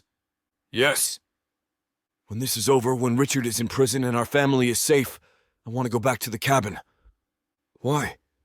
Because I want to remember what it feels like when the only thing we have to worry about is whether we're brave enough to be happy together. We'll go back to the cabin. We'll figure out how to be happy together. But first, we're going to make sure Richard Turner never threatens anyone we care about ever again. Promise? Promise.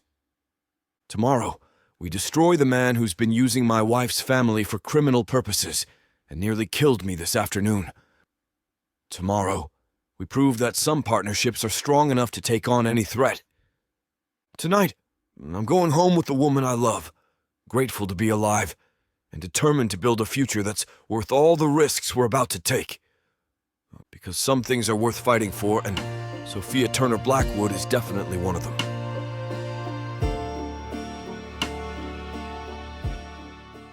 He's the mysterious man I had a fling with last night, and it turns out he's my dad's new boss. I was getting IVF, but the donor came in and wanted his stuff back. It was too late. Now we're stuck together and I'm having his baby. Ready to dive into a world where passion meets intrigue, where love knows no bounds. If I don't find a woman to marry in the next 24 hours, then my entire company is going to be taken from me. There's only one woman I can ask, but she hates me because I ruined her father. Introducing the Escape Your Life with Romance Book Bundle by Amazon best-selling author Tyla Walker, a collection of 100 standalone romances that promise to sweep you off your feet. And the best part? Get 90% off on the whole bundle, baby. For $99.99, you'll get over 800 hours of pure romance with strong alpha males and sassy women who don't back down. They can pass all the tariffs they want, ladies. But you won't find this deal for 100 audiobooks for less than $1 each anywhere else. 90 cents per book for all the dirty fun I can handle? How could I say no to that? Visit TylaWalker.com to grab this bundle today. Get ready to escape your life. With Miss Tyla.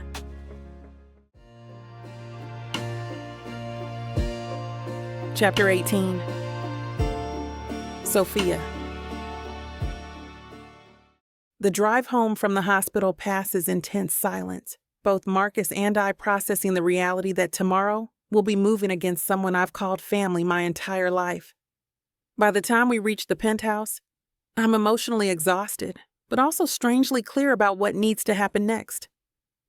We need to tell Dad and Elena, I say as we enter the living room where Mrs. Rodriguez has left dinner warming in the kitchen. They deserve to know what's coming. Are you sure? This is going to devastate your father? He's already suspected something. The financial irregularities, the client relationships that never made sense, the way Richard always seemed to have information about company operations that he shouldn't have had access to. I touch my cherry blossom tattoo, a nervous habit that's become more pronounced since the stakes got higher. Dad's not naive, Marcus. He's been willfully blind because Richard is family. Now the willful blindness ends, because family doesn't try to murder the people you love. I call Dad and Elena, asking them to come for dinner without explaining the urgency. Within an hour, they're settled in our dining room, sharing Miguel's perfectly prepared meal and trying to pretend this is a normal family gathering instead of a crisis management meeting. You both look terrible, Elena says, her maternal instincts immediately focused on the tension radiating from Marcus and me. What happened? Someone tried to kill Marcus this afternoon, I say without preamble, because there's no gentle way to deliver this information. Dad's fork clatters against his plate. What? Marcus explains the truck incident with clinical precision, describing the professional nature of the attempt and the evidence pointing toward deliberate targeting. Throughout his account, I watch my father's face grow paler, his expression shifting from shock to understanding to something that looks like grief. It was Richard, Dad says quietly when Marcus finishes. It has to be. You suspected, I say, and it's not a question. I've suspected for months, maybe longer. He sets down his napkin with hands that shake slightly. The offshore accounts, the cash transactions that couldn't be traced, the way our import documentation never quite matched our actual inventory. I told myself there had to be explanations, that Richard would never. His voice trails off. Dad, it's not your fault. I'm the one who gave him access to company operations. I'm the one who trusted him with financial oversight. I'm the one who was too proud to ask hard questions when things didn't add up. Elena reaches for his hand across the table. James, you couldn't have known he was capable of this. I should have known. I should have protected our family, our employees, everyone who depended on Turner Textiles being run honestly. Marcus leans forward, his full of confidence and authority. Mr. Turner, Richard's crimes aren't your responsibility, but protecting your family from his retaliation is something we can control. What kind of retaliation?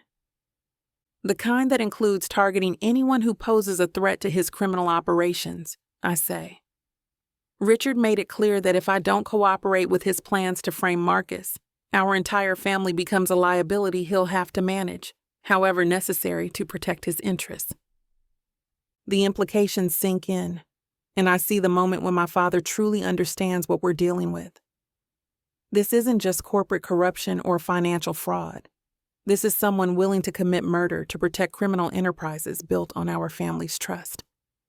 What do you need us to do? Elena asks, because she's spent her career managing crises and knows when to focus on solutions instead of problems. We need you to disappear for a while, Marcus says. Somewhere safe, secure, where Richard can't reach you while we're building the case against him. For how long? A few weeks, maybe a month. Long enough to ensure he's in custody and his associates are neutralized. Dad looks around the dining room, taking in the elegant space that's become our family gathering place, and I can see him struggling with the reality of being forced into hiding because of his brother's crimes. Where would we go? I have a secure facility upstate, Marcus explains. Former military installation that's been converted for executive protection services. Comfortable accommodations, full security detail, complete isolation from outside threats. A safe house, Elena says. The most secure safe house money can buy. How about Danny? Danny's already been briefed, I say, checking my watch. He should be here any minute with everything you'll need. As if summoned by his name, my brother appears in the doorway, carrying 2 overnight bags and wearing the kind of expression that suggests he's been spending the afternoon preparing for exactly this conversation. Dad, Elena, he says, settling into the chair beside me. I've arranged everything. Clean phones, encrypted communications, enough clothing and personal items for extended stay. The car's downstairs whenever you're ready. You're not coming with us?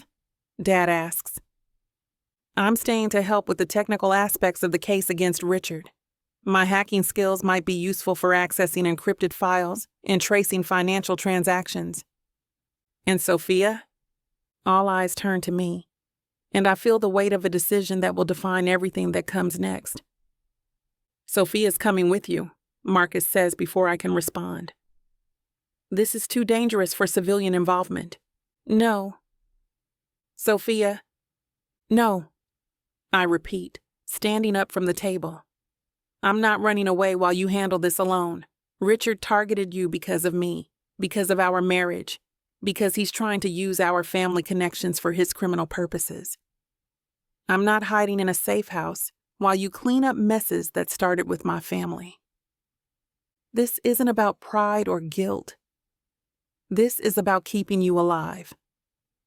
This is about partnership, about the promises we made to each other, about facing threats together instead of separately. Marcus stands as well, and I can see the internal struggle between his protective instincts and his recognition that I'm not going to be swayed by arguments about safety. Sophia, if something happens to you, if something happens to me while I'm hiding in a safe house, you'll spend the rest of your life wondering if you could have prevented it by keeping me close. If something happens to me while we're working together, at least we'll have faced it as partners. The risks are the same either way. Richard Turner is coming after our family regardless of where I am. The only difference is whether I'm with you or whether I'm somewhere else feeling helpless while you handle everything alone. Dad clears his throat, drawing our attention back to the family meeting we're supposed to be having. Sophia's right, he says quietly. She's not a child who needs protection. She's a woman who's chosen to stand by her husband. James, Elena warns. No, Elena. We raised her to be strong, independent, capable of making her own decisions. We can't undermine that now just because the stakes are higher. Marcus looks at me for a long moment, and I can see him weighing protective instincts against respect for my autonomy. Finally, he nods. You stay, but you follow security protocols exactly as I outlined them. No deviations, no independent decision-making, no risks that haven't been calculated and approved. Agreed. And if I say run, you run. No arguments, no hesitation. Agreed. Danny stands and moves toward Dad and Elena. We should go. The transport team is expecting you within the hour. The next few minutes pass in a blur of hugs and reassurances, and promises to stay in communication through secure channels. Dad holds me longer than usual, and I can feel his fear for my safety, warring with his pride in my decision to stand by Marcus. Be careful, sweetheart, he whispers against my hair, and take care of each other. We will. Elena's hug comes with the kind of fierce maternal protection that transcends biological relationships. Call every day, she says. Encrypted or not, I need to know you're safe. I promise. After they leave, the penthouse feels enormous and empty, despite the presence of Miguel's security team and Mrs. Rodriguez's continued household management. Marcus and I stand in the foyer, processing the reality that tomorrow we'll be moving against someone who's proven he's willing to commit murder to protect his interests. No regrets, he asks quietly. About staying, none. About everything else that's brought us to this point? I consider the question. I regret that my family's trust was used for criminal purposes. I regret that my father feels responsible for crimes he didn't commit. But I don't regret marrying you, and I don't regret choosing to fight this battle together. Even though it's dangerous? Especially because it's dangerous. He pulls me against his chest and I can feel the tension in his muscles, the controlled fear that comes from loving someone who's refusing to accept protection. Sophia? Yes, tomorrow changes everything. Once we move against Richard, once the arrests begin, once this becomes public knowledge, our lives will never be private again. I know. Media attention, legal proceedings, testimony that reveals details about our arrangement that we've kept carefully hidden. Will that matter? People knowing that we started as a business deal? It'll matter to some people. Society reporters, business analysts, anyone who's invested in the story of our romance. I tip my head back to look at him directly. Will it matter to you? No. What we started as doesn't define what we've become. Then it doesn't matter to me either.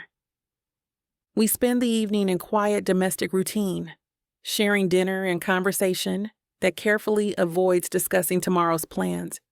But underneath the surface normalcy, there's an awareness that this might be our last peaceful evening for a long time. Later, as we're getting ready for bed, Marcus turns to me with an expression that carries weight I haven't seen since our wedding night. Sophia? Yes, if something goes wrong tomorrow, nothing's going wrong tomorrow. But if it does, I need you to know that marrying you was the best decision I've ever made. Business arrangement or not, fake or real, whatever anyone else thinks about how we started, you've made my life better in every way that matters.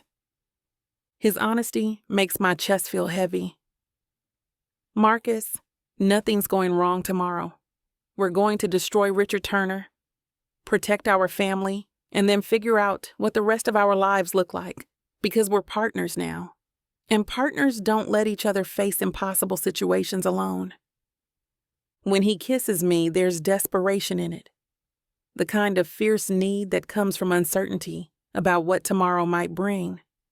I kiss him back with equal intensity, pouring all my love and faith and determination into the connection between us. We make love that night, like people who understand that some moments are precious because they can't be guaranteed. Every touch carries weight. Every whispered endearment feels like a promise. Every kiss tastes like hope and fear in equal measure. I love you, I tell him as we lie together in the aftermath, my head on his chest and his arms wrapped around me like armor against the world. I love you too, more than I thought possible, more than I ever planned to love anyone. Then that's all we need, love and partnership, and the determination to protect what we've built together. We fall asleep holding each other. And if I dream of trucks and threats and men who use family trust for criminal purposes, I also dream of mountain cabins and meteor showers and the kind of love that's strong enough to survive whatever tomorrow brings. Because tomorrow, we fight for our family, our marriage, and our right to build a life that's not defined by other people's crimes. And tonight, we remember why that fight is worth everything we're risking. Chapter 19. Marcus. The federal building's conference room feels sterile and oppressive, all beige walls and fluorescent lighting designed to make everyone uncomfortable. Sophia sits beside me at a metal table that's seen thousands of similar meetings, her hand resting on mine as we face 3 federal agents who hold our family's future in their briefcases. Agent Patricia Hayes, Financial Crimes Division, spreads documents across the table with methodical precision. Mr. Blackwood, Mrs. Blackwood, thank you for coming in. We've reviewed the evidence you've provided regarding Richard Turner's alleged criminal activities. Alleged? Sophia's voice carries a sharp edge. Agent Hayes, we've documented years of money laundering through Turner Textiles. The evidence isn't alleged, it's documented fact. I understand your frustration, Mrs. Blackwood. But until we have Richard Turner in custody and can verify these claims through official investigation, everything remains alleged from a legal standpoint. Agent David Chen, no relation to Sophia despite the shared surname, leans forward with the kind of expression that suggests he's about to deliver unwelcome news. We moved on Turner's known locations this morning. Office, apartment, storage facilities, even his country club membership. And, I ask, though I can already read the answer in his expression. Gone. Professional disappearance, probably planned for weeks. Office cleaned out. Apartment abandoned. Financial accounts emptied. He knew we were coming. The news hits like a physical blow. We'd known Richard might run, but the speed and thoroughness of his escape suggests resources and preparation we hadn't fully accounted for. How's that possible? Sophia asks. We've been careful, discreet. Only a handful of people knew about the investigation. Turner's been in this business for years. Agent Hayes explains. Men like him don't survive without excellent intelligence networks and escape plans. He probably started preparing the moment he realized Blackwood Industries was examining Turner Textiles too closely. So he's gone, I say, free to continue his criminal activities somewhere else. Not necessarily. We've frozen what accounts we could identify, issued international alerts, coordinated with financial crimes units in countries where he has known associates. Agent Chen pulls out another file. But I'll be honest, finding him will take time and there's no guarantee he won't disappear permanently. Sophia stares at the documents spread across the table, processing the reality that Richard Turner has escaped immediate justice despite our careful planning. What about his associates? The people who've been helping him launder money through our family's company? Also gone. The entire network disappeared simultaneously, which confirms this was coordinated at the highest levels. Agent Hayes gathers the documents back into neat stacks. However, your evidence gives us enough to build cases against the shell companies, freeze remaining assets, and pursue charges that will make it difficult for Turner to resume operations even if we don't immediately apprehend him. That's something, I suppose, Sophia says quietly. It's significant progress, Mrs. Blackwood. Financial crime investigations often take years to develop. What you've provided accelerates our timeline considerably. As we leave the federal building, Miguel materializes beside us with the kind of expression that suggests more urgent developments. We need to get back to the office immediately, he says without preamble. What's happened? Turner Textiles factory. There's been an explosion. The words hit Sophia like physical blows. What kind of explosion? Unknown cause, but the building is completely destroyed. Emergency services are on scene. How are the employees? Her voice carries the kind of controlled terror that comes from caring about people whose lives might have just been destroyed. It happened during lunch break.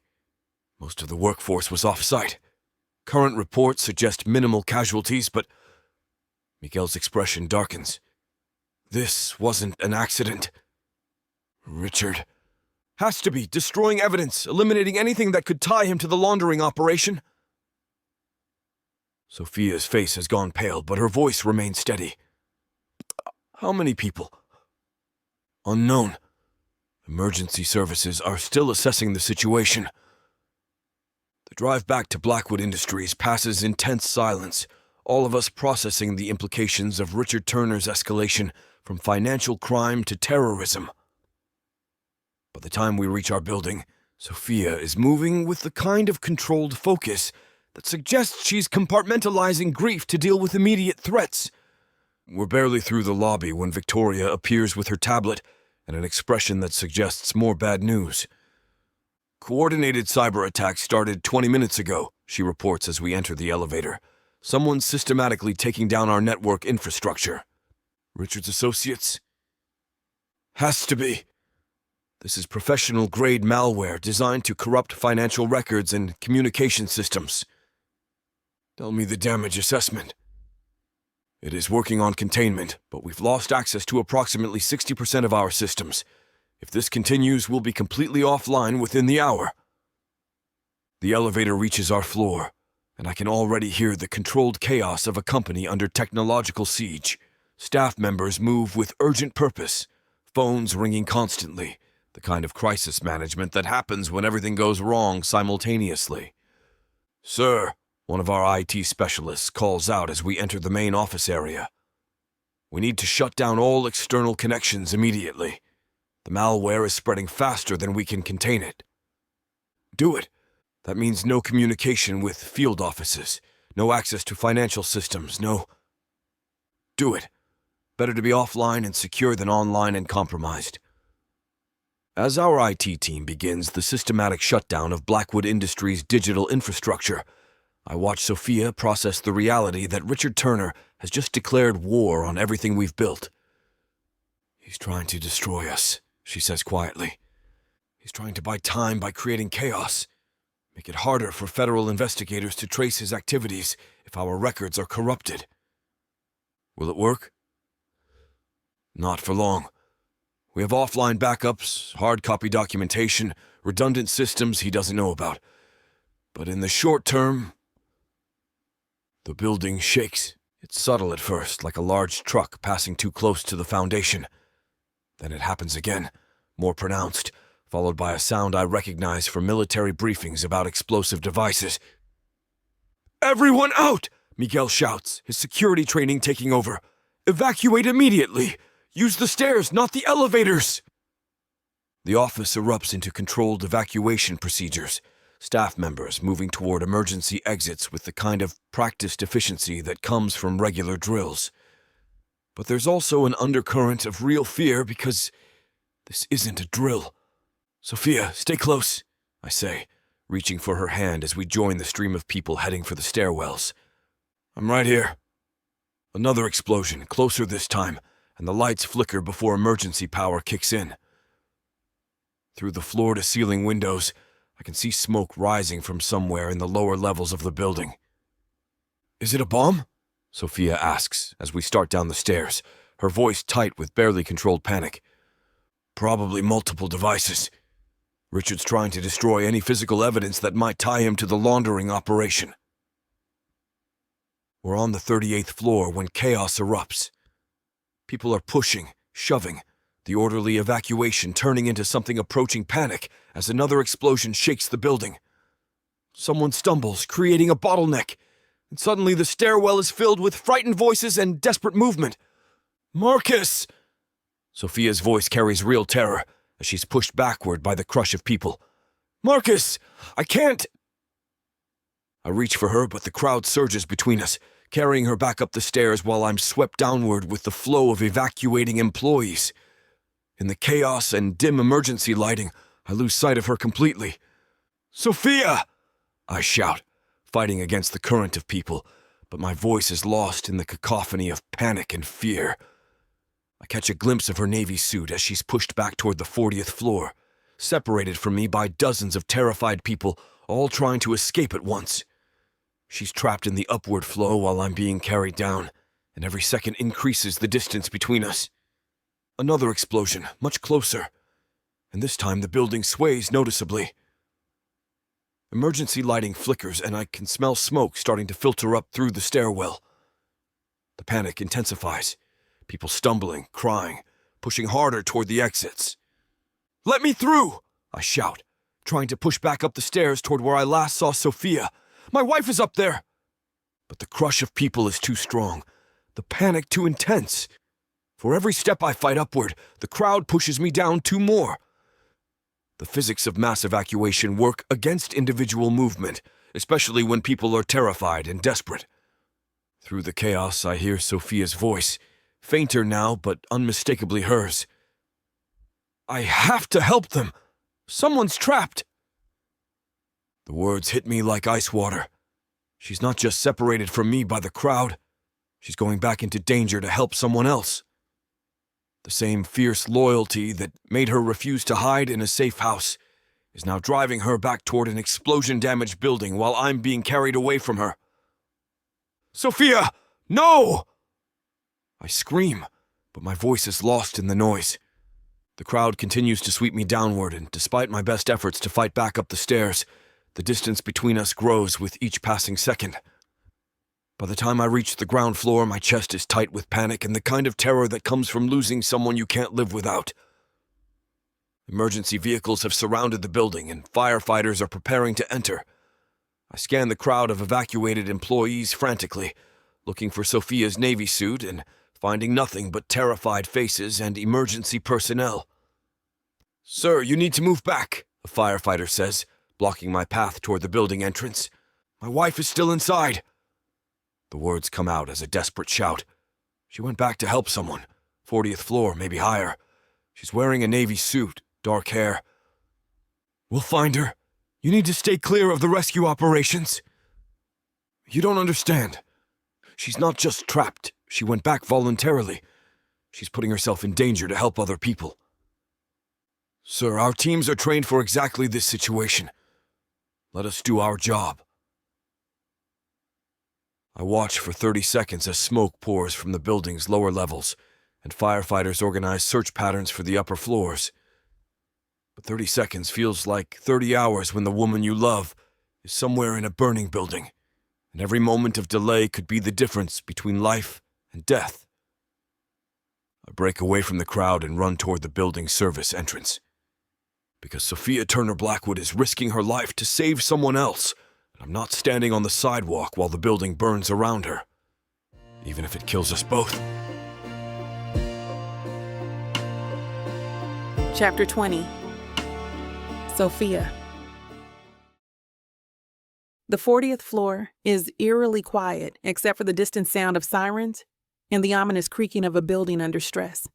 Emergency lighting casts everything in harsh shadows, and I can smell smoke filtering up from the lower levels, growing stronger with each passing moment. "Hello?" I call out, moving through the maze of cubicles and offices. "Is anyone up here?" A weak voice answers from somewhere near the back of the floor. "Help, please?" I follow the sound, my heels clicking against the polished floor as I navigate around overturned chairs and scattered papers. Behind a row of filing cabinets, I find her, a young woman in her 20s, clearly pregnant, trapped under a fallen ceiling beam that must have come down during one of the explosions. "Oh my God," I breathe, rushing to her side. "Are you hurt?" "My leg," she gasps, tears streaming down her face. "I can't move it." I was finishing reports when everything started shaking, and then the ceiling just... "What's your name?" "Maria. Maria Santos. I work in accounting." "Okay, Maria, I'm Sophia.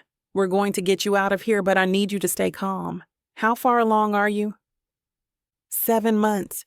Her hand moves protectively to her belly. "Is my baby going to be okay?" "Your baby is going to be fine. You're both going to be fine." I examine the beam pinning her leg, calculating weight and leverage points. It's heavy, but not impossible to move if I can find the right angle. The smoke is getting thicker, and I can hear what sounds like fire spreading through the building's ventilation system. "Maria, on the count of 3, I'm going to lift this beam. When I do, you need to pull your leg free and crawl toward the stairwell. Can you do that?" "I think so. 1, 2, 3. I throw all my weight into lifting the beam, muscles straining against the dead weight. Maria cries out, but manages to pull her leg free, and I let the beam crash back down, breathing hard from the effort. "Can you walk?" "I don't think so. My ankle." The smoke is getting thicker now, and I can see an orange glow coming from the stairwell we need to reach. Time is running out, and Maria's injury means we'll have to move slowly through a building that's becoming more dangerous by the minute. "Put your arm around my shoulders," I tell her, helping her to her feet. "We'll take this one step at a time." We make it halfway across the floor when a voice stops me cold. Well, Sophia Turner, playing the hero." I turn to see Richard emerge from behind a support column, wearing a maintenance uniform and hard hat that would have made him invisible during the evacuation chaos. His face is streaked with soot, but his eyes burn with the kind of hatred that makes my blood run cold. "Uncle Richard." I keep my voice steady, despite the terror flooding through me. "I thought you'd left the country." "I had to stay long enough to clean up some loose ends." His voice carries the same smooth charm I remember from childhood. But now I hear the poison underneath. Starting with the niece who destroyed everything I worked for. "Maria," I say quietly, not taking my eyes off Richard. "I need you to run. Now." "I can't leave you." "Run!" Maria limps toward the stairwell as fast as her injured ankle allows, leaving me alone with a man who's proven he's willing to commit murder to protect his criminal enterprises. "You cost me everything," Richard says, pulling something from his jacket pocket. A gun, small but deadly in the emergency lighting. 40 years of careful planning, millions of dollars in operations, associates who trusted me to handle family problems discreetly. You cost yourself everything the moment you decided to use our family's company for money laundering. Your family's company was going under. I saved it, provided the capital injection that kept Turner Textiles afloat for 4 more years. With dirty money from criminals. From people who pay well for services rendered. Your father was too proud, and your grandfather too naive to understand how modern business really works. The smoke is getting thicker, and I can feel heat rising through the floor. Whatever's burning below us is spreading fast, and soon this conversation will be academic because we'll all be dead. Richard, the building is on fire. We need to get out of here. You need to get out of here. I'm exactly where I plan to be. The words hit me with chilling clarity. Richard didn't just plant bombs to destroy evidence. He planned to die in this building, taking me with him as his final act of revenge. You're insane. I'm thorough. Marcus Blackwood thinks he's won, but he's about to discover what it costs to destroy a Turner family operation. He raises the gun, and I dive behind a desk as the first shot shatters the air. The bullet splinters wood, inches from my head, and I can hear Richard moving, trying to get a better angle. You can't hide forever, Sophia. This floor is going to be an inferno in minutes. He's right. The smoke is so thick now that breathing is becoming difficult, and the heat rising from below suggests the fire is spreading faster than the firefighters can contain it. But I'm not going down without a fight. I grab a heavy stapler from the desk and throw it toward the opposite side of the floor, creating noise to mask my movement. While Richard turns toward the sound, I sprint for the next row of cubicles, using office furniture as cover. Running just delays the inevitable, Richard calls out, his voice carrying that same paternal tone he used when I was a child. You were always too naive for your own good, just like your father. Another shot, this one closer. I can hear him moving methodically through the office space, checking hiding spots with the patience of someone who knows time is on his side. Did you know your father suspected me for months? Richard continues, his voice conversational, despite the gun in his hand and the fire spreading below us. He found discrepancies in the import documentation, started asking questions about clients who paid in cash. So you gave him a heart attack. I gave him stress. The heart attack was his own weak constitution. The casual way he discusses my father's medical emergency makes rage burn hotter than the fire surrounding us. This man used our family's trust for criminal purposes, then nearly killed my father when his crimes were discovered. I find a fire extinguisher mounted on the wall and pull it free, checking the pressure gauge. It's fully charged, which gives me one chance to even the odds. Sophia, you're only making this harder on yourself. Come out and I'll make it quick. Go to hell, Richard. I step out from behind cover and trigger the fire extinguisher, sending a cloud of chemical foam directly at his face. He stumbles backward, temporarily blinded, and I rush forward to tackle him before he can recover. We go down hard, the gun skittering away across the floor. Richard is stronger than his age suggests, but I have desperation and the kind of fury that comes from protecting everyone you love from someone who's proven he'll destroy anything to save himself. You stupid girl, he snarls, trying to pin me down. You think your husband will thank you for dying here? I think my husband will make sure you pay for everything you've done. I bring my knee up hard, and Richard doubles over in pain. The gun is 5 feet away, close enough to reach if I can break free from his grip. But as I lunge for it, his hand closes around my ankle, sending me crashing to the floor. Stop! Maria's voice cuts through the struggle. Stop it! She's come back, limping but determined, carrying a piece of broken ceiling beam like a club. Before Richard can react, she swings it with all her strength, catching him across the shoulder and sending him sprawling. Run! She gasps. Both of us now. We stumble toward the stairwell together, supporting each other as the smoke gets thicker and the heat more intense. Behind us, I can hear Richard cursing and struggling to his feet, but we've bought ourselves precious seconds. The stairwell is like descending into hell. Smoke so thick we can barely see. Heat that makes every breath painful, and the sound of fire spreading through the building's infrastructure. But it's also our only way out. Keep going, I tell Maria, who's struggling with her injured ankle. We're almost there. We make it down 2 flights before Richard appears above us, gun in hand and murder in his eyes. The stairwell echoes with the sound of the shot, and concrete chips explode from the wall beside my head. "You can't run forever," he shouts, starting down the stairs after us. But we can run farther than he expects. Maria's pregnancy slows us down, but adrenaline and desperation keep us moving. We reach the 20th floor before her strength gives out completely. "I can't," she gasps, leaning against the wall. "I need to rest." "Just a little farther. We can—" Richard's voice echoes down the stairwell. "Sophia, I know you're down there. Let's finish this." I look at Maria, seeing exhaustion and fear, but also determination to protect her unborn child. We can't outrun him, and we can't fight him in an enclosed stairwell where his gun gives him every advantage. But we can be smart about where we make our stand. "Maria, keep going down. Find the firefighters. Tell them there's a gunman in the building."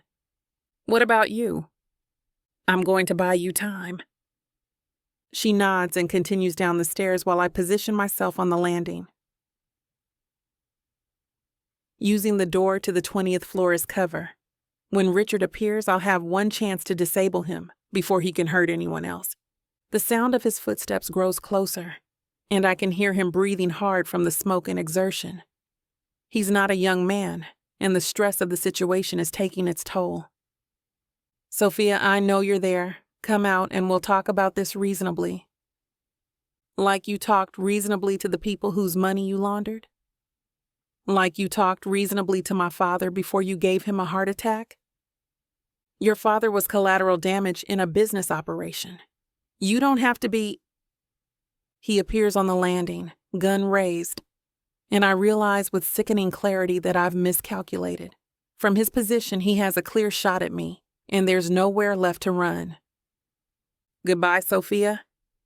Richard spins toward the new threat, but Marcus is already on him, moving with deadly efficiency despite the burns visible on his left arm. They struggle for control of the gun, 2 men fighting with the kind of desperation that comes from knowing only one of them will walk away. "Marcus!" I scream, but they're too close together for me to help without risking hitting the wrong person. The gun goes off, the sound deafening in the enclosed stairwell. For a moment, I can't tell who's been hit. Both men still grappling with fierce intensity. Then Richard breaks free, pulling a knife from somewhere in his maintenance uniform. The blade flashes in the emergency lighting as he lunges toward Marcus, but my husband sidesteps with the kind of reflexes that saved his life from the truck yesterday. They crash through the door to the 20th floor, their fight spilling into an office space with floor-to-ceiling windows that offer a 40-story drop to the street below. I follow, watching in horror as they struggle near the windows, both men bleeding, both fighting for their lives and the right to protect the people they love. "It ends here," Richard snarls, raising the knife for a killing blow, but Marcus is faster, stronger, and fighting for something more important than revenge. He grabs Richard's wrist, twisting until the knife drops, then drives his shoulder into the older man's chest.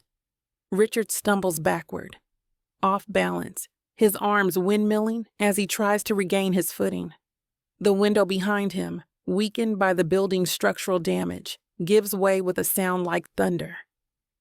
For one frozen moment, Richard Turner hangs suspended in the window frame, his eyes wide with the recognition that 40 years of criminal enterprise are about to end with a 40-story fall. Then gravity takes over, and he's gone. Marcus and I stand at the broken window, breathing hard, watching emergency vehicles far below rush toward the point of impact.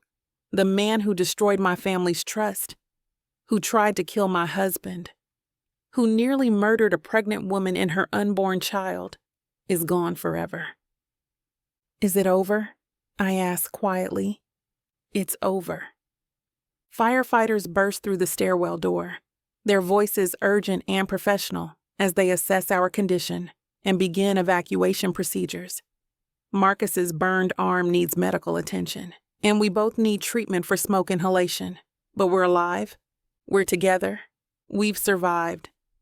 As the firefighters lead us towards safety, Marcus pulls me close with his uninjured arm, and we kiss with the desperate tenderness of people who have just discovered they're going to have a future together after all. I love you, he whispers against my lips. I love you too.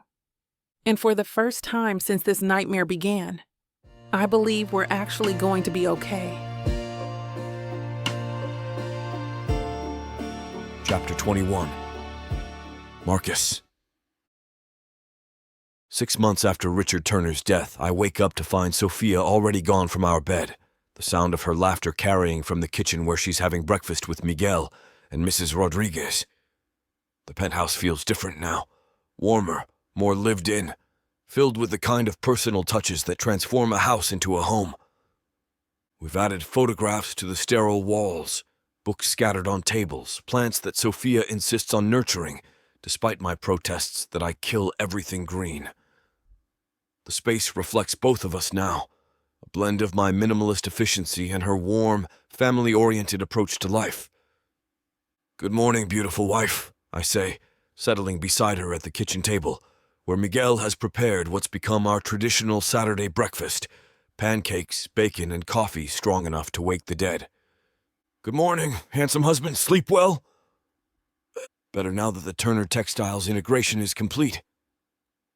It's been 6 months of careful rebuilding, transforming a company that was used for criminal purposes into something that honors the legitimate legacy James Turner built over 4 generations. We've modernized equipment, expanded internationally, and implemented ethical practices that serve as a model for other acquisitions. More importantly, we've done it together. Sophia's understanding of textile manufacturing combined with my business strategy has created something stronger than either of us could have built alone. "The quarterly reports look good," she says, reviewing documents on her tablet. "Employee satisfaction is up 20%, productivity is at an all-time high, and our sustainable manufacturing initiatives are attracting clients who specifically want to work with ethical companies. Any regrets about not pursuing your own independent path?" "None. This partnership works better than anything I could have imagined." Partnership. The word carries weight that goes far beyond business operations. Over the past 6 months, we've learned to function as a team in ways that extend into every aspect of our lives. Professional decisions, personal choices, the kind of daily negotiations that define successful marriages. "Marcus," she says, setting down her tablet and turning to face me directly. "I want to ask you something. Anything. I want us to get married again." The statement stops me mid-sip of coffee. We are married. Legally, officially, in every way that matters. We're married because of a business arrangement that evolved into something real. I want us to be married because we're choosing each other, completely and without reservation. A renewal of vows, a real wedding, with our families, our friends, everyone who matters to us. I want to stand in front of people we love and promise to spend the rest of my life with you, because you're the best thing that's ever happened to me. The honesty in her voice makes my chest tight with emotion. Our first wedding was beautiful, but constrained by the circumstances that brought us together.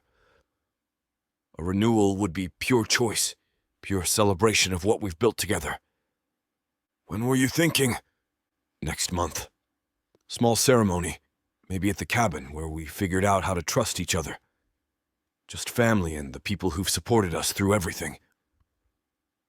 I reach for her hand, threading our fingers together in a gesture that's become natural over the months of learning to be genuinely married. "Sophia Turner Blackwood, are you proposing to me?" "I am. Marcus Sullivan Blackwood, will you marry me again?" "Yes, absolutely, completely, without hesitation, yes." Mrs. Rodriguez, who's been pretending not to listen to our conversation while organizing the kitchen, starts crying happy tears. Miguel grins and raises his coffee cup in a toast to what he calls the most complicated courtship in corporate history. The next month passes in a blur of planning that feels entirely different from our first wedding preparation. No strategic considerations, no business implications, no performance requirements. Just the simple joy of two people who've chosen to build a life together, celebrating that choice with everyone they love. Victoria handles logistics with her usual precision, but there's genuine warmth in her approach this time instead of professional efficiency. James and Elena arrive from their extended European vacation, looking healthier and happier than I've seen them since before Richard's crimes were discovered. Danny brings his girlfriend, a brilliant computer programmer who fits seamlessly into our complicated family dynamics. The cabin has been transformed for the occasion, the same rustic charm that attracted me to the property, but enhanced with flowers and lighting that make everything look magical. We've invited 30 people total, everyone who matters to us, everyone who supported our journey from business arrangement to genuine partnership. Nervous? Miguel asks as I adjust my tie for the third time. We're getting ready in the cabin's main bedroom, and through the window I can see guests arriving. The same people who attended our first wedding, plus the friends and colleagues who've become family over the past year. Surprisingly, no, this feels right in ways our first wedding couldn't because of the circumstances. And Sophia? Radiant, happy, more beautiful than I've ever seen her. You know what the difference is this time? Tell me. This time, you're not acquiring a wife, you're marrying the woman you love. The ceremony takes place on the lawn overlooking the lake, where we first admitted we were falling in love. The same minister who performed our first wedding speaks about the journey from obligation to choice, from arrangement to authentic partnership. But it's the vows that make this wedding different from anything we could have imagined 18 months ago. Sophia, I say, looking into amber eyes that no longer carry any reservation or protective distance. 18 months ago, I thought I was acquiring a business asset. Instead, I found a partner who challenges me to be better, who makes me laugh when I take myself too seriously, who stands beside me when facing impossible situations. I promise to choose you every day, not because a contract requires it, but because you're the person I want to share every victory and every challenge with. I promise to trust you with my fears, my dreams, and the parts of myself I've never shown anyone else. And I promise to love you completely, honestly, and forever, not because it serves strategic purposes, but because loving you is the most honest thing I've ever done. When Sophia speaks her vows, her voice carries the kind of complete certainty that comes from tested faith. Marcus, you saved my family when we had nowhere else to turn. But more than that, you showed me what partnership really means. You're brilliant, stubborn, protective, and exactly the kind of man I never knew I was looking for. I promise to challenge you when you need challenging, support you when you need support, and love you through whatever complications life brings our way. I promise to build something beautiful with you, something that honors both our individual strengths and our shared values. And I promise to choose you every single day in every way that matters for the rest of our lives. When the minister pronounces us husband and wife, again, I kiss my bride. The applause from our guests feels like celebration instead of performance. The reception is everything our first wedding couldn't be. Genuine joy, honest emotion, the kind of party that happens when people who love each other gather to celebrate something worth celebrating. James Turner, looking healthier than he has in years, raises a toast that makes Sophia cry happy tears. To my daughter and son-in-law, who proved that the best marriages aren't built on perfect circumstances, but on the courage to keep choosing each other when circumstances get complicated. Elena adds her own toast. To partnership, to love that grows stronger through adversity, and to the kind of marriage that makes everyone who sees it believe in possibilities. But it's Danny's toast that captures the essence of what we've built together. To my sister and Marcus, who started with a business deal and ended up with something that looks a lot like a fairy tale. Except instead of a princess waiting to be rescued, we got a CEO who rescues herself and then helps everyone else level up their game. As the evening winds down and our guests prepare to leave, Sophia and I find ourselves standing by the lake where we spent our first honest night together as husband and wife. "Any regrets?" I ask, pulling her close in the moonlight. "Only that it took us 18 months to get here. Worth the wait. Worth everything. Tomorrow, we'll return to Manhattan and the business empire we're building together. We'll face new challenges, new opportunities, new tests of the partnership we forged through crisis and choice. Tonight, we're just two people who found each other and decided to spend the rest of their lives proving that love can grow from the most unlikely beginnings." "Mrs. Blackwood," I say against her lips. "That's never going to get old." "Good. Because I plan to keep saying it for the next 50 years. Only 50. Forever then, however long forever turns out to be. We kiss under the stars, and this time there's no performance, no strategy, no calculation of advantage or outcome. This time there's only love, and the promise of a future we'll build together one choice at a time." Chapter 22. Sophia. The cabin feels different tonight, transformed from wedding venue back to intimate retreat, but charged with the significance of what just happened. This isn't our first wedding night, but it's our first wedding night as people who chose each other completely, without reservation or contractual obligation. Marcus carries me over the threshold with the kind of theatrical gallantry that makes me laugh, and when he sets me down in the main room, I'm struck by how far we've traveled from two people negotiating a business arrangement to this moment of pure, uncomplicated joy. "So," I say, smoothing my wedding dress, cream silk this time, simpler than my first gown but somehow more meaningful. "What do married people do on their first wedding night?"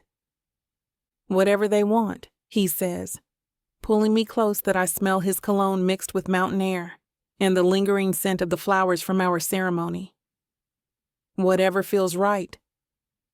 "What feels right to you?" Taking time to appreciate what we have. No rush, no urgency, no crisis management required for the first time in months. He's right.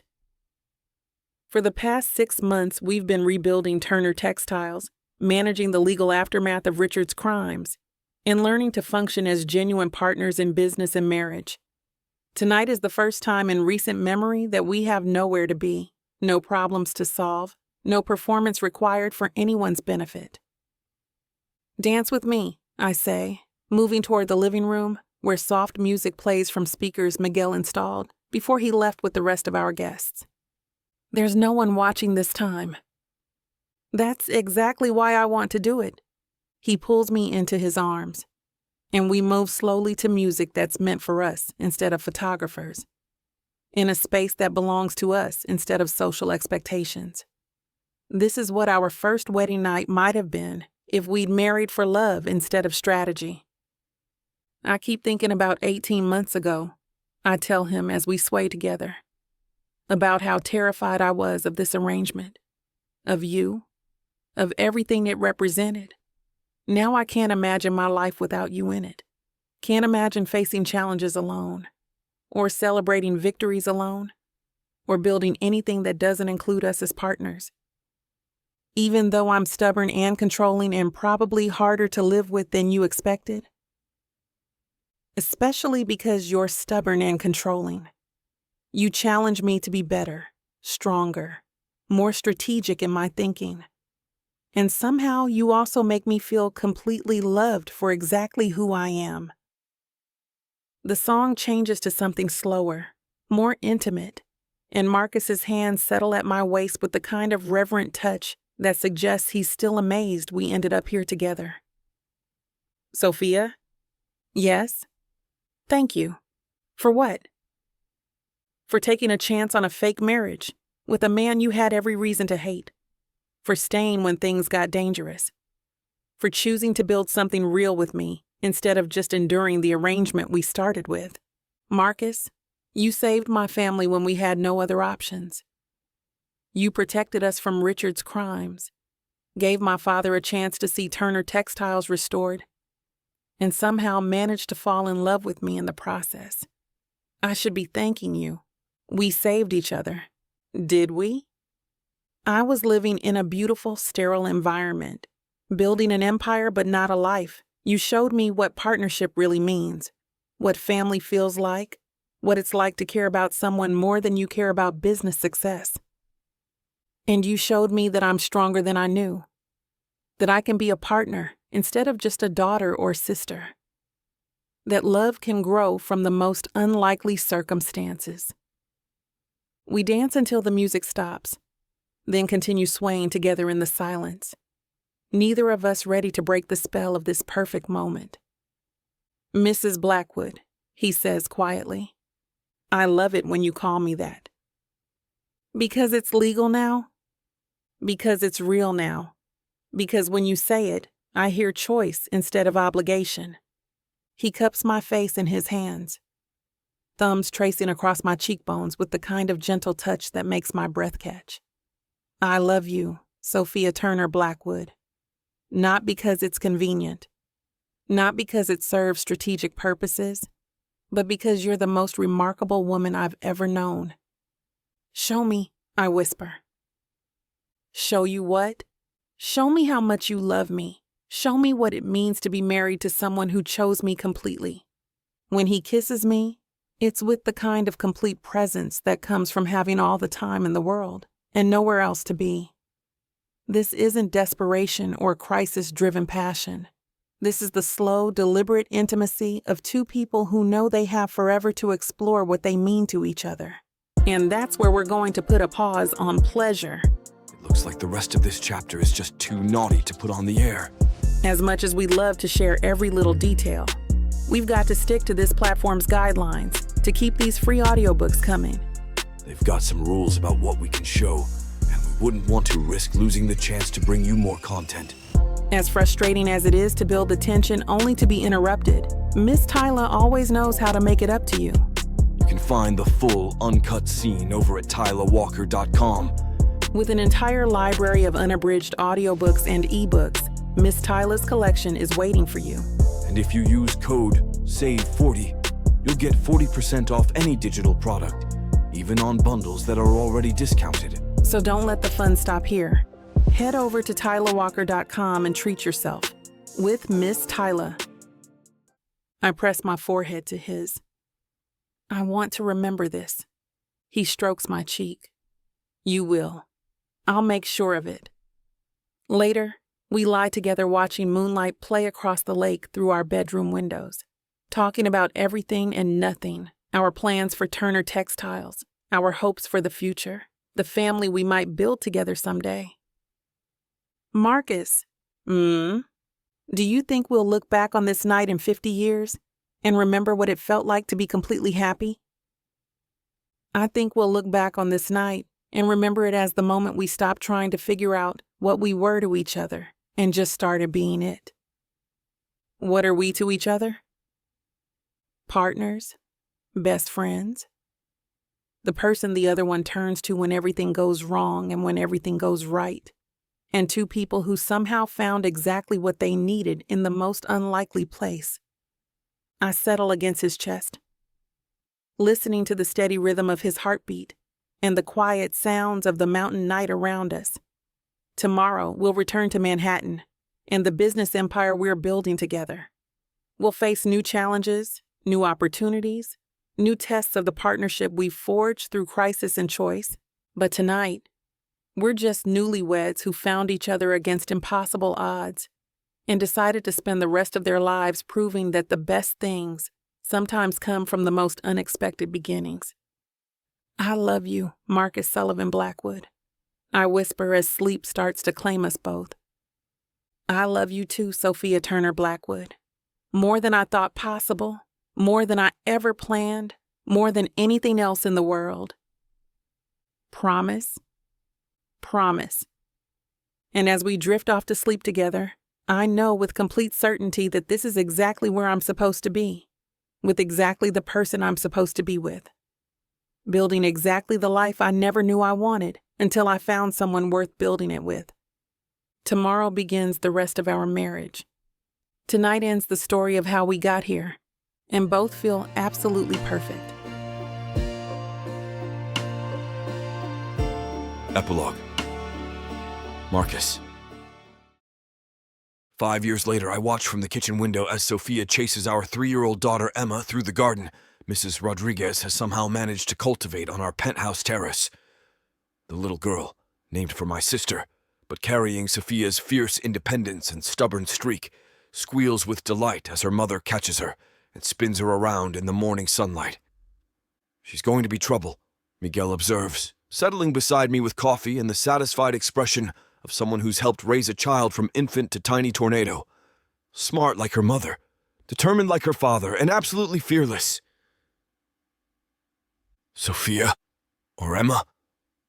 Both. Sophia is 6 months pregnant with our second child, glowing with the kind of contentment that comes from building exactly the life you want with exactly the person you want to build it with. The past 5 years have brought challenges, economic downturns, competitive pressures, the normal complications of managing a growing business empire. But we've faced everything together. Turner Textiles has become the flagship of what business journals now call the Blackwood model. Ethical acquisitions focused on preserving jobs, modernizing operations, and building sustainable practices that benefit communities rather than just shareholders. We've acquired 12 companies using the same principles we applied to Sophia's family business, and every single integration has resulted in improved working conditions, increased profitability, and employee satisfaction rates that other corporations study as case studies. Daddy. Emma runs into the kitchen, her dark hair flying, and amber eyes bright with 3-year-old mischief. Mommy says you have surprise. I do have a surprise. Want to see?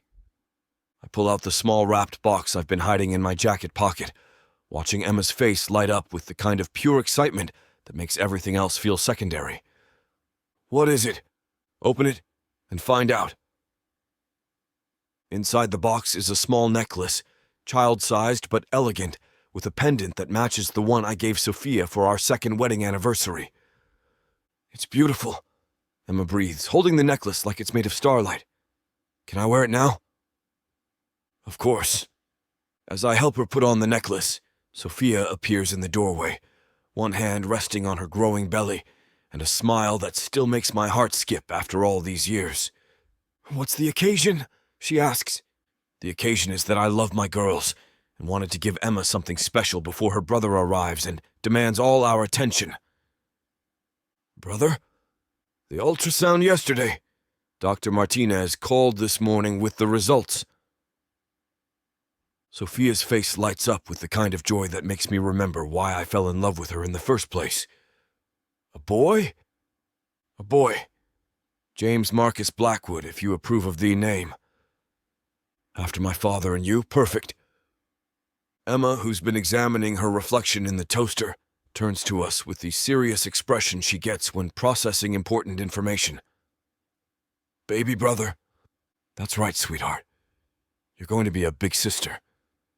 Can I teach him things? Lots of things.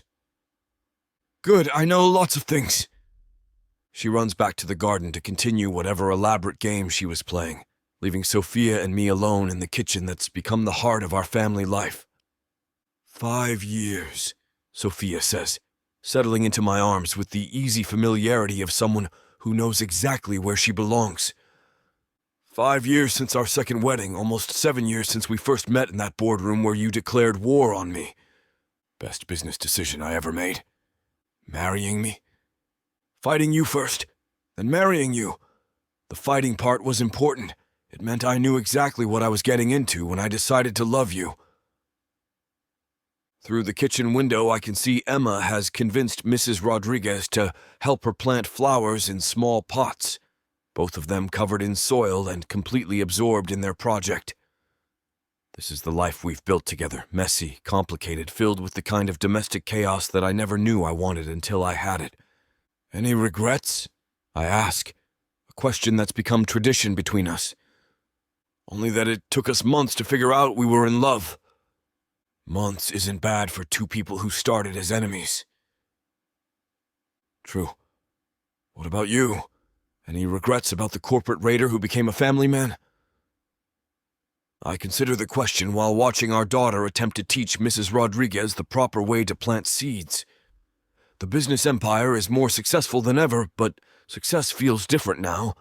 Less about personal achievement and more about building something that serves our family and the communities we work with. Only that I waited so long to understand what partnership really means. And what does it mean? It means having someone who makes you better than you thought possible. Someone who challenges your assumptions, shares your values, and chooses to build something with you every single day. Someone who fights beside you instead of against you. Someone who makes ordinary moments feel extraordinary just by being present for them. Sophia's phone buzzes with what I recognize as her urgent business ringtone. She checks the message and grins. The Singapore acquisition went through. Clean deal. All employees retained. Sustainable practices implemented from day one.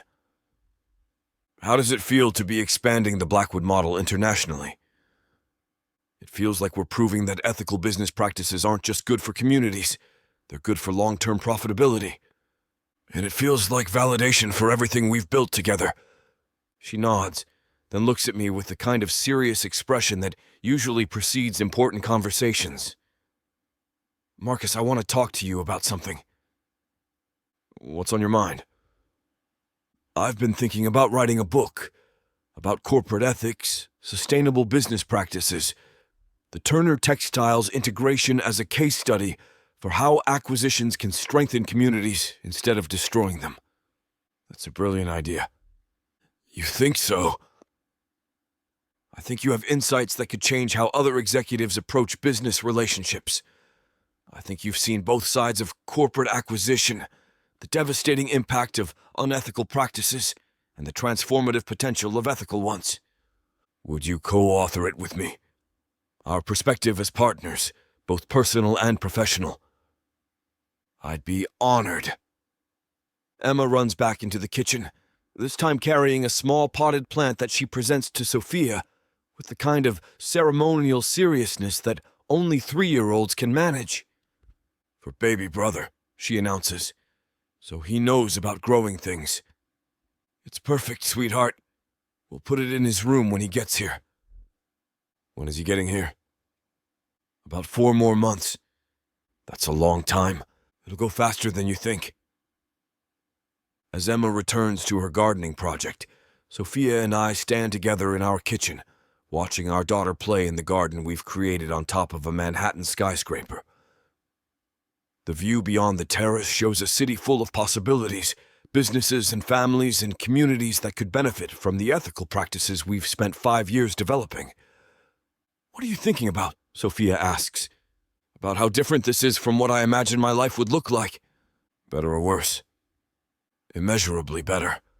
I thought success meant building an empire that demonstrated my intelligence and strategic capabilities. Instead, I found that real success means building a life that serves something larger than personal achievement. Like what? Like family. Like proving that business can be a force for positive change instead of just profit extraction. Like love. Especially like love. The business magazines that now feature us regularly describe our marriage as the most successful partnership in corporate America, which makes us both laugh because they're treating love like a strategic asset. But in a way, they're not wrong. Our partnership has made both of us more effective, more creative, more committed to building something that lasts. Marcus? Yes? I love our life. Even though it started with a fake marriage and a hostile takeover. Especially because it started that way. It means everything we've built since then has been a choice. Emma runs inside again, this time to announce that she and Mrs. Rodriguez have planted enough flowers for the whole family, including baby brother and Miguel and Mrs. Rodriguez, and maybe some extra for friends. That sounds perfect, I tell her. Every family should have extra flowers for friends. As evening settles over Manhattan, and we gather for dinner in the dining room that's been transformed from formal showcase to family gathering place. Emma chatters about her gardening project while Sophia and I discuss plans for the new book, the Singapore expansion, and the nursery we need to prepare for our son.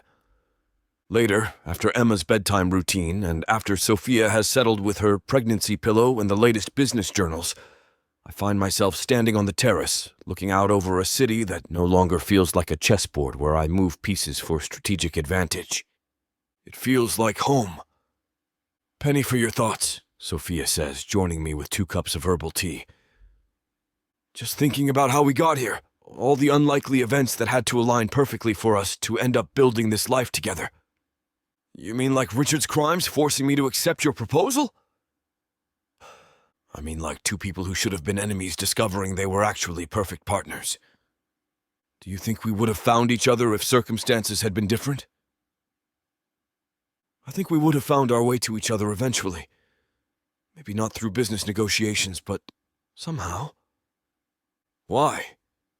"Because what we have isn't just compatible personalities or shared professional interests. It's recognition. The moment I met you, something in me recognized something in you that I'd been looking for without knowing it." "What did you recognize?" "Someone strong enough to be my equal. Someone smart enough to challenge my assumptions. Someone who values loyalty and family and building things that last. Someone worth fighting for. Someone worth everything." 5 years ago, Sophia Turner walked into my corporate boardroom as an enemy seeking justice for her family. Tonight, she's my wife, my business partner, the mother of my children, and the person who's taught me that the most important acquisitions aren't companies. They're the relationships that transform everything you thought you knew about what makes life worth living. Tomorrow we'll continue building our business empire with the same ethical principles that guided the Turner Textiles integration. We'll work on the book that might influence how other executives approach corporate responsibility. We'll prepare for our son's arrival and watch our daughter continue growing into the remarkable person she's already becoming.